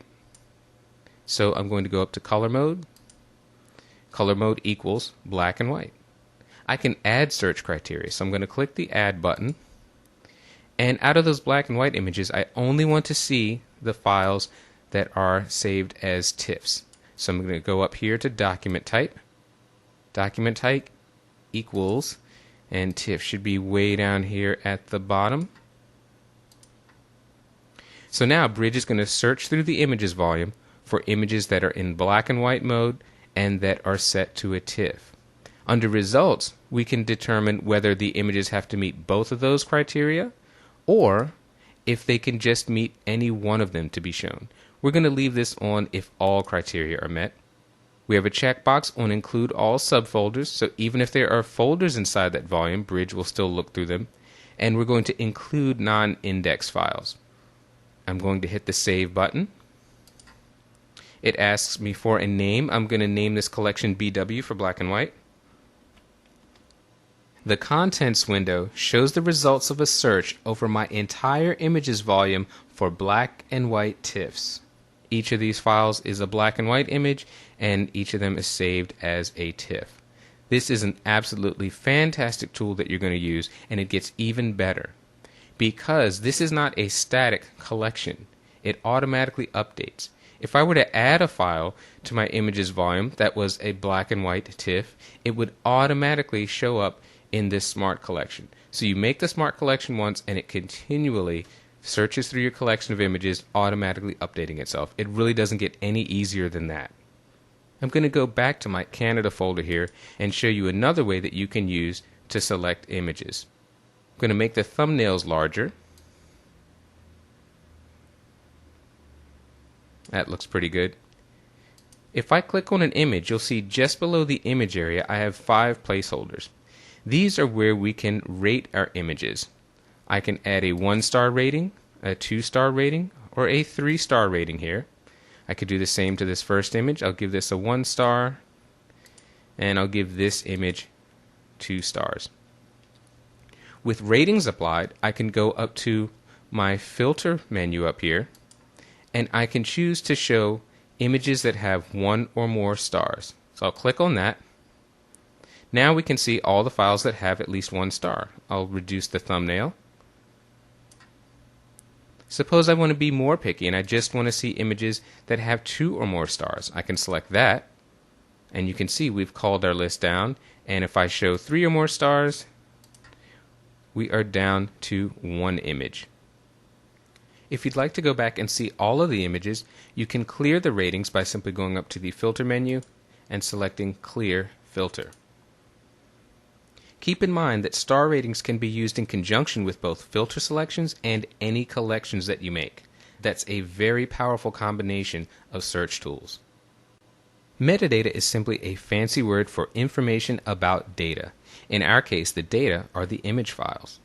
Metadata is not a new concept, but with the onslaught of digital cameras over the last decade, it's taken on a primary importance. So what does metadata mean for us? Well, if I click on an image, you can see in our metadata panel the first instance of metadata, and that's the exposure information. You can see the aperture, the shutter speed, the ISO. All of this metadata comes from the camera. As soon as you press the shutter button, your camera records a wealth of information about your digital image that travels with the image. So this is our first instance of metadata, and it is recorded automatically. Let's find out more about metadata. I'm going to get a little more room on the screen. I'm going to close this preview panel by control-clicking on the Mac, right-clicking on the PC, and selecting Close Preview. I'm going to drag this pane over to the left to get more room. Under metadata, we have various fields here. I'm going to open up File Properties. We've got basic information about the file name, date it was created, size, color mode, all that good stuff. Let's take a closer look at the camera data, also called EXIF information. You can see the lens that I used to capture this shot. I didn't use a flash. I set my white balance to auto. You can even see the make, model, and serial number of the camera that was used to capture this shot. All of these are examples of metadata that come directly from your camera. Now let's look at the IPTC panel. Here is where you have information that you add to your image. I've got all my contact info up here. I've got location information. This image was shot in Rocky Harbor in Newfoundland in Canada. I've got my copyright information down here. Notice that at the right of each field is a pencil. That means it's editable. We can add or delete information here. If you want to add a title, simply click in the title box, enter it. You can add instructions. You can add rights usage terms in here. So all of these fields you can change, you can add information, do whatever you want, and the information will travel with your file. I'll type something in here.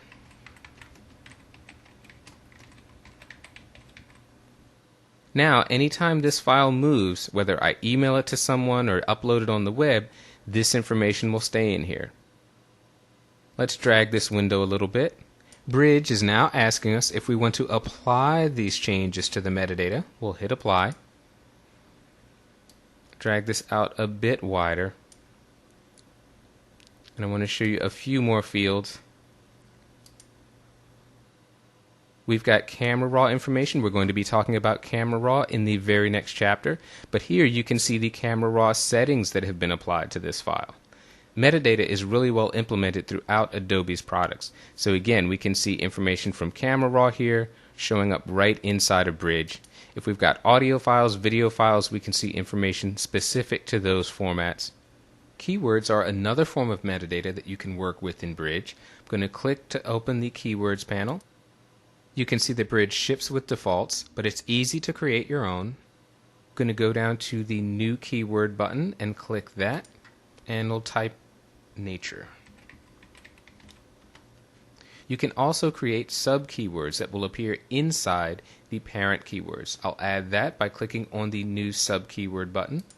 So inside nature, we're going to have a sub-keyword titled clouds.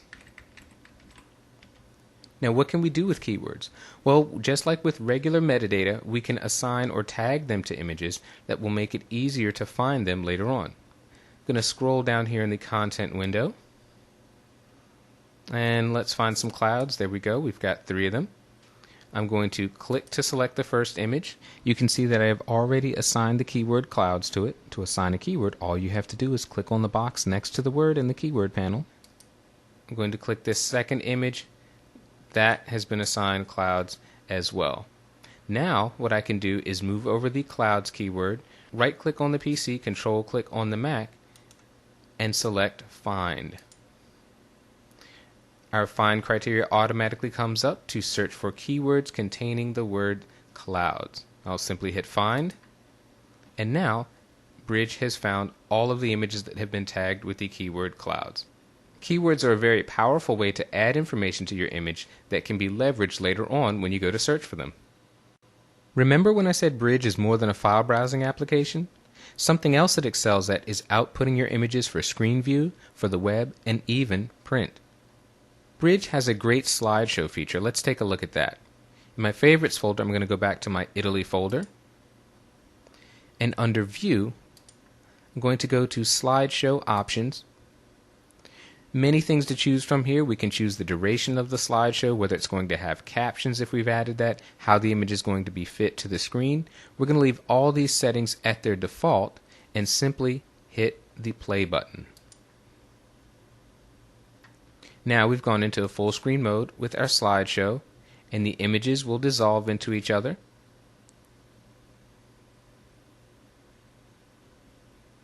To exit the slideshow mode, you simply press the Escape key on your keyboard, and we're back to our standard view. Another thing you can do with Bridge is create an image gallery for your website. In the Workspace switcher, I'm going to select Output, and click on Web Gallery if you're not there automatically. We have a number of templates. I'm going to leave it at standard. We can title the gallery, we can put our contact information, we can put about this gallery information. For right now, I just want to leave it standard so you can see what it does. Let's get a preview of what this would look like. We're going to click the Refresh Preview button.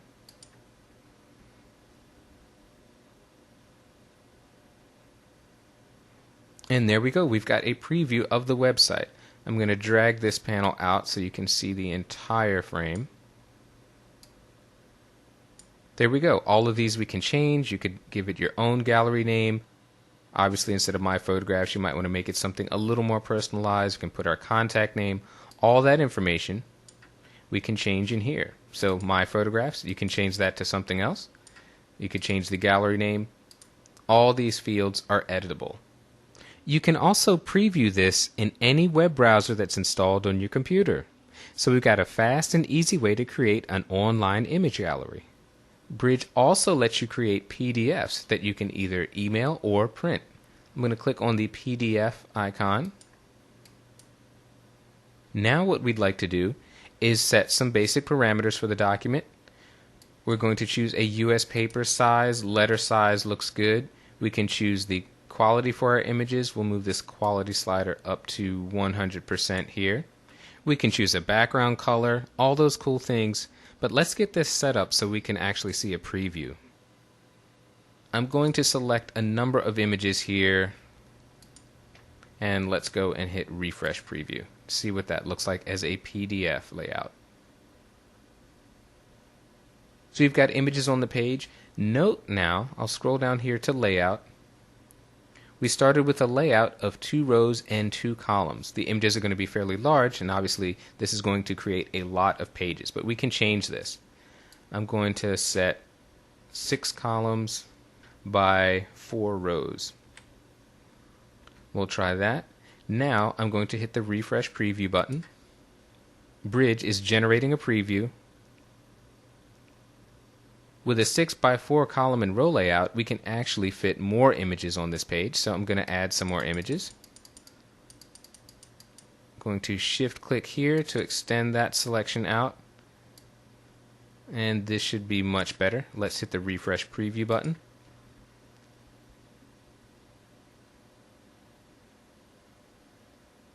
There we go. Now we filled up a page with images. So a quick and easy way to create PDFs. We can print this, we can email this, lots of options here, and we don't even have to go into Photoshop. While it hardly seems like a hassle to move from Photoshop to Bridge, in CS5 we don't even have to do that. Mini Bridge is a new addition that puts a streamlined Bridge interface directly inside of Photoshop. We can launch Mini Bridge from the Applications bar. Simply go click on the icon and up pops Mini Bridge. Notice in the navigation panel we have favorites. And if I click and drag down here, you can see the favorite folders that we set up earlier in Bridge. If I click on Canada, in our content window we have the contents of that Canada folder. If I scroll down below favorites, we see collections, and if I click, aha, we have our smart collection that we created, black and white. A simple click here will give us our black and white TIFFs. Mini Bridge does a great job of letting you pull images from various locations. What can we do with them? Well, since we're in Photoshop, it would make sense that we could open the images. If you right-click on an image, control-click on the Mac, you get a pull down and you can simply open the image. We'll slide this out of the way temporarily. There we've got our image open in Photoshop. Let's close this for right now. Pull back a Mini Bridge. There's something else that we can do. All the time we spent talking about smart objects, it'd be a shame not to leverage that inside Mini Bridge. I'm going to select this image and click in the Tools menu, Place in Photoshop. And what does placing a file in Photoshop do? Yes, it creates a new document with a smart object. I'm going to collapse Mini Bridge. We've got this file now, and look in the Layers panel, we have a smart object. So Mini Bridge is really your one-stop shopping for finding your images in various locations and opening them in Photoshop so you can get to work.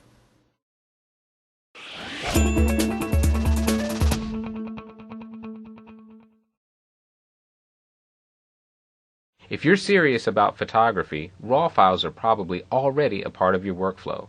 Let's find out how to exploit the enhanced capabilities of these files. Before we begin discussing Adobe Camera Raw, let's first talk about why it's even necessary.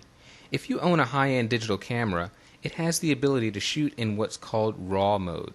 This provides numerous benefits to shooting JPEGs, including an expanded dynamic range and better image detail. The downside to the RAW format is that it cannot be processed directly in Photoshop. It must first pass through a RAW file converter, and that is where Adobe Camera Raw comes in. It transforms the file into a file format that Photoshop can handle, but it does so much more. It's a full-fledged editing tool in and of itself, offering a complete non-destructive workflow that retains every last ounce of quality from your camera file. How do you access Camera Raw? Well, that's simple. Point Photoshop to a RAW file. Let's go Open. Inside our Chapter 11 folder, I want you to select two files, Basic 01 and Basic 02. You can simply hold the Shift key to select the second file, and we'll select Open.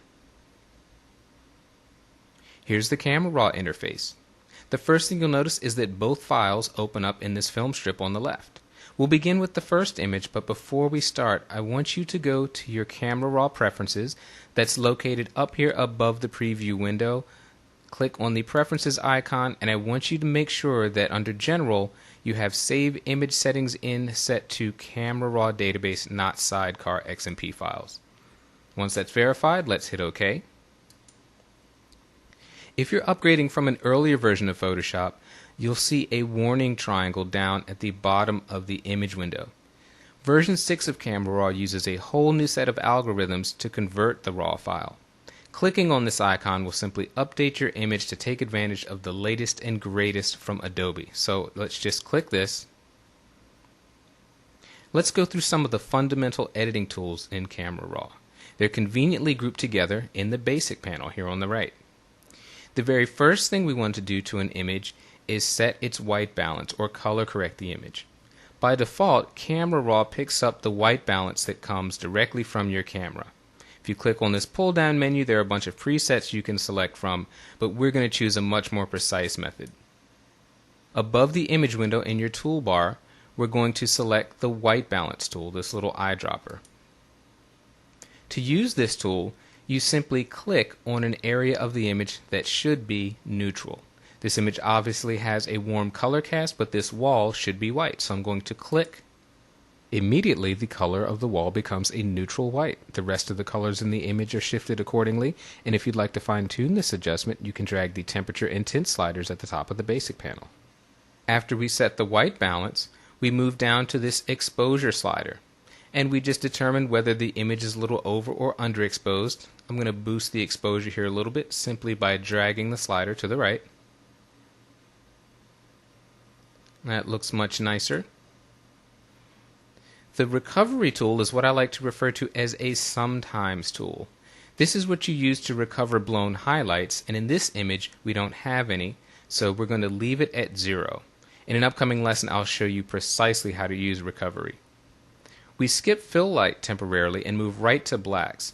This is where we set our shadow values. How deep, rich, dark are our blacks going to be? To use this effectively, we're going to move up here in the histogram window and turn on our shadow clipping tool.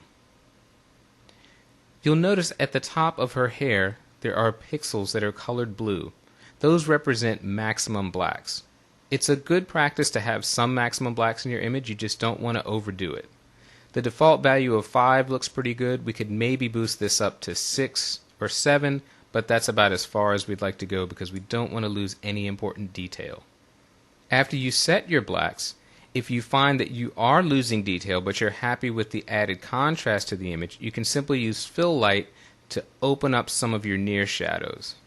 Again, this is a sometimes tool. The majority of your images will probably not need an adjustment to fill light. Next we move on to brightness, and as its name suggests, we can simply make the image brighter or darker. The difference between brightness and exposure is that brightness is a much more gentle result. So you want to be very conservative with exposure, and if after setting exposure you feel the image needs to go a little brighter, a little darker, just adjust the brightness slider. I might move up just a bit from the default of 50, but not too much.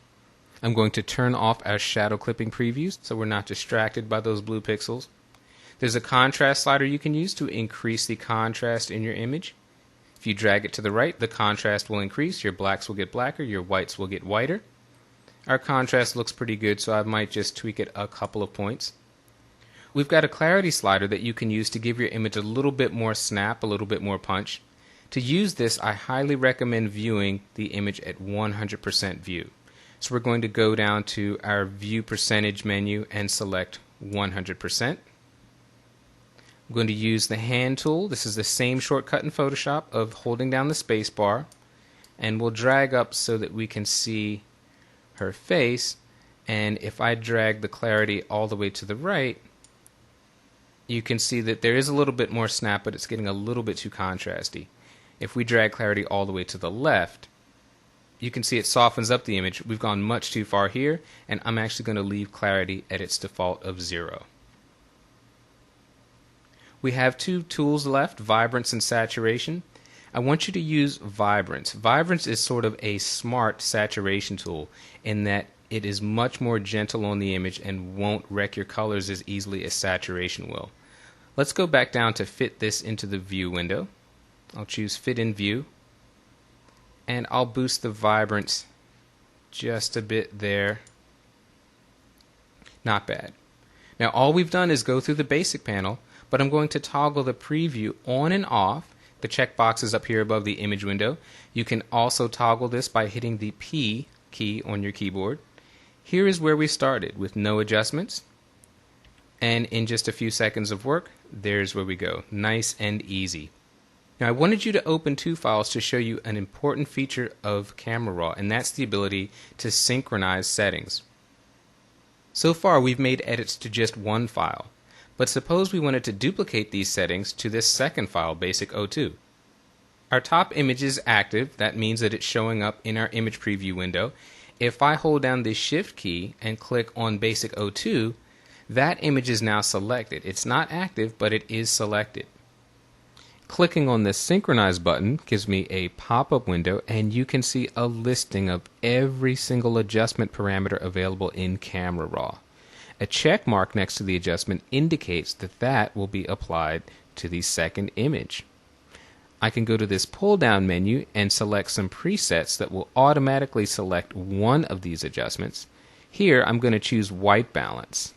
This is going to synchronize the white balance from the first image to the second image. I'm simply going to hit OK, and now our second image is color balanced. I'll hit synchronize again, and I'm going to click on these options here. Everything that we've changed, I want to go and apply those from the first image to the second image. Click on Vibrance. Now when I hit OK, all of those settings are applied to the second image as well. Now we're ready to send a rendered file directly to Photoshop, either to make a print or do further editing. But first, we've got some choices to make. We're going to open the Workflow Options dialog. We can access that by clicking on our current workflow settings. And you can see we can choose the workspace that we want to have.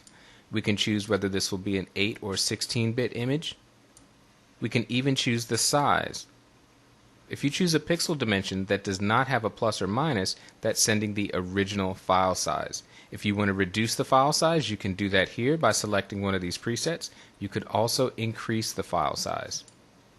We get to choose the resolution to which this file will be set, and we can even choose whether we want to apply any sharpening. Note down here the checkbox, Open in Photoshop as Smart Objects. If we select this, the image will open up in Photoshop as, you guessed it, a smart object. Let's just leave these values at the defaults and hit OK. If your settings are a bit different here, don't worry, it's not going to matter for what we're going to do in this lesson. Just go ahead and click OK.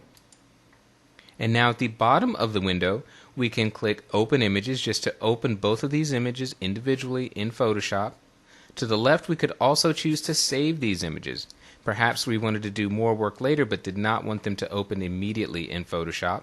If we click Save Images, we have options of where to save the file, and we can choose whether it's going to be a JPEG, a TIFF, a Photoshop file, or simply leave it in its digital negative format. I'm going to hit Cancel. We've made a lot of changes to this image, and when we open it in Photoshop, we have a lot of options as to what kind of file that is going to be. To continue on with our next lesson, we're going to be using a brand new set of raw files, so you can simply hit Cancel. So far, the tools we've used have made global changes, that is, changes to the entire image. But Adobe Camera Raw offers some great ways to target specific areas of an image to work on. Let's get started by going to our Chapter 11 folder. I'm going to hit Control-O on the PC, Command-O on the Mac. And we're going to select the file Selective Edits. The first thing I'm going to show you how to do is limit our adjustments to specific colors within the image. We're going to go to the Hue, Saturation, and Luminance panel to do that, but first, I want to show you the Recovery tool in all its glory. I touched on it in the last lesson and promised to give you a closer look. Well, here it is. Notice in the upper right portion of this image I have a completely washed out and blown out sky. There is no detail here, just a solid wash of cyan and white. How do I know that? Well, if I go and turn on my highlight clipping preview up here above the histogram, look at that area that is covered in a red overlay. That red signifies pixels that have no detail. They're all blown out at a maximum value. You can see down in my basic panel I've already set my exposure a bit to the left at a minus 0.15, but that has had no effect on these blown out pixels here, and that is where the recovery tool comes in handy. Watch what happens to the image as I drag this slider to the right. You can see those red areas disappear like magic. Camera Raw is recovering highlight information, finding a way to pull detail out of areas that once were lost. It's actually able to reconstruct missing pixel information to give us full red, green, and blue values. Notice that there are still some scattered areas of red remaining, and this is a typical real-world result.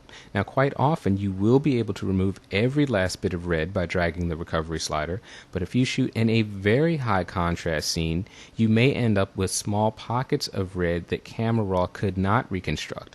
But you can see that this is a marked improvement over where we started with the image. The recovery slider is a fantastic tool that's going to salvage a large number of your images. Now let's go to our Hue, Saturation, and Luminance panel. We get there by clicking on this fourth icon from the left, and look at all of these sliders here. We're going to start with Hue. You certainly know by now that I'm not going to say, oh, just play around with those sliders until you get something that you like. No, we have a much more precise way of working. First, let me turn off this highlight clipping preview. We don't need that anymore. To use the hue sliders here, we are going to visit our old friend, the targeted adjustment tool. which is located up here in the toolbar. And like the On Image Adjustment tool in Photoshop proper, this tool works by clicking on an image area and dragging. Here we'll be dragging left to right. Now with the Hue tab selected, I'm going to click on these yellow shingles, drag to the left, and note the hue changes. If I drag to the right here, we can get a nice sort of a lemony lime kind of yellow. And what's great about this tool? Well, only those yellows have been shifted. We haven't changed the green in the trees, we haven't changed the blue or the reds in the house. The color that we click on is the color that gets adjusted no matter where it falls within the image. Let's go down here and click on the blue molding around this window. We'll click, we'll drag to the left. That gives us a more of a cyan kind of blue. Notice the reds are remaining untouched. Let's move here to the right and get something in the purple range. There we go. Let's move on to the Saturation tab. Here we've got the same set of sliders, but this time we're going to affect, you guessed it, saturation. If I click over here in this foliage, target these greens, and drag to the left, you can see my green slider is moving. The yellow is moving as well. Yellow is a secondary color in there. And you can see the foliage is now desaturated by a large amount. Let's actually take it back and boost the saturation up a bit. And let's do something to the red in here. We'll click on the red, and let's boost the saturation up here as well. See how easy it is to target specific colors. We simply click and drag. We're not having to make a mask. We're not having to make any kind of selection. It couldn't be easier. The last thing I'll do here is click and take a little saturation out of the yellow there. And let's move on finally to our Luminance tab. Luminance is just a fancy word for brightness. So with these controls, we're simply going to brighten or darken colors here in the image. Let's go back and click on the green foliage, and what I want to do is brighten these a bit. There we go. We'll open them up right about there. Now let's take a look at how much work we've actually done. I'm going to toggle the preview off and on. Here's the file we started with. And here's the file after our adjustments. A huge change. So you can get a sense of how drastic a change you can make to an image without creating a mask, without defining any selections. You simply click and drag. Now let's get even more selective. Instead of altering similar colors throughout an image, suppose we want to limit our adjustments to specific locations in the image. Well, that's easy to do with the adjustment brush. That tool is located up here in the toolbar. We'll click that, and notice along the right we have a completely new set of options. Now exposure, brightness, contrast, saturation, etc., those should look familiar. They come from the basic panel, but here's the difference. These adjustments will be limited to the exact locations that we specify. And how do we determine those locations? Simply by painting. Let's get started by adjusting one of these parameters. I'm going to start with brightness. I'll drag this slider to the left. Notice the image has not changed. I have not told Camera Raw where to apply this brightness value of -74. As I move the mouse over the image, notice that I've got a crosshair, which is going to be very important in a moment, and I've got two circles. The innermost circle is our brush size. That's the diameter that we'll be painting with. The outer circle indicates our feathering. Now we can change size and feathering very easily. By moving down here, I can drag the size slider to the right to get a larger brush. I'll keep this back where it was at 6. That'll be pretty good for this. Feathering, I'm going to set that all the way to the right at 100. We want a nice soft edge brush here. And for our purposes, we are going to leave flow and density both set to their maximum values of 100. What I would like to do is take down the brightness of this tree. So I'm simply going to click and drag to paint. Now, two things should be very obvious. One, I've set a value that's much too strong. Two, I am spilling over here into the sky. Let's tackle that first issue. Here's the beauty of the adjustment brush. At any point after I have painted, I can readjust the settings. So I can back off this brightness slider here, give us something that's much more believable. And even though brightness was the only parameter that I adjusted, I could move the saturation slider, take color out of that, boost it to add more saturation. Let's set that back to 0. And this is the great thing about the adjustment brush. You paint, and then once you see visually what's happening, you can tweak any of these sliders to taste. Now let's take a look at what we can do about that spillover. I'm going to turn on this Show Mask checkbox, and now you will see a white overlay.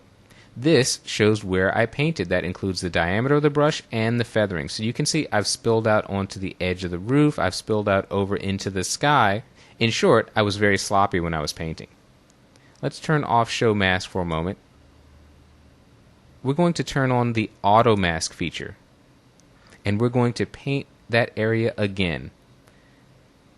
Before we do that, we want to get rid of the painting that we just did, and notice that we have this little bullseye icon here over the image. That's called a pin. The pin will be placed at the location at which you start painting, and a pin simply tells you that that adjustment brush is active. And because Camera Raw allows for multiple and separate brush adjustments, you can end up with multiple pins on a single image. We're going to delete the pin by simply pressing the delete key on the keyboard. Now I'm going to paint, and I'll do it just as sloppily as I did the first time. Notice that I have reduced the brightness setting, so I'm getting a much more realistic result right off the bat. Now that I've painted, let's go in and turn on the Show Mask preview. Notice now how my mask has been automatically limited. It didn't spill over into the edge of the buildings. It didn't spill over into the sky. When you turn on Auto Mask, that tells Camera Raw to limit your painting. And what does it limit it to? Well, I talked about that crosshair earlier. With Auto Mask turned on, Camera Raw looks at the colors that fall directly underneath your crosshair. No matter the size of your brush, no matter the size of your feathering, your adjustments will be limited to colors and tones that match what is directly underneath your crosshair. So as I was painting in here, I can be as sloppy as I want. I just make sure that the crosshair does not spill off of this foliage, and you won't have any spillover into these neighboring colors and tones. A very, very useful tool to use when you need to be really precise about your selections. I'm going to turn off Show Mask and Auto Mask. Those of you paying very close attention to the adjustment brush panel may notice a new option that we did not see in the basic panel. That's this color option here, so I'm going to quickly show you what that's about. This option lets us paint with a color, changing color in an image, but unlike with the hue slider, we can limit that color change specifically to where we paint. Now before we get started with this, I need to direct your attention to this pin up in the top of the tree. Notice that it has a black circle in it. That means it is active. Any change that we make to any of those adjustment brush settings will apply to that adjustment, and we don't want to do that, so I'm going to hit New. I'm going to make a brand new adjustment brush setting. Here I'm going to take brightness and set that to 0. I don't want to change the brightness. What I do want to change is color. So I'm going to click in this color swatch box, and I'm going to choose something in the orange range over here. Simply by clicking, I've got a brand new color. I hit OK. Now what I'd like to do is change the color of this window molding. Notice now the size of my brush relative to the window molding. What will happen if I paint like this? Yes, my color change will spill over onto the side of the building, and I don't want to do that. So back we go to our Auto Mask, turn that on, and with my slightly oversized brush, watch what happens. Notice that color change is not spilling over into the siding of this house at all. It is nicely being limited to exactly where we want it. We're not getting any spillover at all on that yellow siding. Perfect. Notice we have a second pin. This one has a black circle in the middle. That means it is active. Now if you look closely, you may see that we did get some spillover right where this house number is located. Why? Well, that purple matches the purple color on which we were painting. How can we fix that? Well, we can use, for the first time, the erase brush. Let's go and click on erase here. Now what this brush does is simply erase the effect that we just painted. Notice that we have size, feathering, and flow options there. We're going to leave those all at their defaults, and I'm simply going to click and paint over this area, taking out that adjustment that spilled over onto this identical color. How easy is that?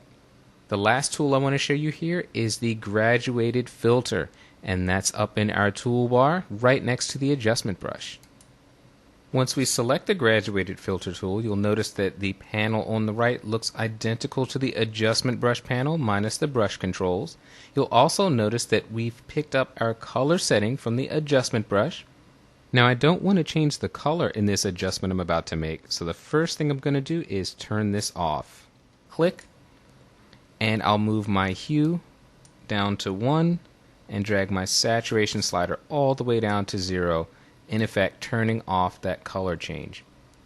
Now the graduated filter tool behaves very similarly to the gradient tool in Photoshop in that it allows us to create an adjustment, have it begin at 100% or full strength, and make a nice seamless transition all the way down to 0%. This tool is most often used to control lighting in an image, and that's how we're going to apply it. So the first thing I'm going to do is drag my brightness value down here. And what I want to do is simply darken a portion of this sky. I'm going to place the mouse in the upper right area of the image, and I'm simply going to click and drag down. And you can see we've got a darkening effect going on here. I'm dragging at an angle to match the slope of the roof, but if you want to drag in a straight line, hold down the Shift key while dragging. I'm going to put it just about there. The red dot signifies the end of this effect, so anything below the red dot in this case will not have the effect. At and above where our green dot is located, we have a full strength application of this adjustment. In between the green and the red dot, we have a nice seamless gradation from 100% all the way down to 0. Once you've drawn this, you can modify it. We could simply place the mouse along this dotted black line and move the entire gradient as a unit. I'll line it up just so it touches the roof. If we place our mouse close to the green circle, we have a double-sided arrow. We could drag this up to extend it. We could do the same thing where the red circle is. Notice, however, if I place the mouse further away from the red circle, I get a double bent arrow, which means I can rotate this adjustment in any direction. Let's line it up just about there. Looks pretty good. And again, as with the adjustment brush, I'm free after the fact to adjust my settings. So if that brightness looks a little bit harsh, I could back off of it slightly. And if I decide that I want to have this effect spill further down, I can simply click here, drag this red line down just about there. I'm going to touch up the angle just a smidgen, and there we go. We have no shortage of tools inside Camera Raw to perform selective edits. We are finished working with this image, so you can press the cancel button. If you'd like to maintain these changes, however, and reopen the file later, simply press done. RAW files will always be rendered in color, but with Camera Raw, you've got a fast, intuitive way to create a black and white version.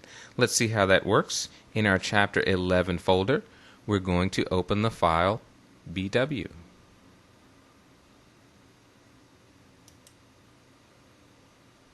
Now, if you pay close attention to the basic panel, you may notice that I have already made a few small adjustments to this image.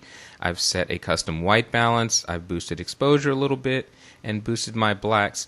Even if you know from the outset you're going to convert to black and white, it's very helpful to make some basic adjustments to your image in color first. You want to get the image looking pretty good in color.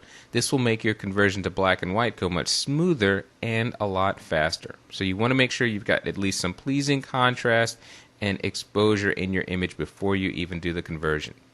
With that out of the way, let's go back to our HSL grayscale panel, and this time we're going to hit Convert to Grayscale.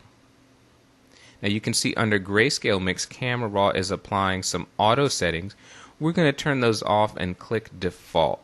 And we'll zero everything out because we're going to start completely from scratch. Keep in mind that even though we're looking at a black and white version of this image, Camera Raw retains the underlying color information from the original file.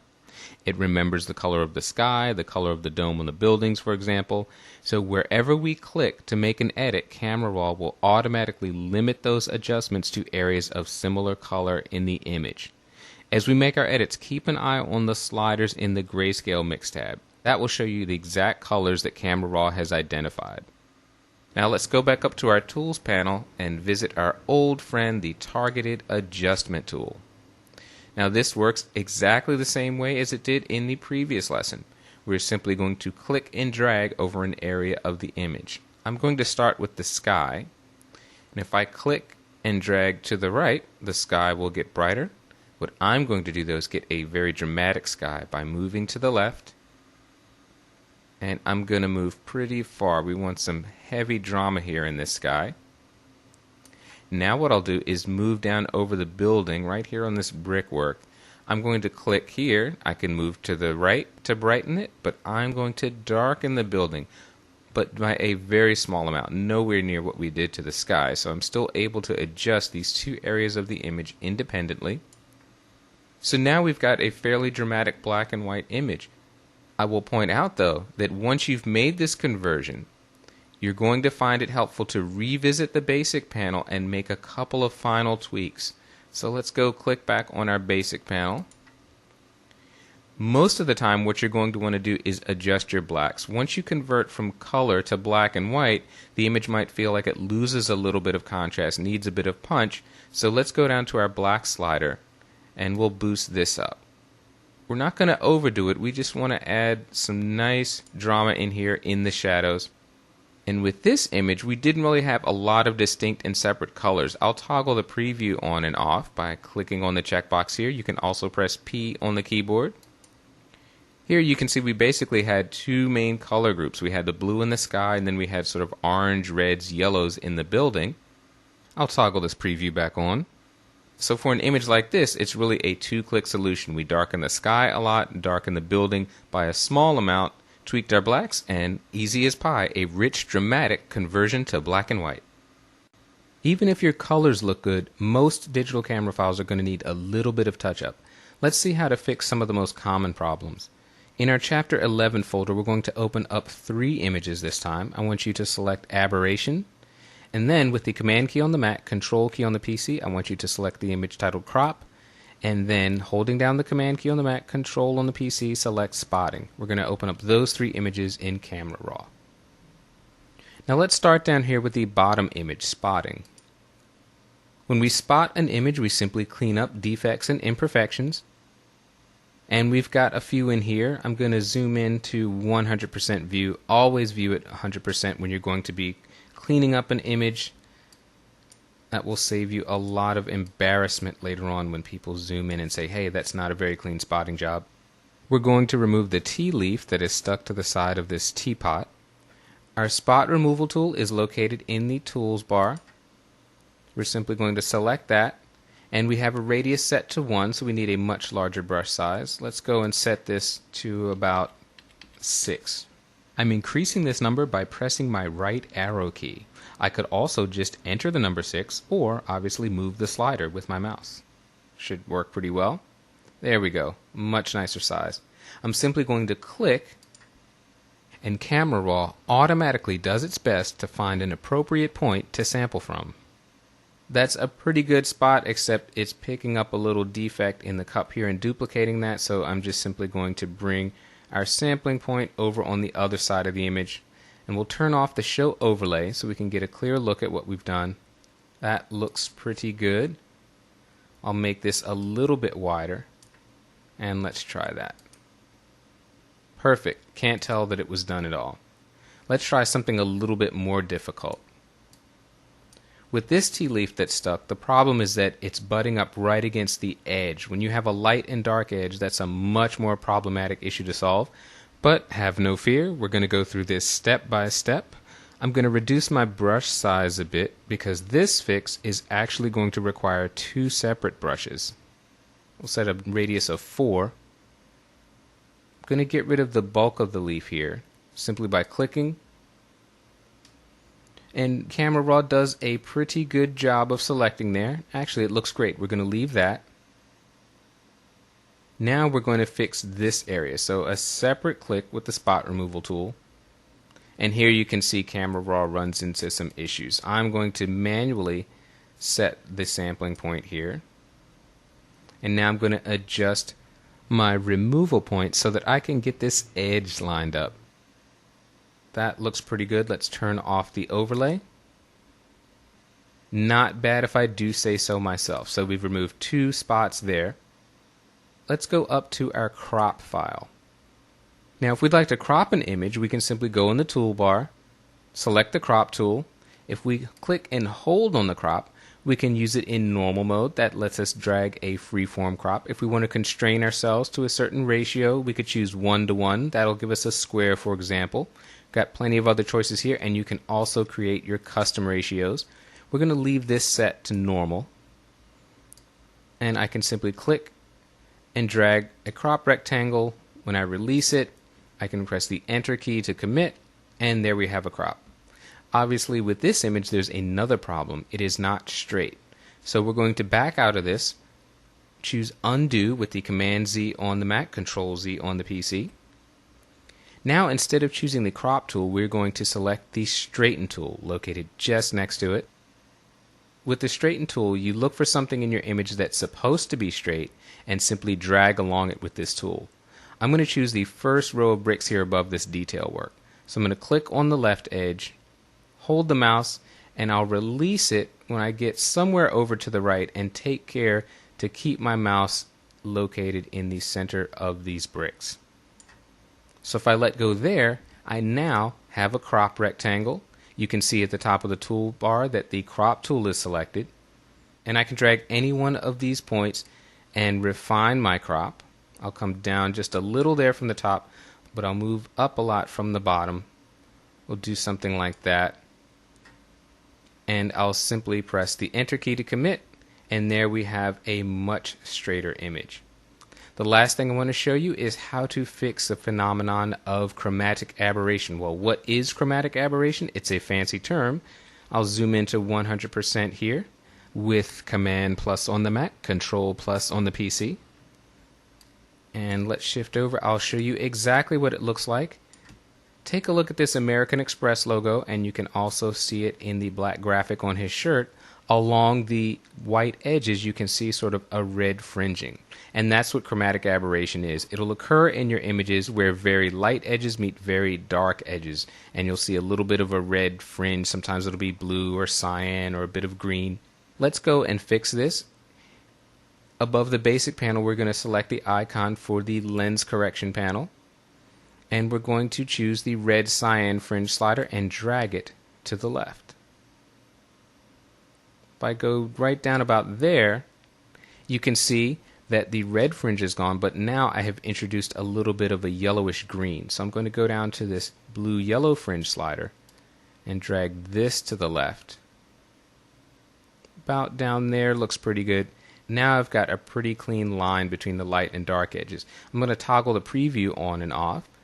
Here's where we started from. So you can see now those reds are really popping out. And here is our fix. Much better. 3 common image problems, 3 easy solutions in Camera Raw.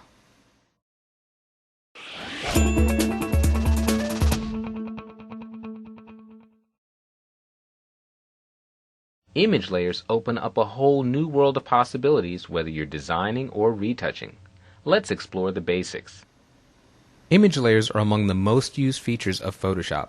They allow you to arrange multiple elements in a single document and still be able to edit them individually. Let's go to our Chapter 12 folder and open the file titled Shapes.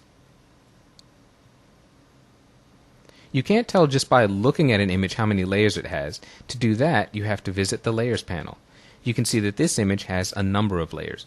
And one of the great things about using layers is that you can move them individually. I want you to select the Move tool in the Tools panel and make sure that up in the Options bar you have the Auto Select option checked. Very important. With that option checked, you can simply click and highlight a layer automatically. As soon as I made that click, the layer 2 circles in the layers panel was selected. And if I click and drag, I can move that layer around. Note that both of these circles are moving, and that's because, well, in the 2 circles layer, there are 2 circles. Both of these circles are on the same layer, so they move together. We cannot move these circles individually. But look what happens if I click on this left red circle. Here, the red circle layer is highlighted, and I can indeed move this circle around anywhere I want without touching the green circle. Now, I should point out there are 2 basic distinctions between layers. At the bottom of the layers panel, you'll see that we have a layer titled background. This is the default. Every time you create a new document in Photoshop, it begins with a background layer. And background layers have a couple of limitations. You'll notice that there's a padlock to the right of it. With background layers, you cannot move their layer objects with the Move tool. You can't apply layer effects, and all background layers must have a background color. They cannot be transparent like these layers above it are. You can easily convert a background layer simply by double-clicking on its name.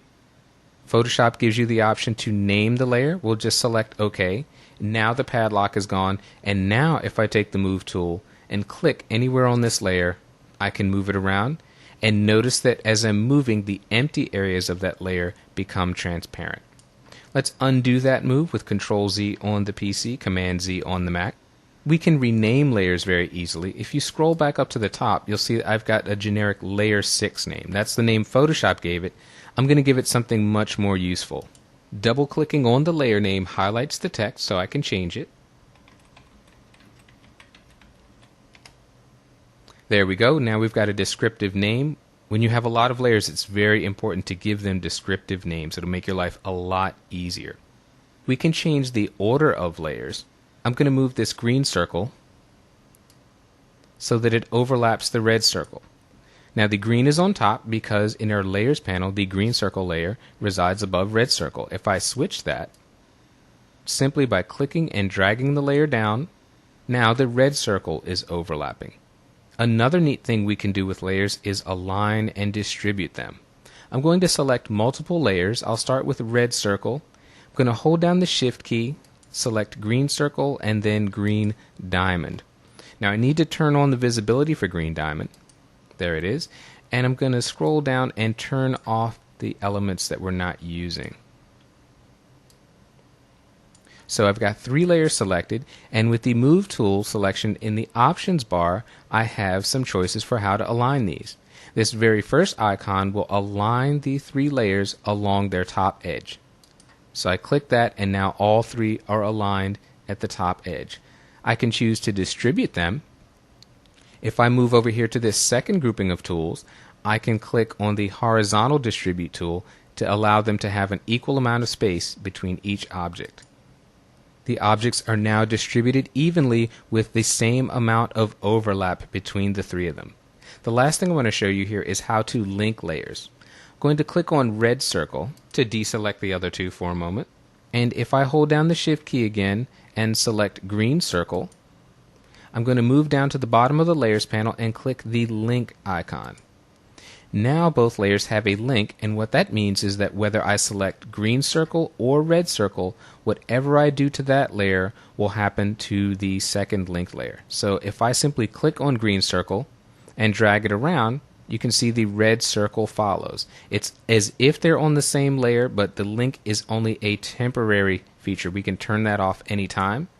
If we wanted to transform both of these layers, because they are linked, we could simply go to the Edit menu, select Free Transform, and notice the bounding box extends across both objects, and I can simply shrink them down, skew them a little bit. The change applies to both layers. I'm going to hit the Enter key to commit.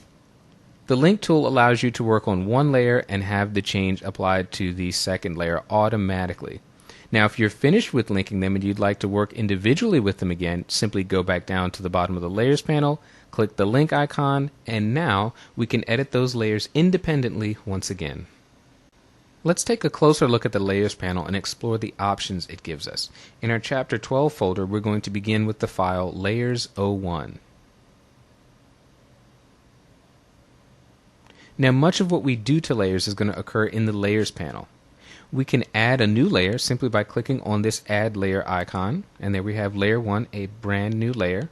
We can duplicate an existing layer simply by clicking on it and dragging it down to the same icon, and now we have a copy of that layer.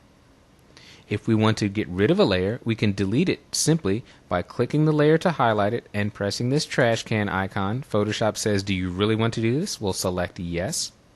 You could also delete a layer by clicking it and dragging it to the trash icon, and that will eliminate that Photoshop warning. You can adjust the opacity of layers. With this daisy layer selected, I'm going to click on the word opacity, and instead of 100%, let's type in 50%. Now you can see the bottom image is being allowed to show through at a 50% strength. We'll reset this back to 100. Blending modes here at the top of the Layers panel offer you a number of options for adding creative effects to your images. Let's just take a look at two. If I set this to screen, it blends those two together nicely, similarly to reducing the opacity, but with a bit more subtlety. Let's take a look at a brand new addition to CS5, Divide. That's a cool abstract effect. I'm going to set this back to normal. And I'm going to turn on the hue, saturation, and levels adjustment layers. Right now, the adjustment layers are applying not only to the daisy layer, but to the sky layer. If I turn off daisy temporarily, and you can see that levels is applying to this bottommost layer. But suppose I want these two adjustment layers to only apply to the daisy layer and not spill through. Well, we can do that by creating what's called a clipping mask. I'm going to select both of these adjustment layers, shift click to select the second layer, and in the flyout menu at the top of the Layers panel, I'm going to select Create Clipping Mask. Now look what happens. If I turn this on and off, you can see daisy changing, but that sky along the top of the image is remaining the same. These effects have been clipped so that they end at the layer immediately below them. Adding layers to your images greatly increases their file size, but if we flatten an image, we compress all of this information into a single background layer. And we can flatten simply by going back to the flyout menu and select Flatten Image. All those changes take effect, and they're now a background layer. I'm going to undo that, Control-Z on the Mac, Command-Z on the PC. If we want to merge the layers instead and not create a background layer, we can simply go back to the same menu, and this time select Merge Visible. We've now compressed all of those layers into a single layer, but that layer has not been converted into a background layer. I want to show you another image. Let's close this one, and we don't need to save it. Back in our Chapter 12 folder, let's open Layers 02. Notice that even though this image has a single layer, it is not a background layer. There's no padlock icon there, and that's important because we're going to add layer styles, and you cannot do that on a background layer. Let's go up to the Window menu, select Styles, and we have our styles options here. On the flyout menu, I'm going to click and we're going to load some new styles. Let's start with photographic effects for this image. Photoshop asks if we want to replace the contents. That's absolutely okay with us.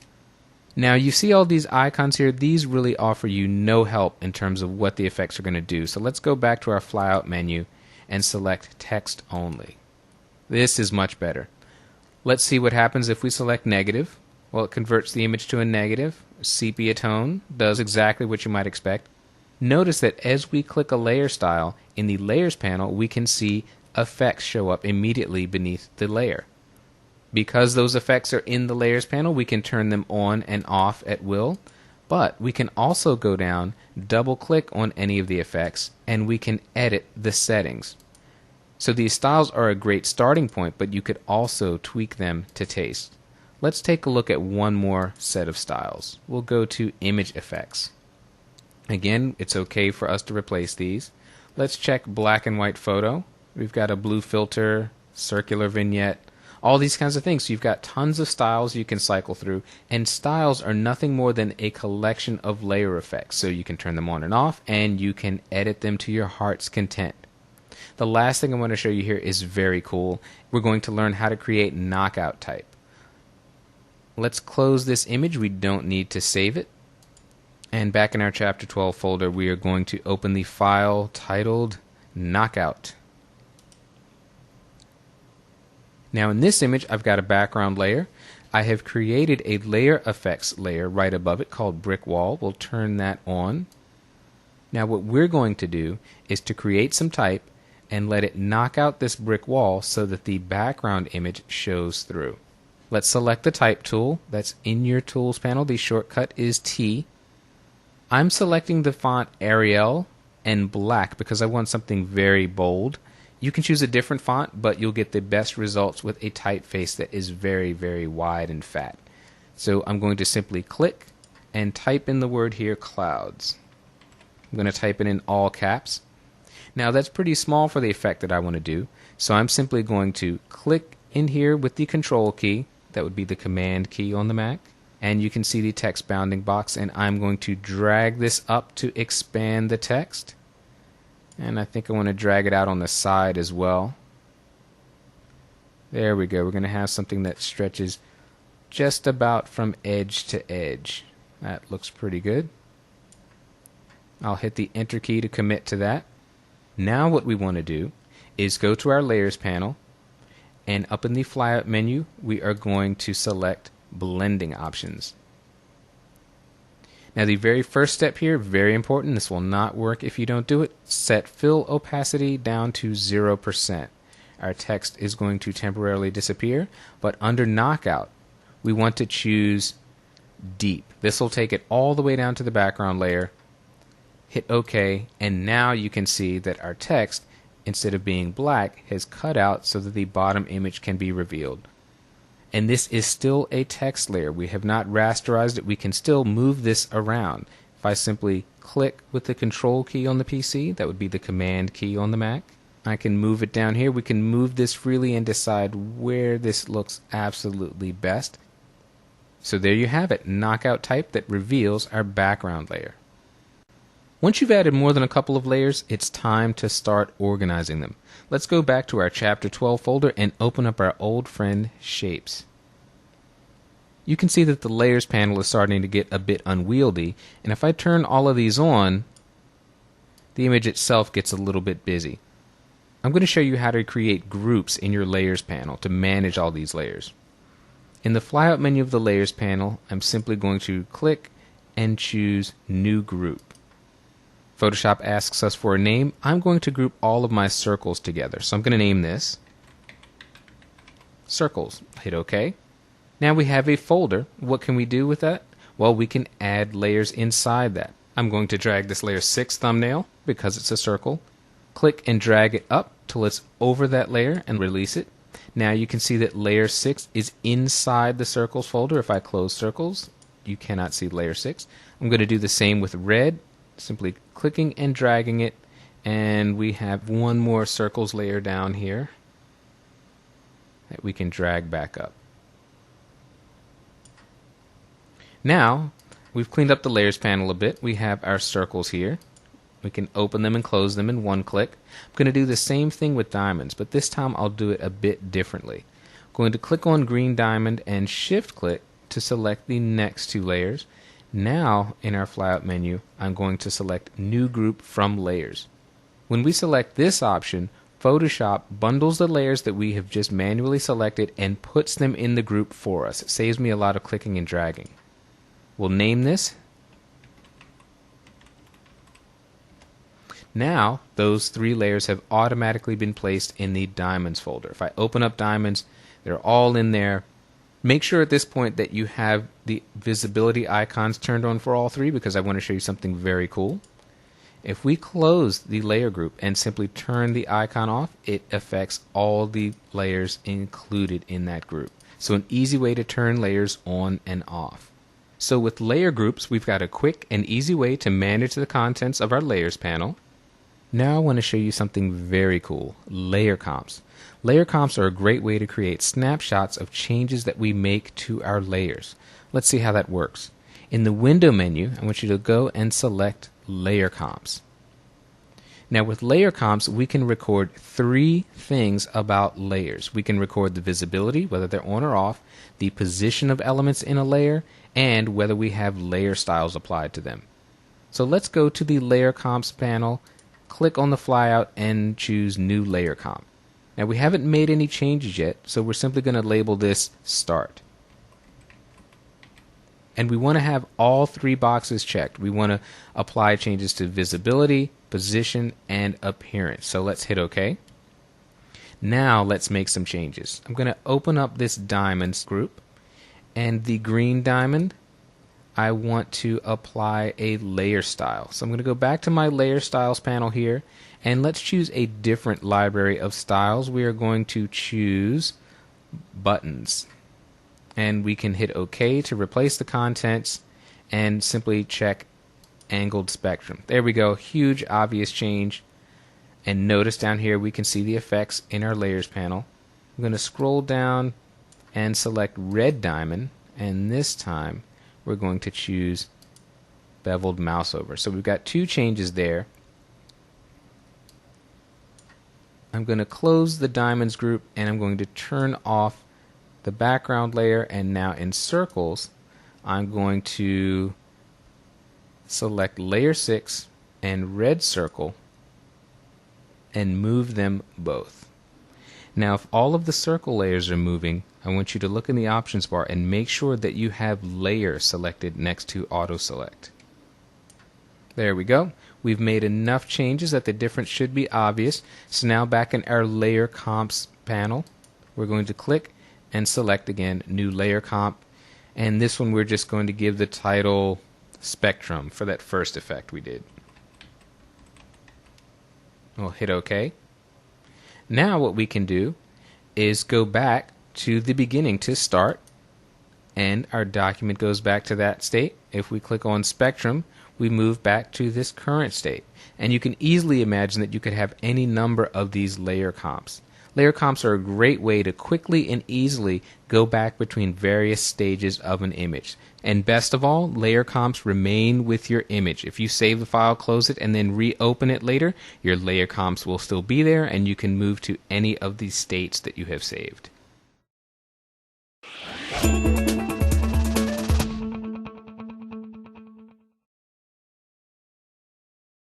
Photoshop makes it easy to create a single composition out of multiple images. Here's how. When you record a high contrast scene, your camera may not be able to record pleasing highlights and shadows in the same exposure. When that happens, Photoshop can help. Let's open our Chapter 13 folder, and we're going to select two files, Grass01 and Grass02. Hold the Shift key to select multiple files. And I'd like to see both of these in separate documents. So up in our application bar, we're going to simply select Tile All in Grid from this Arrange Windows icon. I'll reduce the size of this one a bit and do the same thing here. And you can see what our problem is. With the image on the right, we've got a nice rendering of the subject, but the background is a little bit too bright, and the opposite result in the image on the left. What we're going to do is combine these images into a single document and merge the best elements of each. We're going to select the Move tool. Now you can do this temporarily with a keyboard shortcut. It's Control on the PC, Command on the Mac.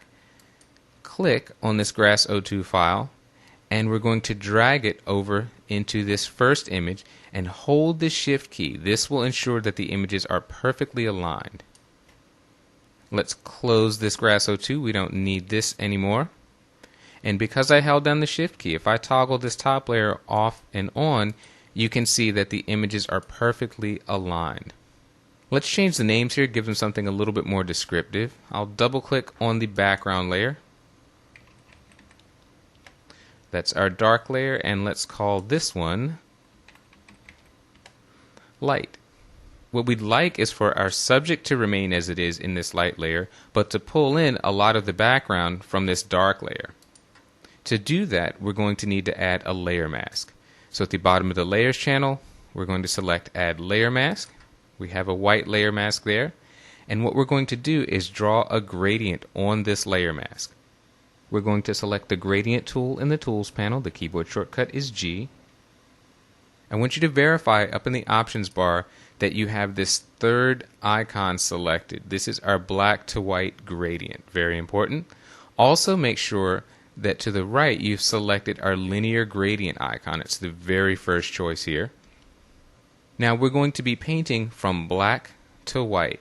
So I'm going to start not quite at the top of the image because I'd like this top sliver to be completely black on the layer mask. I'm going to click, hold down the shift key to constrain my drawing to a straight line, and I'll release it just as I get to about the eyebrow. And there we go. You can see that at the top of the image we've allowed that bottom layer to show through. Now we can still modify this. If we want to fix some of these areas here in the grass and make those a little darker, we can simply paint on this mask in addition to our gradient. So let's select the brush tool. And I want you to verify that you have a hardness set to 0. We need a nice feathered edge for this brush. I want to paint with black, so look in the tools panel at the bottom. Make sure that your foreground color is set to black. If it is set to white, simply click that double bent arrow. If you're seeing a completely different set of colors here, press the letter D on your keyboard. That'll take you back to your black and white default chips. And we're going to paint not at 100% opacity because remember the gradient starts at full strength and ends at 0. So we want to find a reasonably good match somewhere in this area. We'll choose, let's see, we'll click on opacity and try 45%. And now let's just paint. That's a pretty nice match right there. Taking care not to spill over on our subject. We're getting a nice subtle result that is realistic and believable. And there we go. We've combined the best elements of both of these layers. If I turn off this dark layer, you can see exactly what we've done. That's the amount of the light layer that's being hidden by the mask, allowing the dark layer below to show through. Stitching images together to create a panorama or simply a higher resolution file is a fun way to create striking photographs, and Photoshop makes it super easy. Let's go to our Chapter 13 folder and we're going to select 3 files, 3-shot pano A, B, and C. Again, with the Shift key, we can select those contiguous files and hit Open.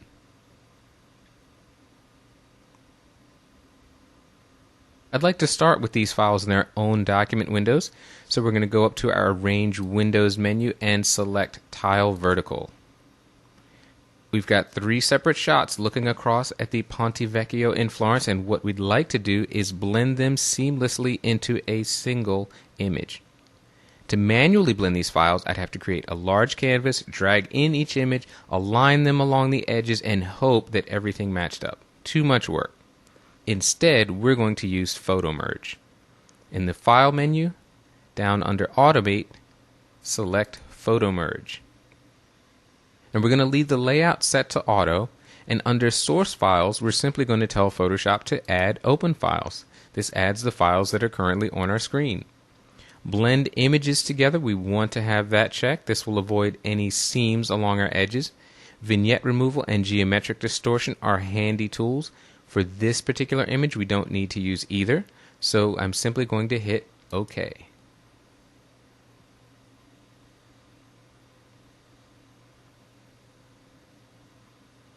And now let's check on our result. I'm going to cycle through to full screen mode with menu bar by pressing the F key.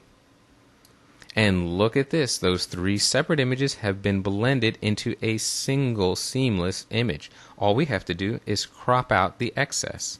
We'll select the Crop tool. The shortcut is the letter C.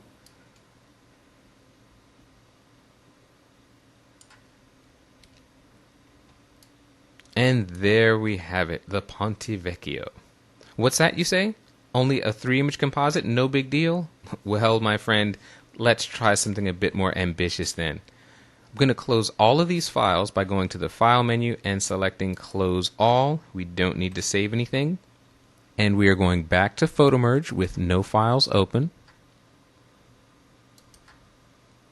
This time we're going to tell Photoshop to look for a folder. We'll click Browse, and let's go to our Chapter 13 folder, and here we have a folder titled Panorama. We'll hit OK, And that folder contains not 1, not 2, not 3, but 13 images. We are about to make a very long panorama. Simply hit OK.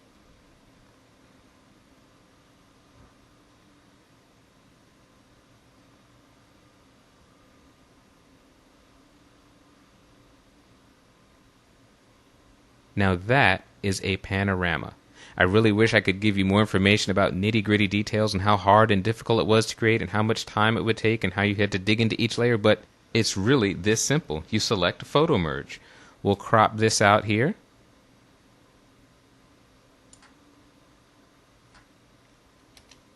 And there we have it, a beautiful panorama. Photoshop makes it easy to convert multiple takes into a single image even when the camera position has changed. Let's start with 2 more images from our Chapter 13 folder. This time we'll choose Align 01 and Align 02. Again, let's pull these into their own document windows. This time I'm going to select the horizontal tile, and I'll bring this one up a bit. Zoom in here as well.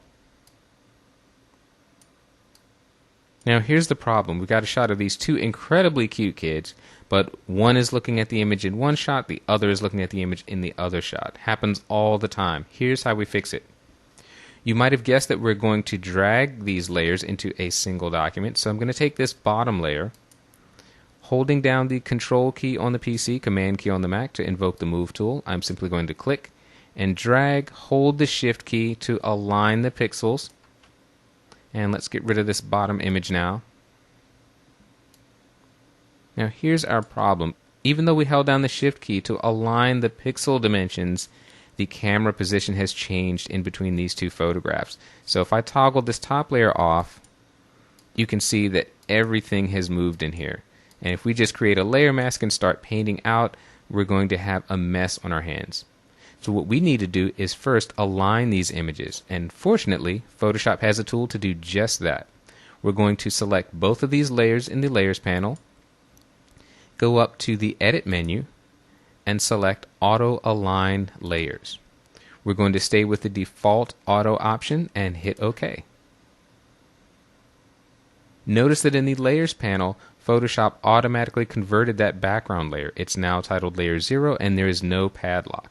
Now let's see how Photoshop did in aligning these layers. Much better. Now when we toggle off, most of the movement is centered on the children. The chairs and the table are staying nicely in place. Now we're ready to add a layer mask. I'll click on Layer 1 to activate it. Click the Add Layer Mask button. Let's go and choose a brush. Again, we want to have a nice feathered edge, so you must be set to a hardness of 0%. Make sure that your foreground color is set to black, 100% opacity, and simply paint over the area that you want to hide. And look at that. Just like magic, we're able to paint out from the top layer, allowing this bottom layer to show through. Can even get rid of his arm over that plate. Change the plate a little bit. The rest of the table matches up nicely.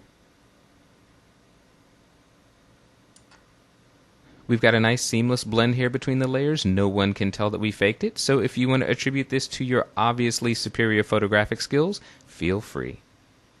What I'll do is crop out here. We're going to have to take out some areas here off of the top and bottom. But a small price to pay for such a great result. There we go. And if I toggle the top layer on and off, you can see really the only thing moving is the child on the right. Auto Align is a lifesaver with group portraits. Simply take as many shots as you need and you can blend them into one perfect take. Without a doubt, one of the most difficult things to make selections of are soft, fuzzy edges like hair. In CS5, though, we've got a revamped Refine Edges tool that is a huge leap forward. I'm so excited to show you this. Let's open up a file in our Chapter 13 folder. We'll select Hair. Notice in our Layers panel we have 2 layers. What we'd like to do is replace this white layer on which the child was photographed with our layer number 2, this sand. That'll be a much nicer effect. In an earlier chapter, we saw how easy it was to create selections with the Quick Selection tool, so let's start there. The keyboard shortcut is W for this tool. I'm going to increase my brush size significantly. Right bracket key is the shortcut.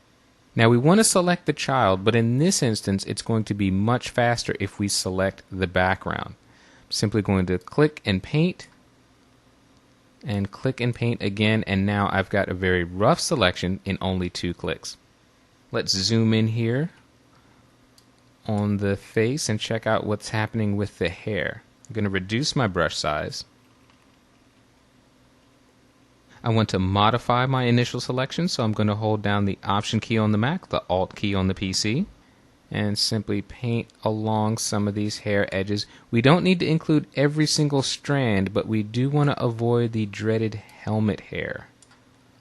Get this last one down here. That's pretty good for a rough selection. I'll zoom back out.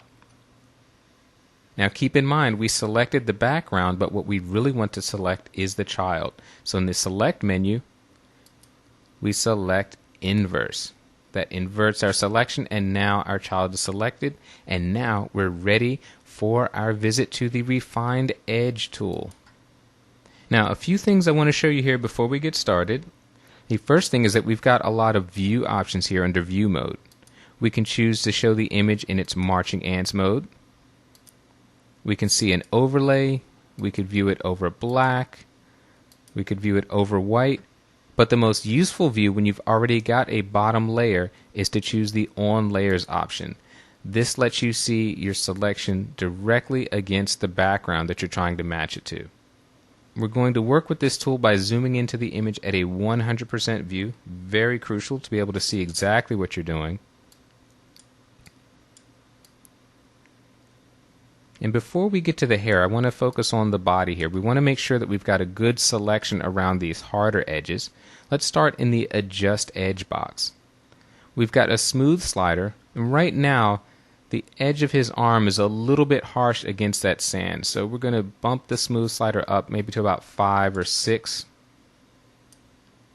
That gives us a much more believable and natural edge against that sand. Feathering can be useful if you need to feather your initial selection. Here you can see it's giving us a halo, so we're not going to find that useful in this image.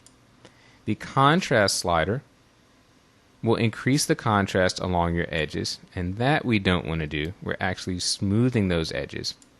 Now if your initial selection is either too tight or not tight enough, you can use this Shift Edge slider, drag it to the left, and your selection will move inward. Drag it to the right, and your selection moves out. We're pretty good at 0. Now I want to show you the most exciting addition to Refine Edge. It is the Refine Radius tool. This tool is going to allow us to intelligently mask out areas of this top layer. So I'm going to scroll back up here to the hair. I'm going to turn on the Smart Radius box. On an older computer, this may slow you down a bit, but it gives you a much more precise result. I'm going to bump up my radius here to just about 1 pixel. And now what I'm going to do is simply paint over these white areas to allow the bottom layer to show through. And look at that. If you're a retoucher, you've probably just fallen out of your chair. This used to be very, very tedious work that could easily take up the better part of an afternoon, but all I have to do is click and drag with this brush.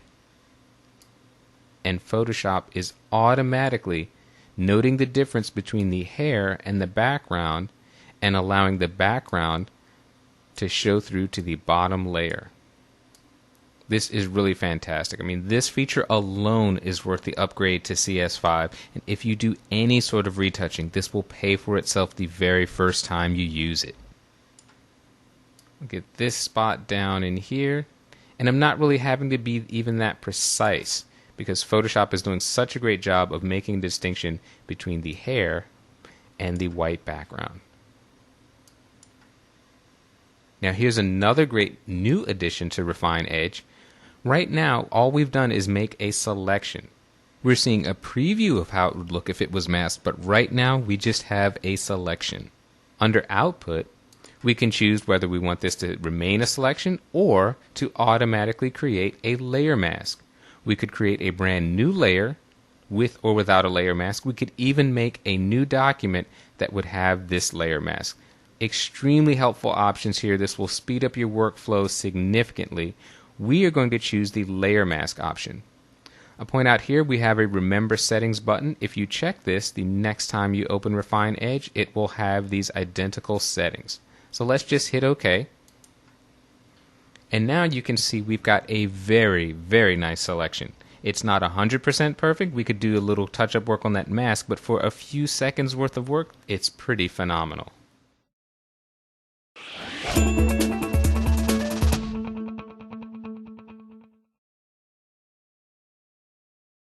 Whether you're the next Picasso or do best with stick figures, Photoshop's painting tools allow you to add artistic flourishes to any image. Let's find out how.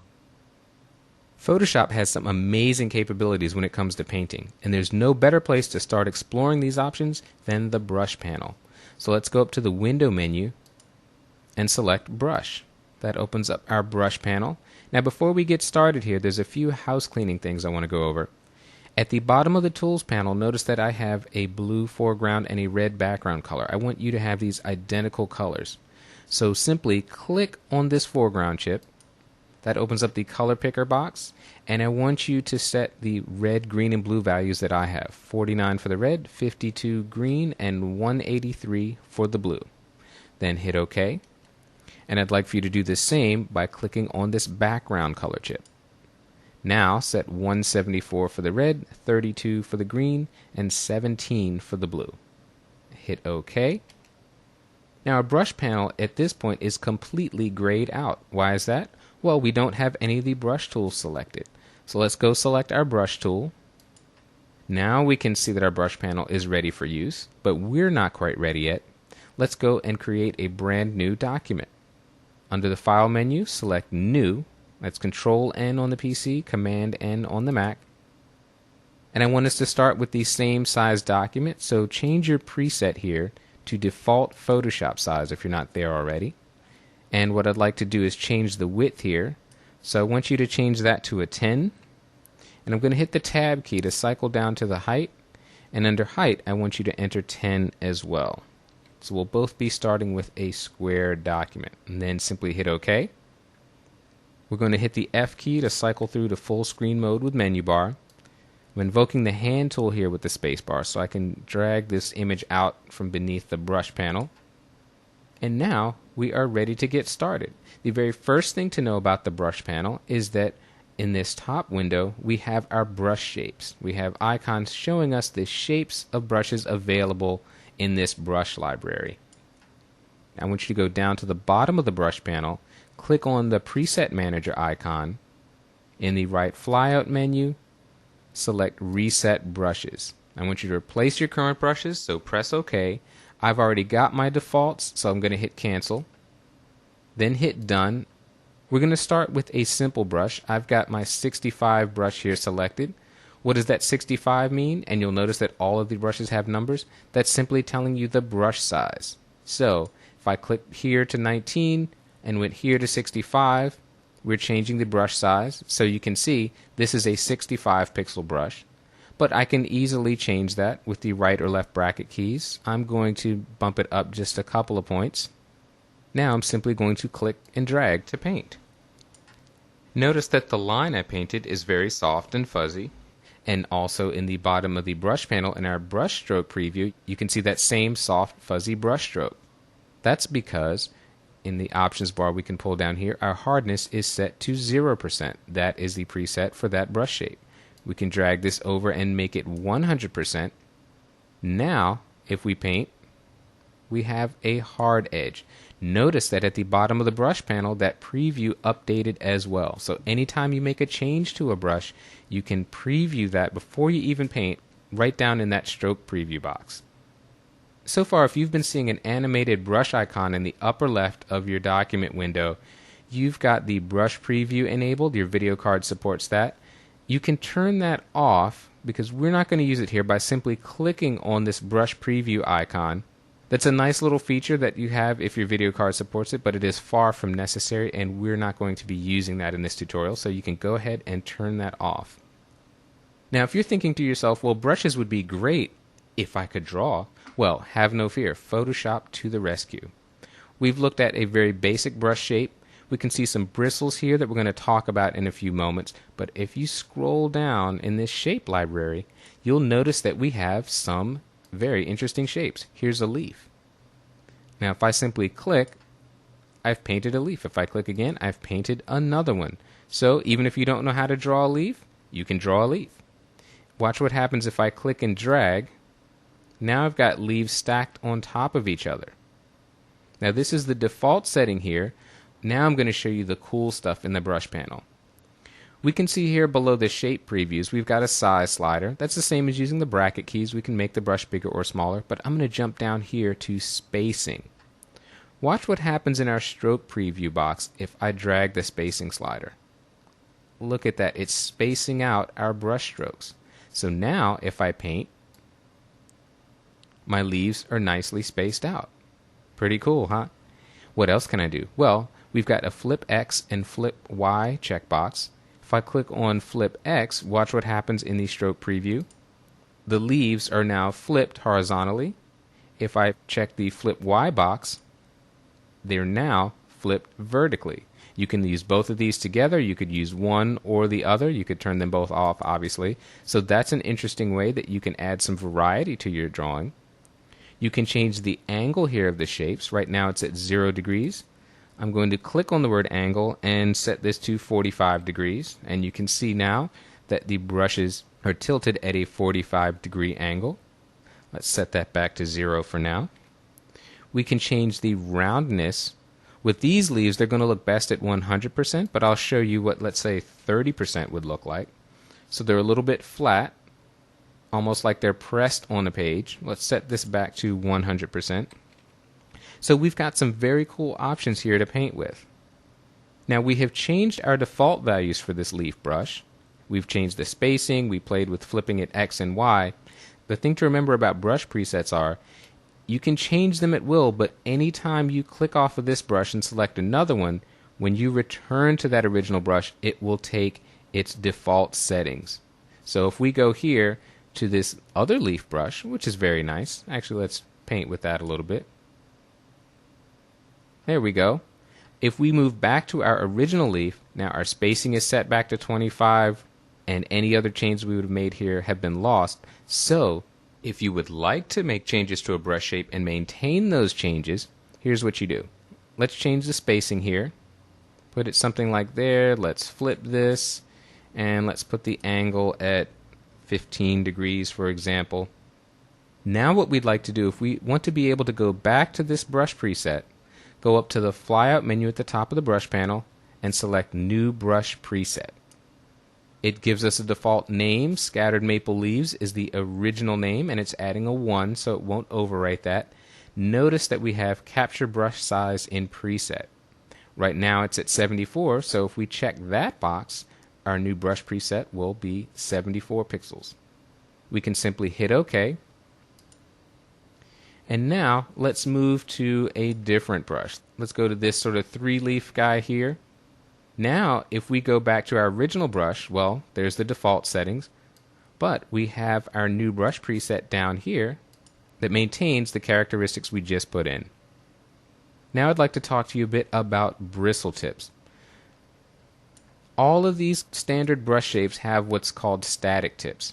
But if we click on one of these bristle tip brushes with the very cool icons here, you'll notice that our menu options change below. We have a bristle qualities box. We can change the shape of it. This is a round point. We could do something like a round curve, for example, and notice here in this preview box what that does. We can change the amount of bristles. We can increase them. We can decrease them. We can change the length of the bristles. We can change thickness. Now if you make it very thick, you're sort of taking out all of the individual bristles there. We could change the stiffness of it, for example, and we can change the angle. And of course our old friend spacing. So all of these parameters we can change for any of these bristle brushes. So if we click on this fan brush here, We can see how this paints. Let's click and draw with that. But if we change the bristle amount here, let's reduce those, make them a bit less stiff, and change the angle. Now we have a slightly different stroke. So all of those things that you can play with your brush bristles. Well, enough of that tinkering around the edges. We're going to create a brand new brush from scratch. Now you can create a brush out of anything. You can even create it out of another image, and that's what we're going to do. So I want you to go to your Chapter 14 folder and open up the file Strawberry 2. And let's drag this so we can see the whole object. Now what we want is for this entire strawberry to become a brush shape. To do that, we first select it. So let's use our quick select tool. W is the keyboard shortcut. Now we want to select the strawberry, but as we saw in an earlier chapter, sometimes it's easier to select the area that you do not want. So we're going to bump up this brush size, and I'm going to paint over this background. Fill in a little bit here, and once more there. And that's pretty good. We've got a rough selection, and that's going to be just fine for our purposes. Keep in mind, though, that we have selected the background, and we want to invert that selection, so we go up to the Select menu and choose Inverse. Now our strawberry is selected. And with that selection made, go to the Edit menu, and all the way down here, select Define Brush Preset. This is where we create our brand new brush. The brush has a nice icon. It's got a default name. I think this would be much better served with strawberry. So let's simply click OK. And now let's go back to the document we created. When you've got multiple documents and the view is blocked, simply go up to the Window menu. Scroll all the way down here to the bottom, and we can select Untitled 1. And let's go back and choose the brush tool. Now, in our brush panel, let's scroll down and find our strawberry. There it is. So if we click this, we now can paint a strawberry. I'm going to reduce the size of the brush just a bit. There is a strawberry. If I click and drag, multiple strawberries stacked on top. So let's change the spacing here. Space those out like that, and let's flip them that way, and now let's paint. There we go. So we've got strawberries. We can paint those all day. Note to this point we've only been painting in blue. When you paint with the brush uses the foreground color. If we wanted to paint a red strawberry, which I think makes a bit more sense, let's simply go and toggle our foreground and background colors here. Now let's paint another strawberry. And there we go. Now we've got some red going in there. Now we can do a lot with the brush presets panel, and we're not finished with it. We're going to come back to it in the next lesson. But this takes up a lot of screen space. And if you're not looking to alter any settings of your brushes, you really don't need to have this taking up that much of the screen. So what we're going to do now is dock this beneath our history panel, free up some screen space here, and instead what we're going to open under Window is Brush Presets. Now we've got a listing of all of our presets in a much more compact, manageable space. We can scroll up, choose any of them that we want, and we've freed up a lot more room for our image. So when you're going to actually make changes to the brush, go to the brush panel, but when you just want to quickly and easily select from the presets you've already made, you can use the brush presets instead. Now we haven't saved this file, and if we simply try to close it by going File, Close, Photoshop is going to remind us that, hey, we have not saved this. And in this case, for the very first time in our training, we are going to save this document. So I want you to select Yes. And let's give this a name. Let's call this DoodlePad. We're going to use this file in our very next lesson. For right now, we can leave it as a PSD file. We could save it as a TIFF as well. Save it back to your Chapter 14 folder if you prefer, and simply click the Save button. The strawberry we don't need to save, so you can simply close that, and I'll see you in the next lesson. We just saw some of the amazing options we have with brush shapes and bristle tips, but now we're going to take things up a notch with a quick look at brush dynamics. I've got open on my screen the DoodlePad document that we saved in the last lesson. If yours is not on screen, you can find it in your Chapter 14 folder. If you did not create a DoodlePad, have no fear, because the first thing we're going to do here is clear out the contents. So let's go to the Select menu, select All, then the Edit menu, Fill, and we're going to choose white. We want to fill this canvas with white and get rid of our previous doodles. I'm going to deselect these marching ants with Control D on the PC. That would be Command D on the Mac. You can see that I've still got my strawberry custom brush selected, and let's move to the brush panel. Now beneath brush tip shape, we've got a list of what's known as brush dynamics, and these are very cool. Let's start with shape dynamics. Make sure to click on the word, and then you can see all the options to the right. Now we've got options for size, angle, roundness, and we have a flip X and Y. Those terms are all familiar. We saw them in our brush shapes options, but now they're all followed by the word jitter. Jitter is simply a geeky word for randomness. So watch down in our stroke preview box. If I drag the size jitter slider over to the right, I'm randomizing the sizes of these strawberries so they're not one uniform size. I can make this same adjustment for the angle. Some random angles there. We can adjust roundness. And I could even flip them horizontally, but that's applied randomly. So let's take a look at what that stroke would look like. And there we go. Lots of variety there. Let's go down to scattering. This is also a very cool one. Right now, all of our strawberries are floating along a curve, but if I drag the scatter slider, you can see now they're spaced apart and kind of floating in space.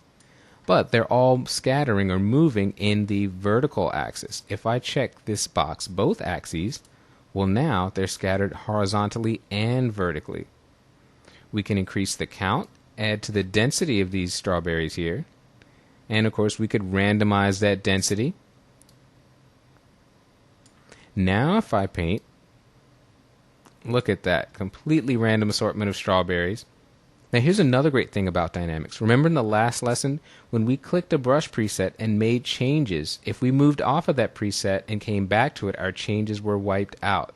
Here we've got padlocks to the right of all of these dynamics. If we click on them to lock them, then move to another brush preset, those two parameters, in this case shape dynamics and scattering, will remain. Let's see how that works. Let's go to our brush shapes, and let's go and select a very standard brush here, the plain old vanilla 19 hard edge brush. You can see that even though the preset changed, it is picking up our shape dynamics and scattering. Let's change one thing here to this brush before we get started. We're going to open up the spacing here.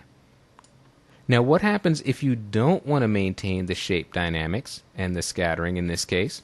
Well, they're both locked, but we can simply go to the flyout menu here and check Reset All Locked Settings. So that takes the shape dynamics and scattering to their defaults. Let's increase spacing a bit more here. And the final dynamic that's very, very cool I want to show you is color dynamics. Now we've got our first option that will let us shift between the foreground and background color. So I'll drag the slider here to increase the randomness, and I'll paint here. I'll increase the brush just a bit. And you can see it's varying back and forth. That's a nice little tool, but here's where it really gets fun. I'm going to drag the hue over here. Now when we paint, we have a full spectrum of colors. We're not limited to the foreground and background colors. We could adjust the saturation of those, but here's the one that's really fun. We can adjust the brightness. I'm going to drag this pretty far to the right. And now let's see the result. There we go. We've got an even greater range of colors here. The purity slider is an adjustment for your saturation. It sets the endpoints. I'm going to leave this set at 0. But look at the amazing changes we can make with dynamics, even on a plain old vanilla brush. New to CS5 is the Mixer brush, offering for the first time a way to simulate what happens in real life when you brush onto a wet canvas. To explore this, let's open up a file in our Chapter 14 folder. open the file Mixer. Notice that I have my Brush Presets panel up on screen. If yours is not open, go to Window and select Brush Presets. Now let's select the Mixer Brush tool. It is located in the Tools panel beneath the Brush tool. So click on Brush and let's select Mixer Brush.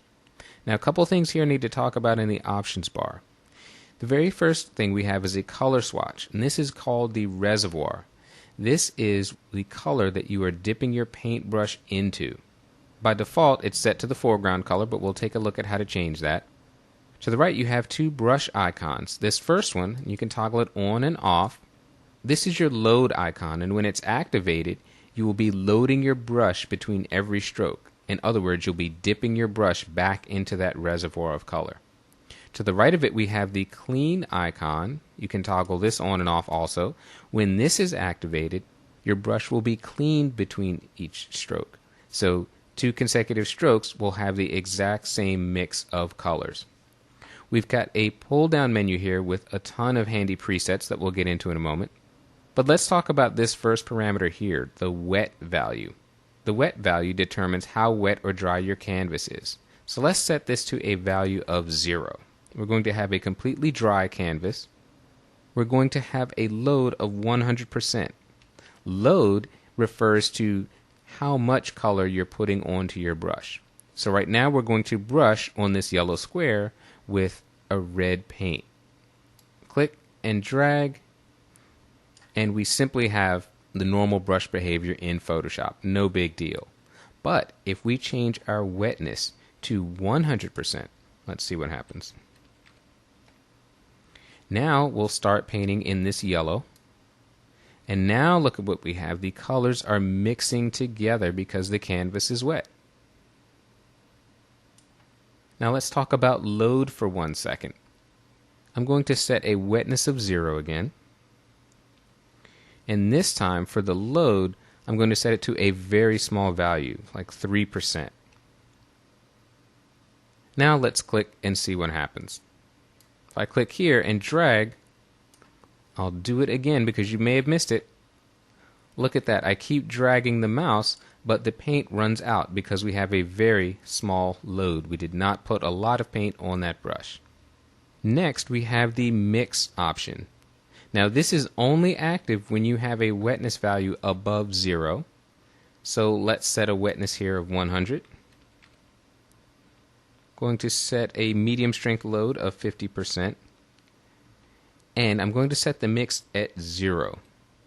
When the mix is at 0%, Photoshop is giving ultimate priority to the reservoir color, in this case to the red here. So if I paint on this brown, you can see the red shows up right away, and if I stretch out of that, we're painting with all red. Now let's see what happens if I change the mix to 90%. As the mix increases in percentage, Photoshop gives more weight to the pickup color, the color that is on the canvas.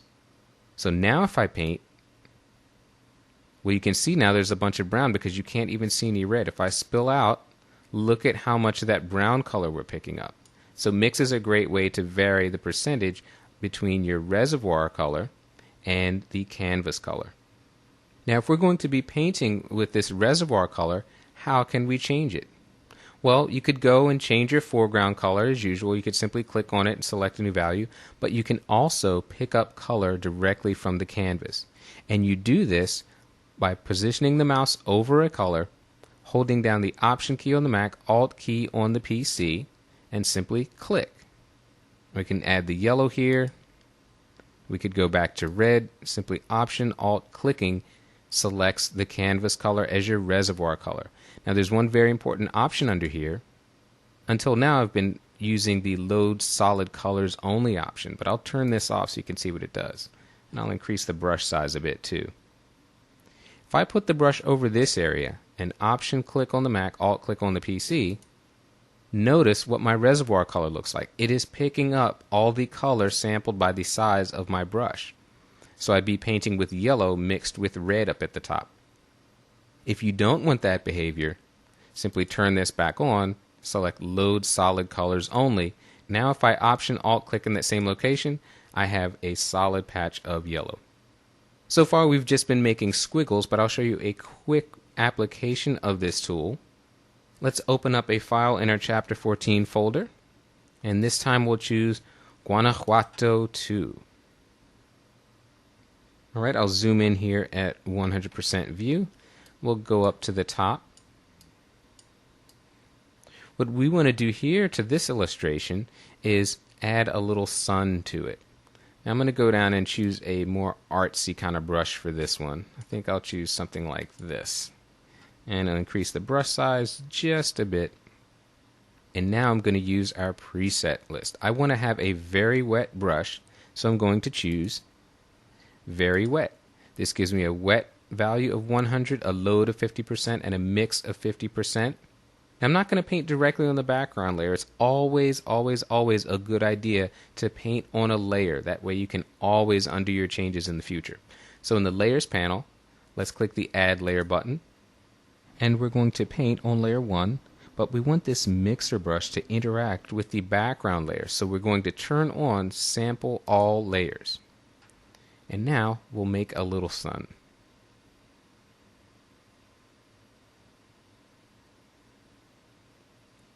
Not too bad. You can see the colors mixing because of the wet canvas, so we at least have a little more natural painterly-like look. But suppose we think that sun came in just a bit too bright to match the rest of the image. Well, here's what painters would do. Van Gogh and Monet would do a wet into wet painting, and that is exactly what we are going to do. I'm going to click on our reservoir color. That brings up the color picker, and I'm going to choose a yellow that is just less bright, something down about here, and I'll select OK. Now what I want to do is paint over that brighter yellow with the darker yellow and let those colors mix nicely. So what I'm going to do is lower my wet value because I want this to be fairly subtle. I'll set that to 30%. My load is going to be very small. I don't want to overpower the existing yellow. I'll set that to 5%. And I'm going to set my mix fairly high at 85. This will weight this heavily towards the canvas color. And now I'm going to just gently paint over this. And so what I'm doing here is just getting a nice darker shade of yellow by painting on a wet canvas. I'll open up the history panel and you can see the before and after. Here's with our first bright yellow, and now we've toned it down a bit. So the mixer brush is a brand new addition to CS5, and if painting is your thing, you're going to want to spend a lot of time with this tool.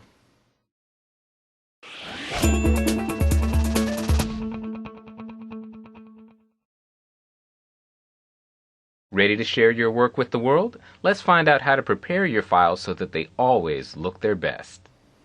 Sharpening is one of the best and worst things that can be done to any photographic image. Why do I say that? Applied correctly, sharpening can make an image sing. Done poorly, however, and it can wreck your image beyond repair. Let's see how to do this the right way. Let's go to our Chapter 15 folder and open up the file Sharpen. I'm going to press the F key to take us into full screen mode with menu bar, and let's zoom in to 100%. That's Command 1 on the Mac, Control 1 on the PC. And to select our sharpening tool, we'll go to the Filter menu, down to Sharpen, and we're going to choose Smart Sharpen. Right away you'll notice that we've got a great preview box in Smart Sharpen, and this allows us to have two views of the image at the same time. I can click in this preview box and drag it anywhere I want in the image. I'm going to move this over here so we can see some hair on the horse, and I'm going to go in my image window and hold down the spacebar key and move this so I can see his eye. Now, two things I want to point out before we get started. Software sharpening is just a visual trick. All we're going to be doing is increasing the contrast along edges, so we can't magically refocus an image. That means two things. One, you want to be fairly conservative with your sharpening, and two, you want to judge your results by looking at the image at 100% on screen and by viewing a part of the image that is sharp. So this is a great area to look at, as is this, but we don't want to start sharpening and try to sharpen this guy who's purposely out of focus. Okay, so make sure that you've got a sharp area of the image in view. Now moving to our Smart Sharpen dialog, we have amount and radius controls. Amount is our basic volume control. Do we want a lot of sharpening or a little bit? Radius lets us decide how far from the edge our sharpening effect is going to spill out. What's an edge, you ask? An edge is simply where dark pixels butt up against light pixels. Now let's take a look at this.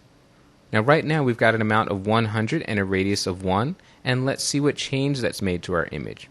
If I turn off this preview box, you can see in the image document window, there's with no sharpening, there's with some sharpening. You might have noticed there's no change here in this preview box.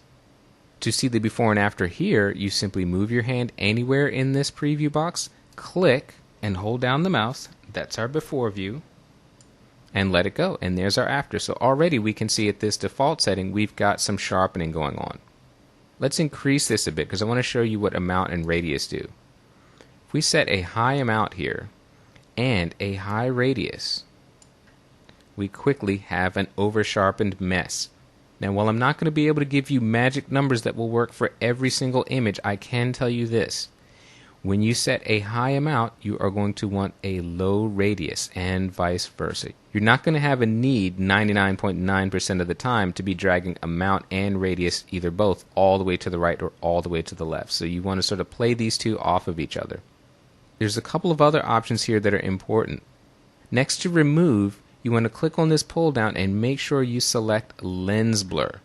That is going to be the most realistic and precise algorithm for sharpening these pixels. Also, make sure you turn on this more accurate checkbox. If you have an older computer, this may slow you down a bit, but this ensures that what you see in the preview box is what you're going to get once you hit the OK button. We don't want any nasty surprises there.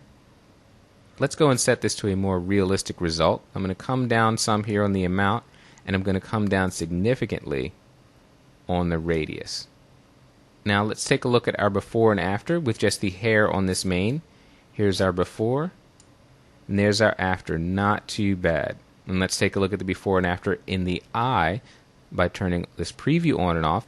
I could use the keyboard shortcut here of the letter P to toggle this off and on. There's no sharpening. Here's our sharpening there. Now we're going to move and turn on the advanced radio button here, and this is the magic of Smart Sharpen. So far we've set a global sharpening value that affects the entire image, but now we have shadow and highlight tabs, which means that if I click on shadow, I can independently adjust the sharpening that's applied to the dark areas of the image. If I'm happy with the overall sharpening, but I feel that it's getting a little bit overdone in the shadows, I simply drag this fade amount. And watch the eye of this horse. As I drag it to the right, the fade amount reduces the sharpening effect. We have a tonal width, and we can use this to define what a shadow is. If we drag this to the left, we are narrowly defining shadows, so we're restricting this fade amount to only the darkest areas of the image. If we wanted to expand our definition of a shadow, we could simply drag it to the right and include more tones in that. Here, I'm going to restrict this to more of the darker shadows here. And we have a radius that we can use to even further refine our tonal width. For now, I'm going to leave this at its default of 1 pixel, and let's go and take a look at the highlights. We can do the same thing here, and I'm going to move this image over just so we can take a look at this stretch right along here. If we felt that our sharpening was a little bit too strong there, we could fade out and soften that up a bit. I think in this case we're pretty good. I might just come in about 10% right there. Tonal width and radius both look good. And we're going to hit OK to commit to these changes. Now let's take a look at our before and after here in the history panel. This is the image we started with, and this is Smart Sharpen. When it's time to put ink onto paper, learning how to properly set up Photoshop's print dialog can save you both time and money. Let's start in our Chapter 15 folder and select the file titled Print. When you're ready to print, you can go to the File menu and select Print. The shortcut is Command P on the Mac, Control P on the PC. That brings up our Photoshop print dialog. Lots of options here. Let's go through them. At the very top, the first thing we want to do is make sure that the correct printer is selected. Now, if you only have one printer, there won't be additional choices, but if you're like me and have multiple printers connected, you want to verify that you are choosing the correct one. We're going to print to this 3800. It's a photo printer. We can choose how many copies to print. I'm going to leave this set to 1. And just below, new to CS5, is a print settings button right in this dialog. If we click it, we go to our print driver dialog box. Here it lists the printer that we're using, and we can choose the paper size. I'll show you the options that are available for this particular printer. We're going to just use US letter. Here where it says layout, we're going to have a lot of printer specific options. So your options may look vastly different depending on the printer that you have. So I'm not going to cover these. We'll leave these at their defaults and simply hit the save button. That brings us back to the print window. And what can we do with our image? Well, the first thing we can do is orient it properly. Right now we've got a horizontal image set to print on a vertical sheet. No problem, we simply go and click this landscape orientation button, and now our image fits nicely on the page. We can center the image with this checkbox selected. It centers it. We can turn this off, and we can manually move this image around, tell it exactly how we want it to print on the sheet. If we know specifically how far we want that to print from the edge, we can simply enter it. In this box, I could set it to print 1 inch from the top, hit the tab key, and set it to print 1 inch from the left side. For now, I'm going to simply center it. We can scale the print. If this image was too big to fit on our sheet, we could scale it down simply by checking this box. It would automatically scale it, or we could choose to manually scale it. Note that right now at 100%, our height is 6 inches and our width is 9. We can see our print resolution right here, 300 ppi. The ppi is for pixels per inch, and that is a great resolution to use for a high quality print. Up at the top right, I want you to notice our color management pull-down menu. This is crucial when you're printing photographs. You want to make sure that this document radio button is checked, and you also want to verify that next to profile you see a profile name, in this case ProPhoto RGB. You just don't want to see it say untagged, so it can say sRGB, Adobe 1998, any of those are going to be fine. Here's an important option, color handling. We have two choices, Printer manages colors or Photoshop manages colors. Now if you're printing to a laser printer or one of those all-in-one printer fax scan machines, you're probably best off choosing Printer manages color. I've selected in this case a photo printer that has things called printer profiles for excellent and accurate output, so I'm going to select Photoshop manages colors. With that selected, we can choose a printer profile. A printer profile is specific to your printer and your paper that you're using, and it will let Photoshop adjust the colors automatically so that what you get on the print looks very similar to what you see on screen. With a printer profile, you need to choose a rendering intent. For photographic images, your two choices are going to be perceptual or relative colorimetric. You don't have to worry about the other two. We're going to leave this set at relative. That's a fairly safe choice in most situations. We have a black point compensation box. I'll save you the gory details about its function, but you can never go wrong by having this checked, so we'll leave it set exactly the way it is. Another thing I want to show you relates to the preview you have of this image in the dialog box. Because we have chosen a specific printer profile, we can choose to match the print colors. So we can adjust this image so that on screen we get a bit of a preview of how it's going to look on that paper. We can choose Show Paper White. Now this is going to be a drastic change, and you can see a much cooler paper border because the paper that I have chosen, signified by the printer profile, is a very cool or cold paper. It looks almost blue by comparison to neutral white. We have a gamut warning box if you want to see the colors that are going to have to be adjusted to fit within the gamut of your printer paper combination. You can simply turn this on and you'll see parts of the image show up in gray. It doesn't mean they're going to print gray, it simply means those colors need to be shifted a bit to fit within the gamut that your paper printer combination has. The last thing I can show you is in the output menu. Here we can choose to set printing marks. We can print registration. We can set corner crop marks, center crop marks. If we have descriptions or labels, we can put those. We could send the image to print as a negative image if we're laying down plates, for example. Down below this, though, are some useful functions. We can choose to print a background. If you really want to blow through some ink, well, you can simply choose a background color for your image. You simply click in the color picker, hit OK, and now we have a background that will be added. We could choose to print with a border. I'm going to set this to inches, but you could choose one of the other units of measure if you prefer. And there we have a border around the image. We can also choose a bleed. If you're going to have your image professionally trimmed, they will greatly appreciate having extra image area to cut into. And after all this hard work, it is finally time to hit the print button.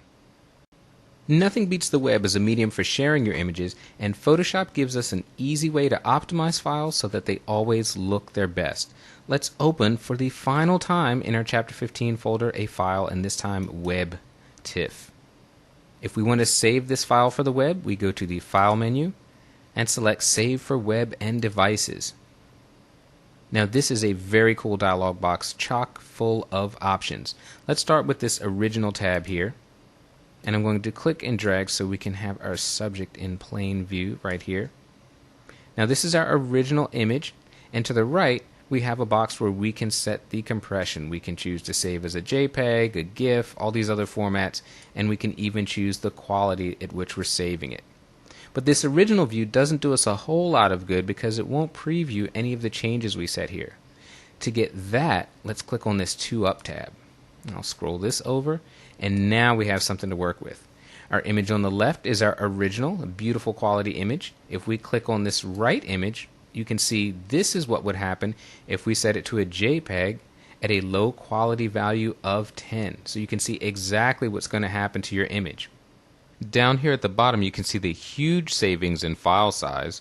We're down to only a 133 kilobyte file. And notice this menu here on the right. If you click on it, you'll see approximations of download times. So if you're sending this to someone and they have an ISDN or cable modem or a T1 line, you can get a quick idea of how long it will take them to receive the file. But the image quality is absolutely horrible. So let's go and bump this quality up. Let's set it to high. At that value of 60, we have a much better image quality. A little bit of image loss compared to the original, but acceptable.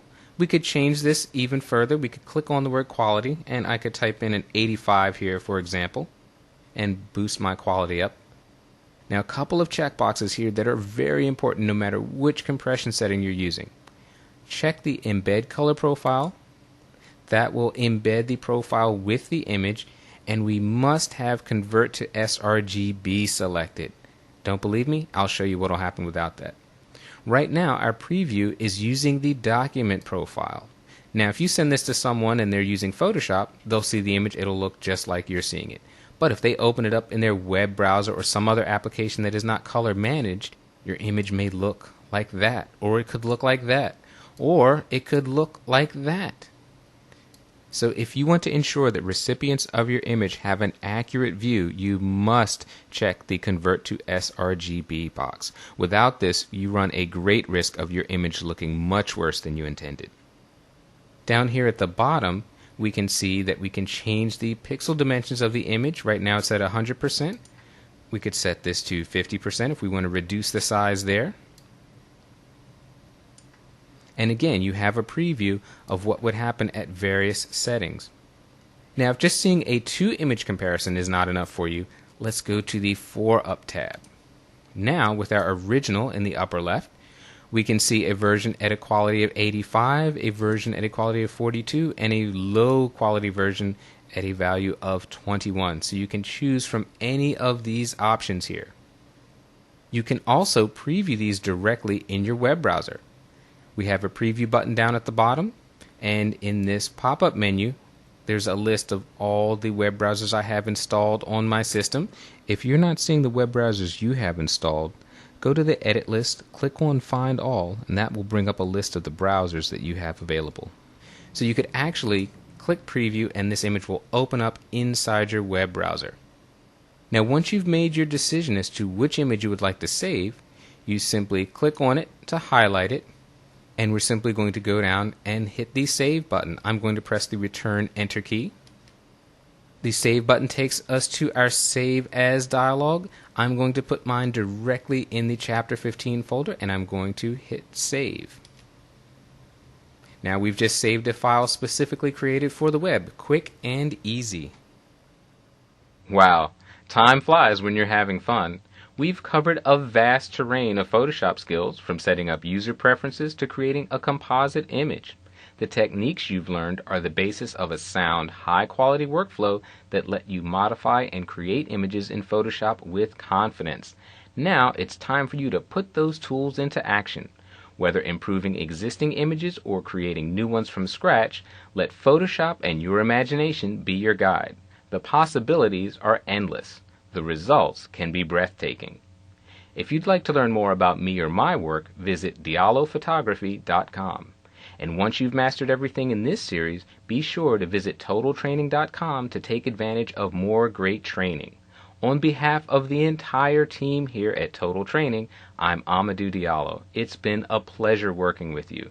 And here's to continued discoveries in Photoshop CS5.